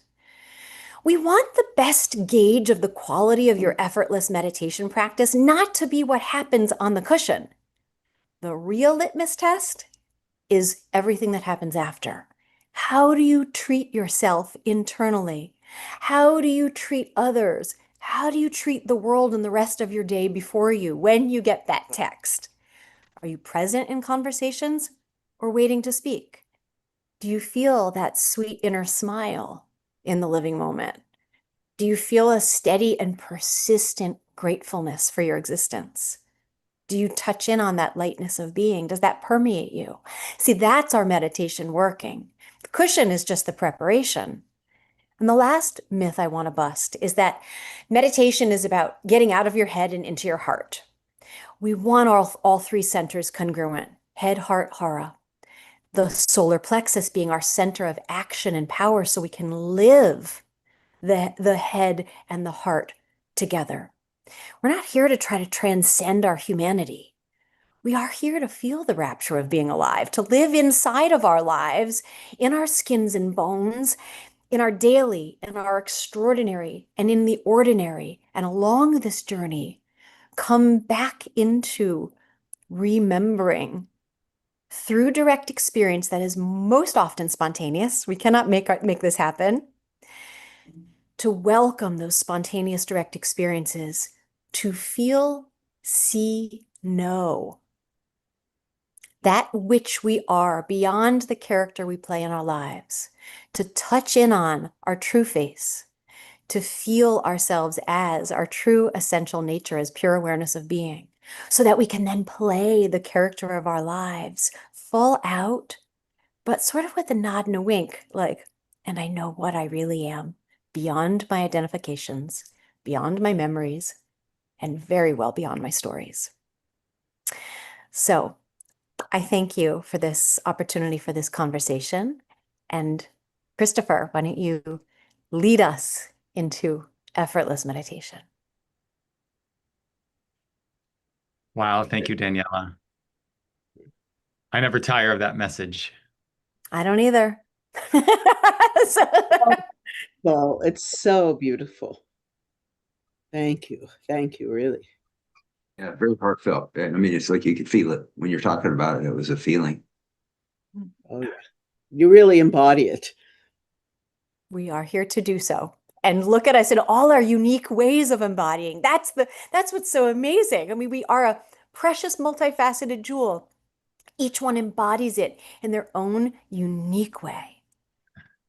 You know, one of the things that you were talking about was well, a couple of things. One was the gratitude consciousness and the heart-centered consciousness. And the science backs up what you're saying, absolutely. And in fact, we dedicated the 2026 World Tai Chi Day to Dr. Roland McCratty at Heart Math Institute, the lead researcher at Heart Math, and then also to Master Li Jun Feng, who has really brought that heart-centered consciousness to the Tai Chi and Qigong community, because he was like one of the greatest wushu coaches in China. So he's like a big deal. And he came to Qigong and the heart-centered consciousness. His daughter talks in Sharon's documentary about Qi being prana, Qi, being an experience of the love of the universe. And it's one of the things that the influence of people like them and like you, what you were just talking about, the way that you've influenced me. And I think that's why it's so important for teachers to come together across disciplines, because there's so much to learn from each other and to get support from. But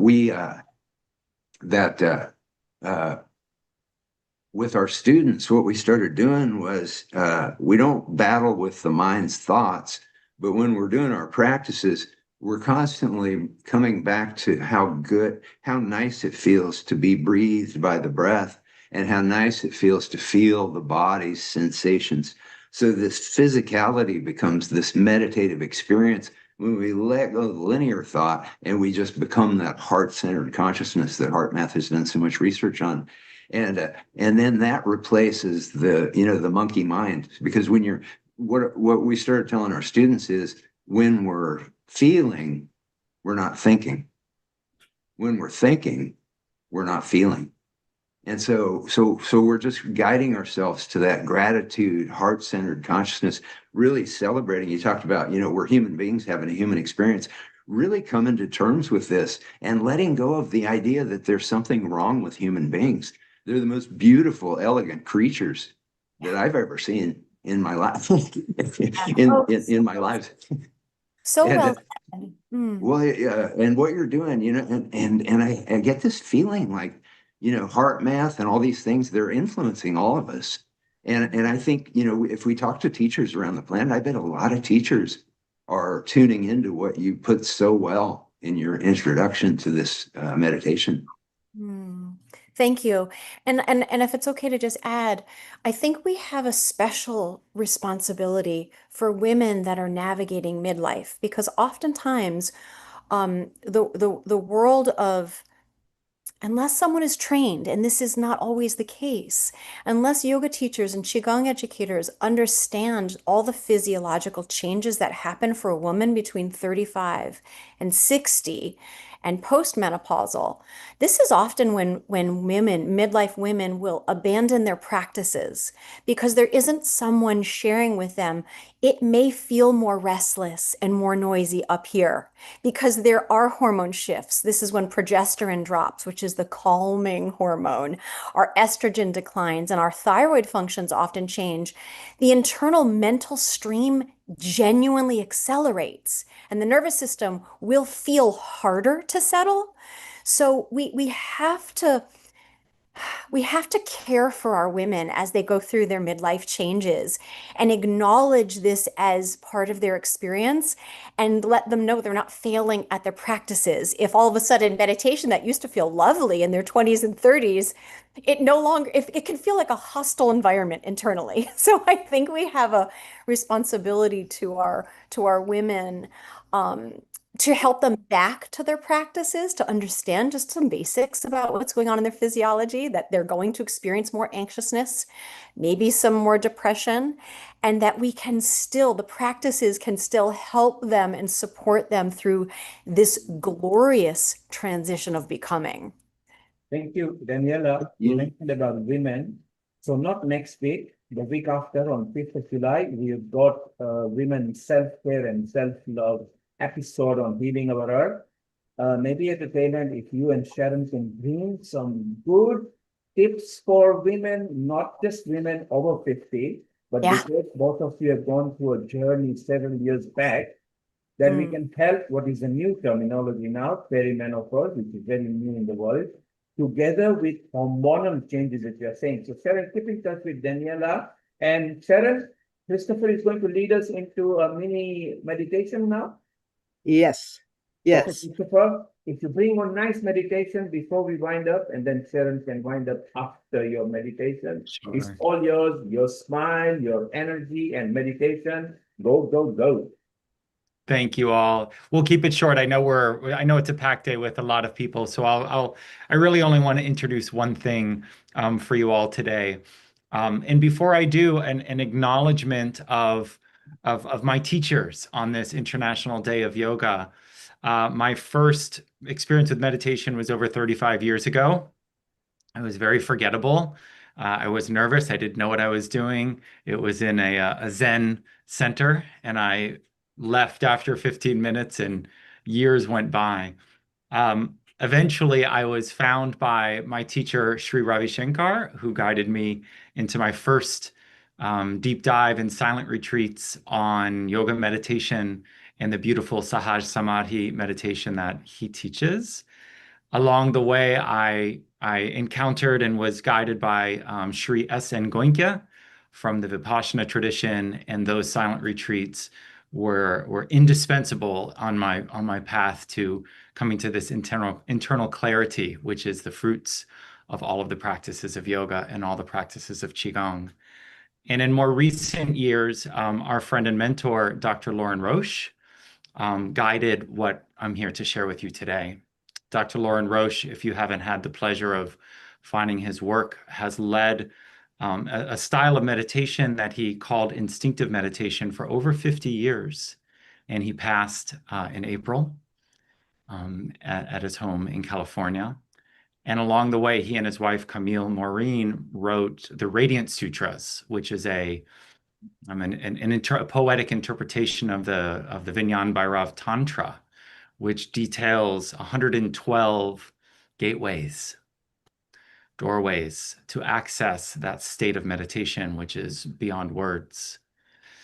And there are many versions of that. And if you haven't had the pleasure of exploring the Radiant Sutras, it has been a book that has changed my life and Daniela's life completely.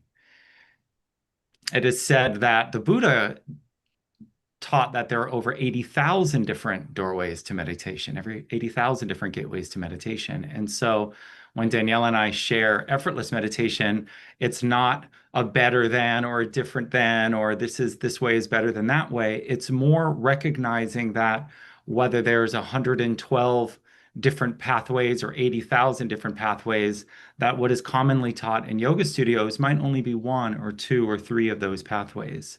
And to recognize that there are many more There are many, many more pathways. And so if you're listening to this, if you're struggling with how to begin meditation, or meditation doesn't feel like the refuge that it used to anymore, then perhaps there's a new door to knock on. And Lauren Roche taught us what we call micro skills.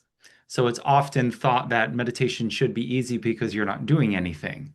And yet every other significant skill in our life, playing a sport, learning to use a computer, working a job, everything that we do, becoming a surgeon, takes years of practice. And so meditation is no different. It is working with our interior world, which is as complicated as the exterior world. So it makes sense that it would take some skills to explore and to learn an approach to meditation that really serves you well. So to keep it short, to just give you a little taste of this, I'd love to explore for 60 seconds each what Lauren Roche called micro skills of meditation. When he would teach meditation, he would support newcomers to meditation by establishing a few micro skills before saying, okay, now let's sit for 10 minutes or sit for 20 minutes and repeat the mantra or whatever the primary technique would be. So when Danielle and I share effortless meditation as part of our work, we love to start with these micro skills to give people a gentle experience of this. So make yourself comfortable. There's no need to sit in any particular way. In effortless meditation, the most important factor is to be comfortable, and you lying down is perfectly okay. And I'd love to take 60 seconds and to explore this. Imagine that you are going to see a movie and that you don't know what the movie is or what it's called. You haven't seen the trailer. A friend said, you have to come see this. It's good. So you sit down in the movie theater, you get your seats, the lights come down, you sit back and relax, and you await what's next without expectation. So let's treat the mind like a movie theater, and we'll spend 60 seconds and lean in with curiosity. Don't even think of this as meditation. Lean in with curiosity and try to discover, getting my stopwatch, so you can discover or anticipate or explore whatever rises in the movie screen of your mind. Be curious.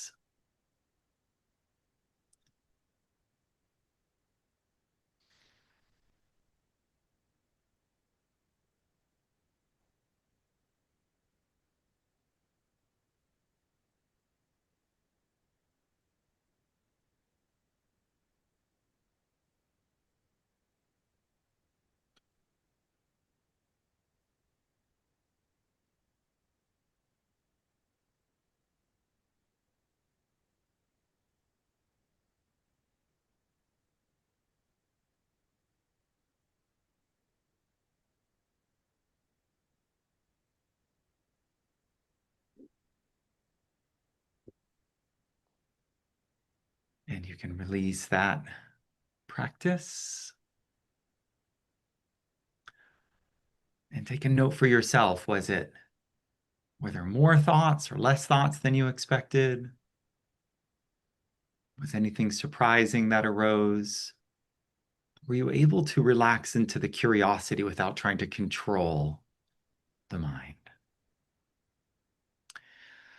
So we'll do one more, we'll do two more, and then one more here, which is the next step of this. So the next step is 60 seconds of welcoming all the thoughts and feelings, whatever they may be. Imagine that you threw a dinner party and every aspect of yourself is invited. They come in costumes, the heroes and the villains, everybody's there. And whenever they show up at the door, you say, welcome, come on in, have a cup of tea. So 60 seconds, relaxing wherever you are, and welcome in all the thoughts and feelings. Nothing is turned away from the tea party.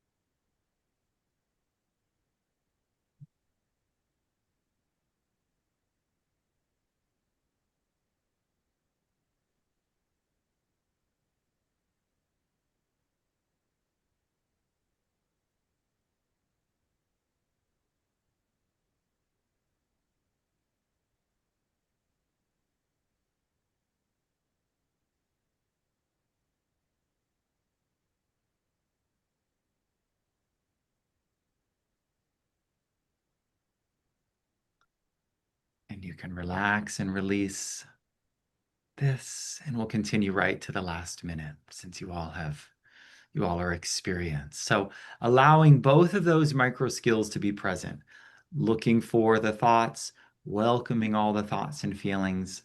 I'd like to invite you now to choose something that you cherish, something that you love. It might be a person or a place or a memory or a feeling.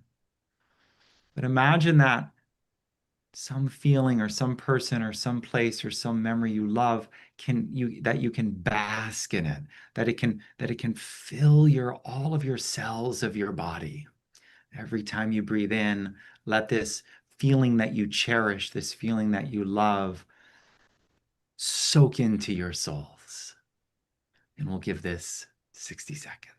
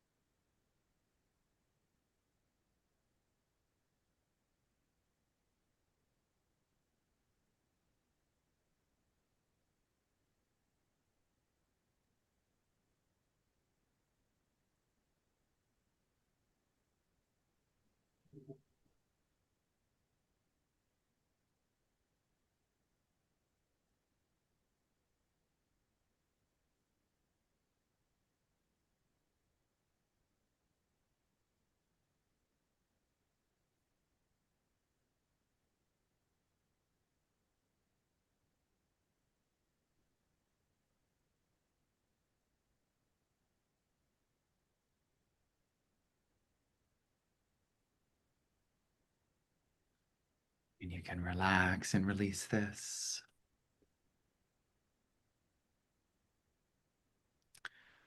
Danielle and I had the honor of spending some time with our friend and mentor, Lauren, in his final weeks. And a couple of days before he passed, this is what he shared with those who were with him. So whether you knew him or perhaps there's someone else in your life who has passed on, you can receive this message.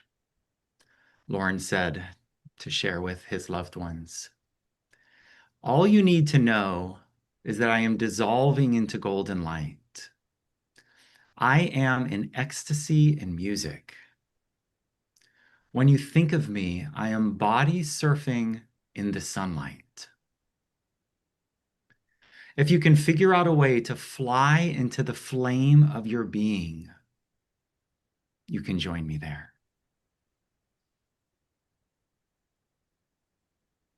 Thank you all. Thank you, Ella. Thank you both. That was so lovely and heartfelt, and greatenergy.org. Anyone, please go there so you can see the fullness. Although we're getting to see them directly, direct experience, the fullness of what they bring. I'm so grateful to Bill, actually, for introducing me to Danielle and Christopher and Ariel. We're on a really amazing journey right now. And I started yoga in about 67. And the integration that's happening, and Anukul, you're very aware of this, of all these disciplines, the TCM and the Ayurveda and the yoga and the Tai Chi and the Qigong and meditation and mindfulness and all of the 5 pillars that Bill talks about with the Global Transformation Project. It's so inspiring and so uplifting. And it's been, as Bill was saying, we're on this incredible journey meeting people from all over the world who are looking to bring beauty and joy and peace and so much more to children, to everyone. So, Bill, just remind us about the Global Transformation Project for a moment, and then we'll close. If I could just, when you were reading your message from the person who had passed, it reminded me of my mother came to me in a dream. She'd been dead for 50 years, but she came to me in a dream, and she said, I know that you long for me, but she said, just know this, anytime you love anyone or anything, I'll be there. I'll be that part of that experience that you're having.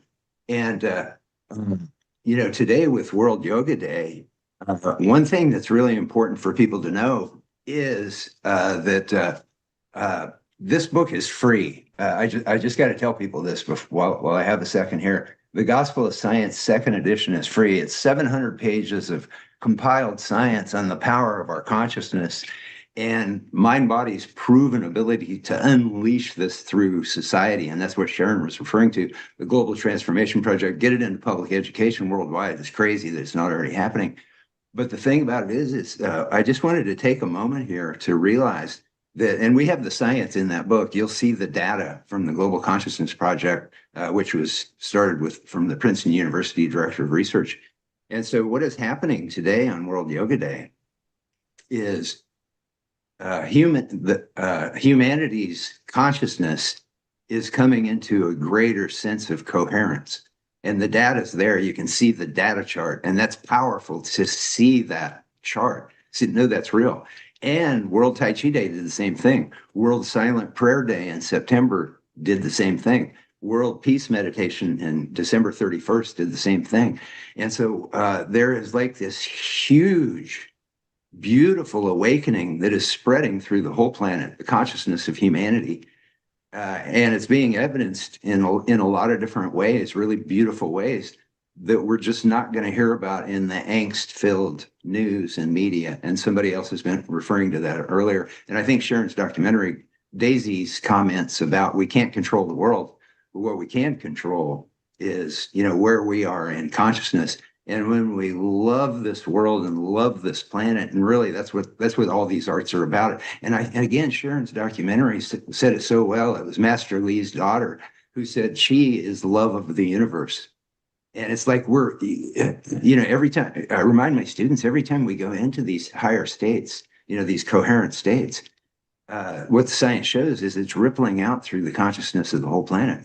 And so when we're meditating, we're all meditating together, and we're all doing all these things. And the work that all of you people are doing is it's like beholding a miracle. I can't believe that I'm sitting here, hearing all this. I feel like I'm living a dream that I dreamed. It's really something. You are. That's what the science. That's talk, right? That's what the science shows. It proves what you just said. Yeah. So everybody get this. It's free. Amazon Kindle. It's free all day today and also Monday, the 22nd. So for the next 2 days, you can go there and get it on Kindle for free. Thank you, Bill. Keep on dreaming. Your mother has said the right thing to you. That thank you, Neil. depicts that if the mother comes in the dream when you know she is no longer on the earth, that means you had an affinity as a child that is coming through there. There is some bond that is coming there. So keep on bringing mom on the dream. Sharon, we will now conclude. But before we do this, Christopher, ever since you signed on Healing Our Earth, you had a fixed smile on your face without any strain or stress. You declared that for 35 years back when you did meditation, it was first time for you. Ever since you're not left. In the environment where you are right now, you've used magnolia color quite well, which is the correct color because in hospital it's light green, light blue, but the form should be magnolia for meditation and yoga. Christopher, as you were talking and what was going on in your mind, when you were talking to the others, and I will ask Acharya and Anukul to make a comment before we wind down. Were you conscious that you were delivering a session, or was it just nature how it is? Could you repeat the question? I had a little hard time hearing it. Were you conscious that you were delivering a session, or was it just natural and it was just coming with the flow as it was coming in? From what I shared today? Yes. I had intended to share those micro skills, and everything I shared around that was spontaneous. I felt guided to honor my teachers in that way. just as I was approaching my time. So you went into the auto gear. Yes. Because once you go on the auto gear, it is in within you. If you become subconscious, then you are having to import in the mind and then deliver. Well done. That's why you had a plastered smile on your face all the time. You look very fit for your age as well. So whatever you are doing is working. We are very proud of you. Daniela, you were enjoying what you were doing, delivering nicely and deliberately, which is very good. Bill, you are of course part of Healing Our Earth, and we're seeing you regularly over here. Acharya Shivam, who is a dean at MIT in Pune, in India, and has got several thousands of students under him. Acharya, what did you think of the way Christopher delivered his simple, soothing meditation? If you could unmute yourself and a quick comment. So thank you so much for inviting me. So I believe there are two types of meditation. One meditation is when we are doing meditation with the self. And another meditation is when we are guiding the meditation and asking people to do it. So when we are in meditation, there are no thoughts. There is nothingness. There is just pure awareness. And when we are totally into it, there is just an observer, a witness, and awareness. But when we are doing and guiding meditation for others, we have the next thought in our mind, that what I have to say next, what I have to say next. There is an SOP, standard operating process, and through that process we operate. So I believe when we are guiding meditation, it happens with me most of the times, that while doing guiding meditation, I have found myself totally into it, and many times I've forgotten what to say. And during that awareness, I realize, oh yes, the meditation is going on. Then I bring back my awareness, and then I think, where was I? And then I guide the next step. So this is very common. If we are practitioner, this is very common. It happens with us. So how are you feeling, Christopher, about this? What is your experience when you deliver? One thing I wanted to interject real quick on this is what I started doing when we're doing meditations in my class is I'll think of like a key word for the next thing that we're going to have to do. And then I just flash that key word right in the center of my brain, like it's on a big screen. And then I let my mind get lost in the experience. And then it helps me when I come back. It's like it helps me kind of see it on the screen. I'm not saying it's 100%, because I do like to get. I do love to get lost with the students. So I don't want to hold on. That experience you're talking about, I think that's a real paradigm shift for teachers. When you get to the point where you can start to get lost in the experience with your students. Yeah, and not be the teacher, but really be a fellow meditator with the group. It's pretty cool. I'm so glad you talked about that. And I think it's a good space to be lost in. It's beautiful to be lost in it. Exactly. And actually, it shows that the meditation is going right, because till the time the practitioner is aware about the meditation is not happening, because meditation, I believe, is the byproduct. We have to cultivate meditation in order to experience meditation. We cannot forcibly do it. Yeah, because the brain changes physiologically. As we do the meditation, then the stress and fear part of the brain shrinks physically, and so it's those changes that we go through. But yeah, it's the whole teaching. Well, I get lost in my Tai Chi form, my Tai Chi long form. Because when you really get in the flow, you'll kind of lose track of where you are sometimes. And so then I'll have to look at my students, to find out what I'm supposed to be doing. And so I think that's one of the really cool things about doing Tai Chi in a group, because when you're in a group, you can lose your mind and become kind of part of the group mind, because you know that you can just, if you get lost in the flow, you can look over at the person next to you and know exactly where you need to be. And so I like that group aspect of it. And I bet yoga is very similar. When you get a high level group, where everybody knows the poses and everything, you can just get lost in it and not have to. Actually, this reminds me of. Thank you, Sri. Thank you, Sri. Seema, your 30-second comment, and then Anupul, your 30-second comment, then Sharon, Gayatri Mantra. Seema, over to you. Thank you so much for all the nuggets of wisdom. I'll say meditation for me, like Acharyaji said, it's guiding somebody is one way to start, but the inner calmness that comes later on. So for me, my meditations, when I'm quiet, like the painting behind me, that's my paintings. I paint a lot while I'm meditating because I get into the zone, or when I'm out in nature. So for me, the creativity with meditation works. I teach a lot of kids yoga classes as well. So I have to make it a little more picturesque in terms of storytelling, be it nutrition, be it space. So peace. I did one on space, like different yoga poses, named it for the different, things, aspect of space, like the rocket and all that. And then the message was peace at the end. So it depends on whether I'm teaching kids or adults and how creative I had to be. But yes, the expression, meditation is living in the moment to me, no matter what you do, just focusing with awareness in that moment. Thank you. Thank you, Seema. Anupul, you were deeply involved when Christopher, with his smile, just went on to his song of meditation. Your 30-second comment, and then we end it with Gayatri Mantra. Over to you. Firstly, I want to thank Daniela for expressing the thoughts so very nicely and accurately about how to connect yourself internally to your own soul.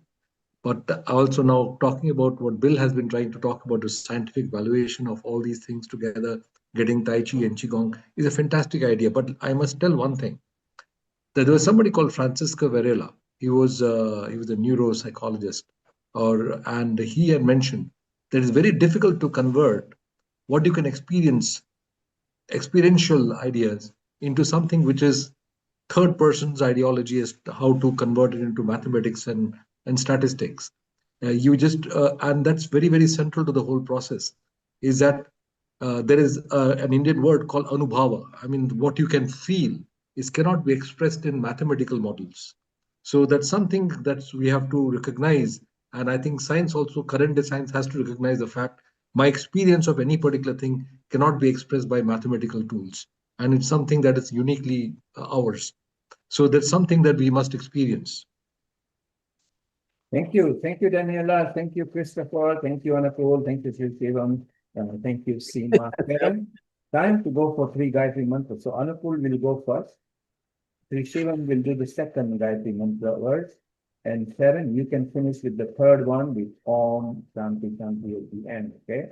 And if Wait, Bill needs to speak to what Anupul said, I can tell. So, sorry, can we unmute.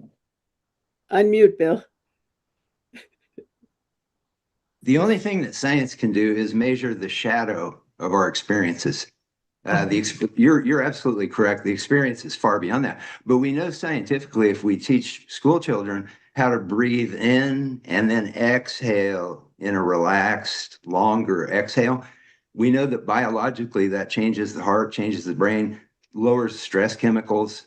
So there, you see what I mean? There's a marriage. People, they really need to get this for free today and tomorrow and read the science and get immersed in the science, because it shows that it's just crazy that we're not teaching every school kid how to do this already. It's just too overwhelming. Yeah. We live in still in a mechanistic world that wants to know the science, even with the film, right.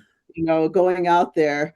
Everybody wants to hear, oh, this professor from Harvard says this and that. So, I mean, I love what Bill's doing because, well, his passion is incredible for it.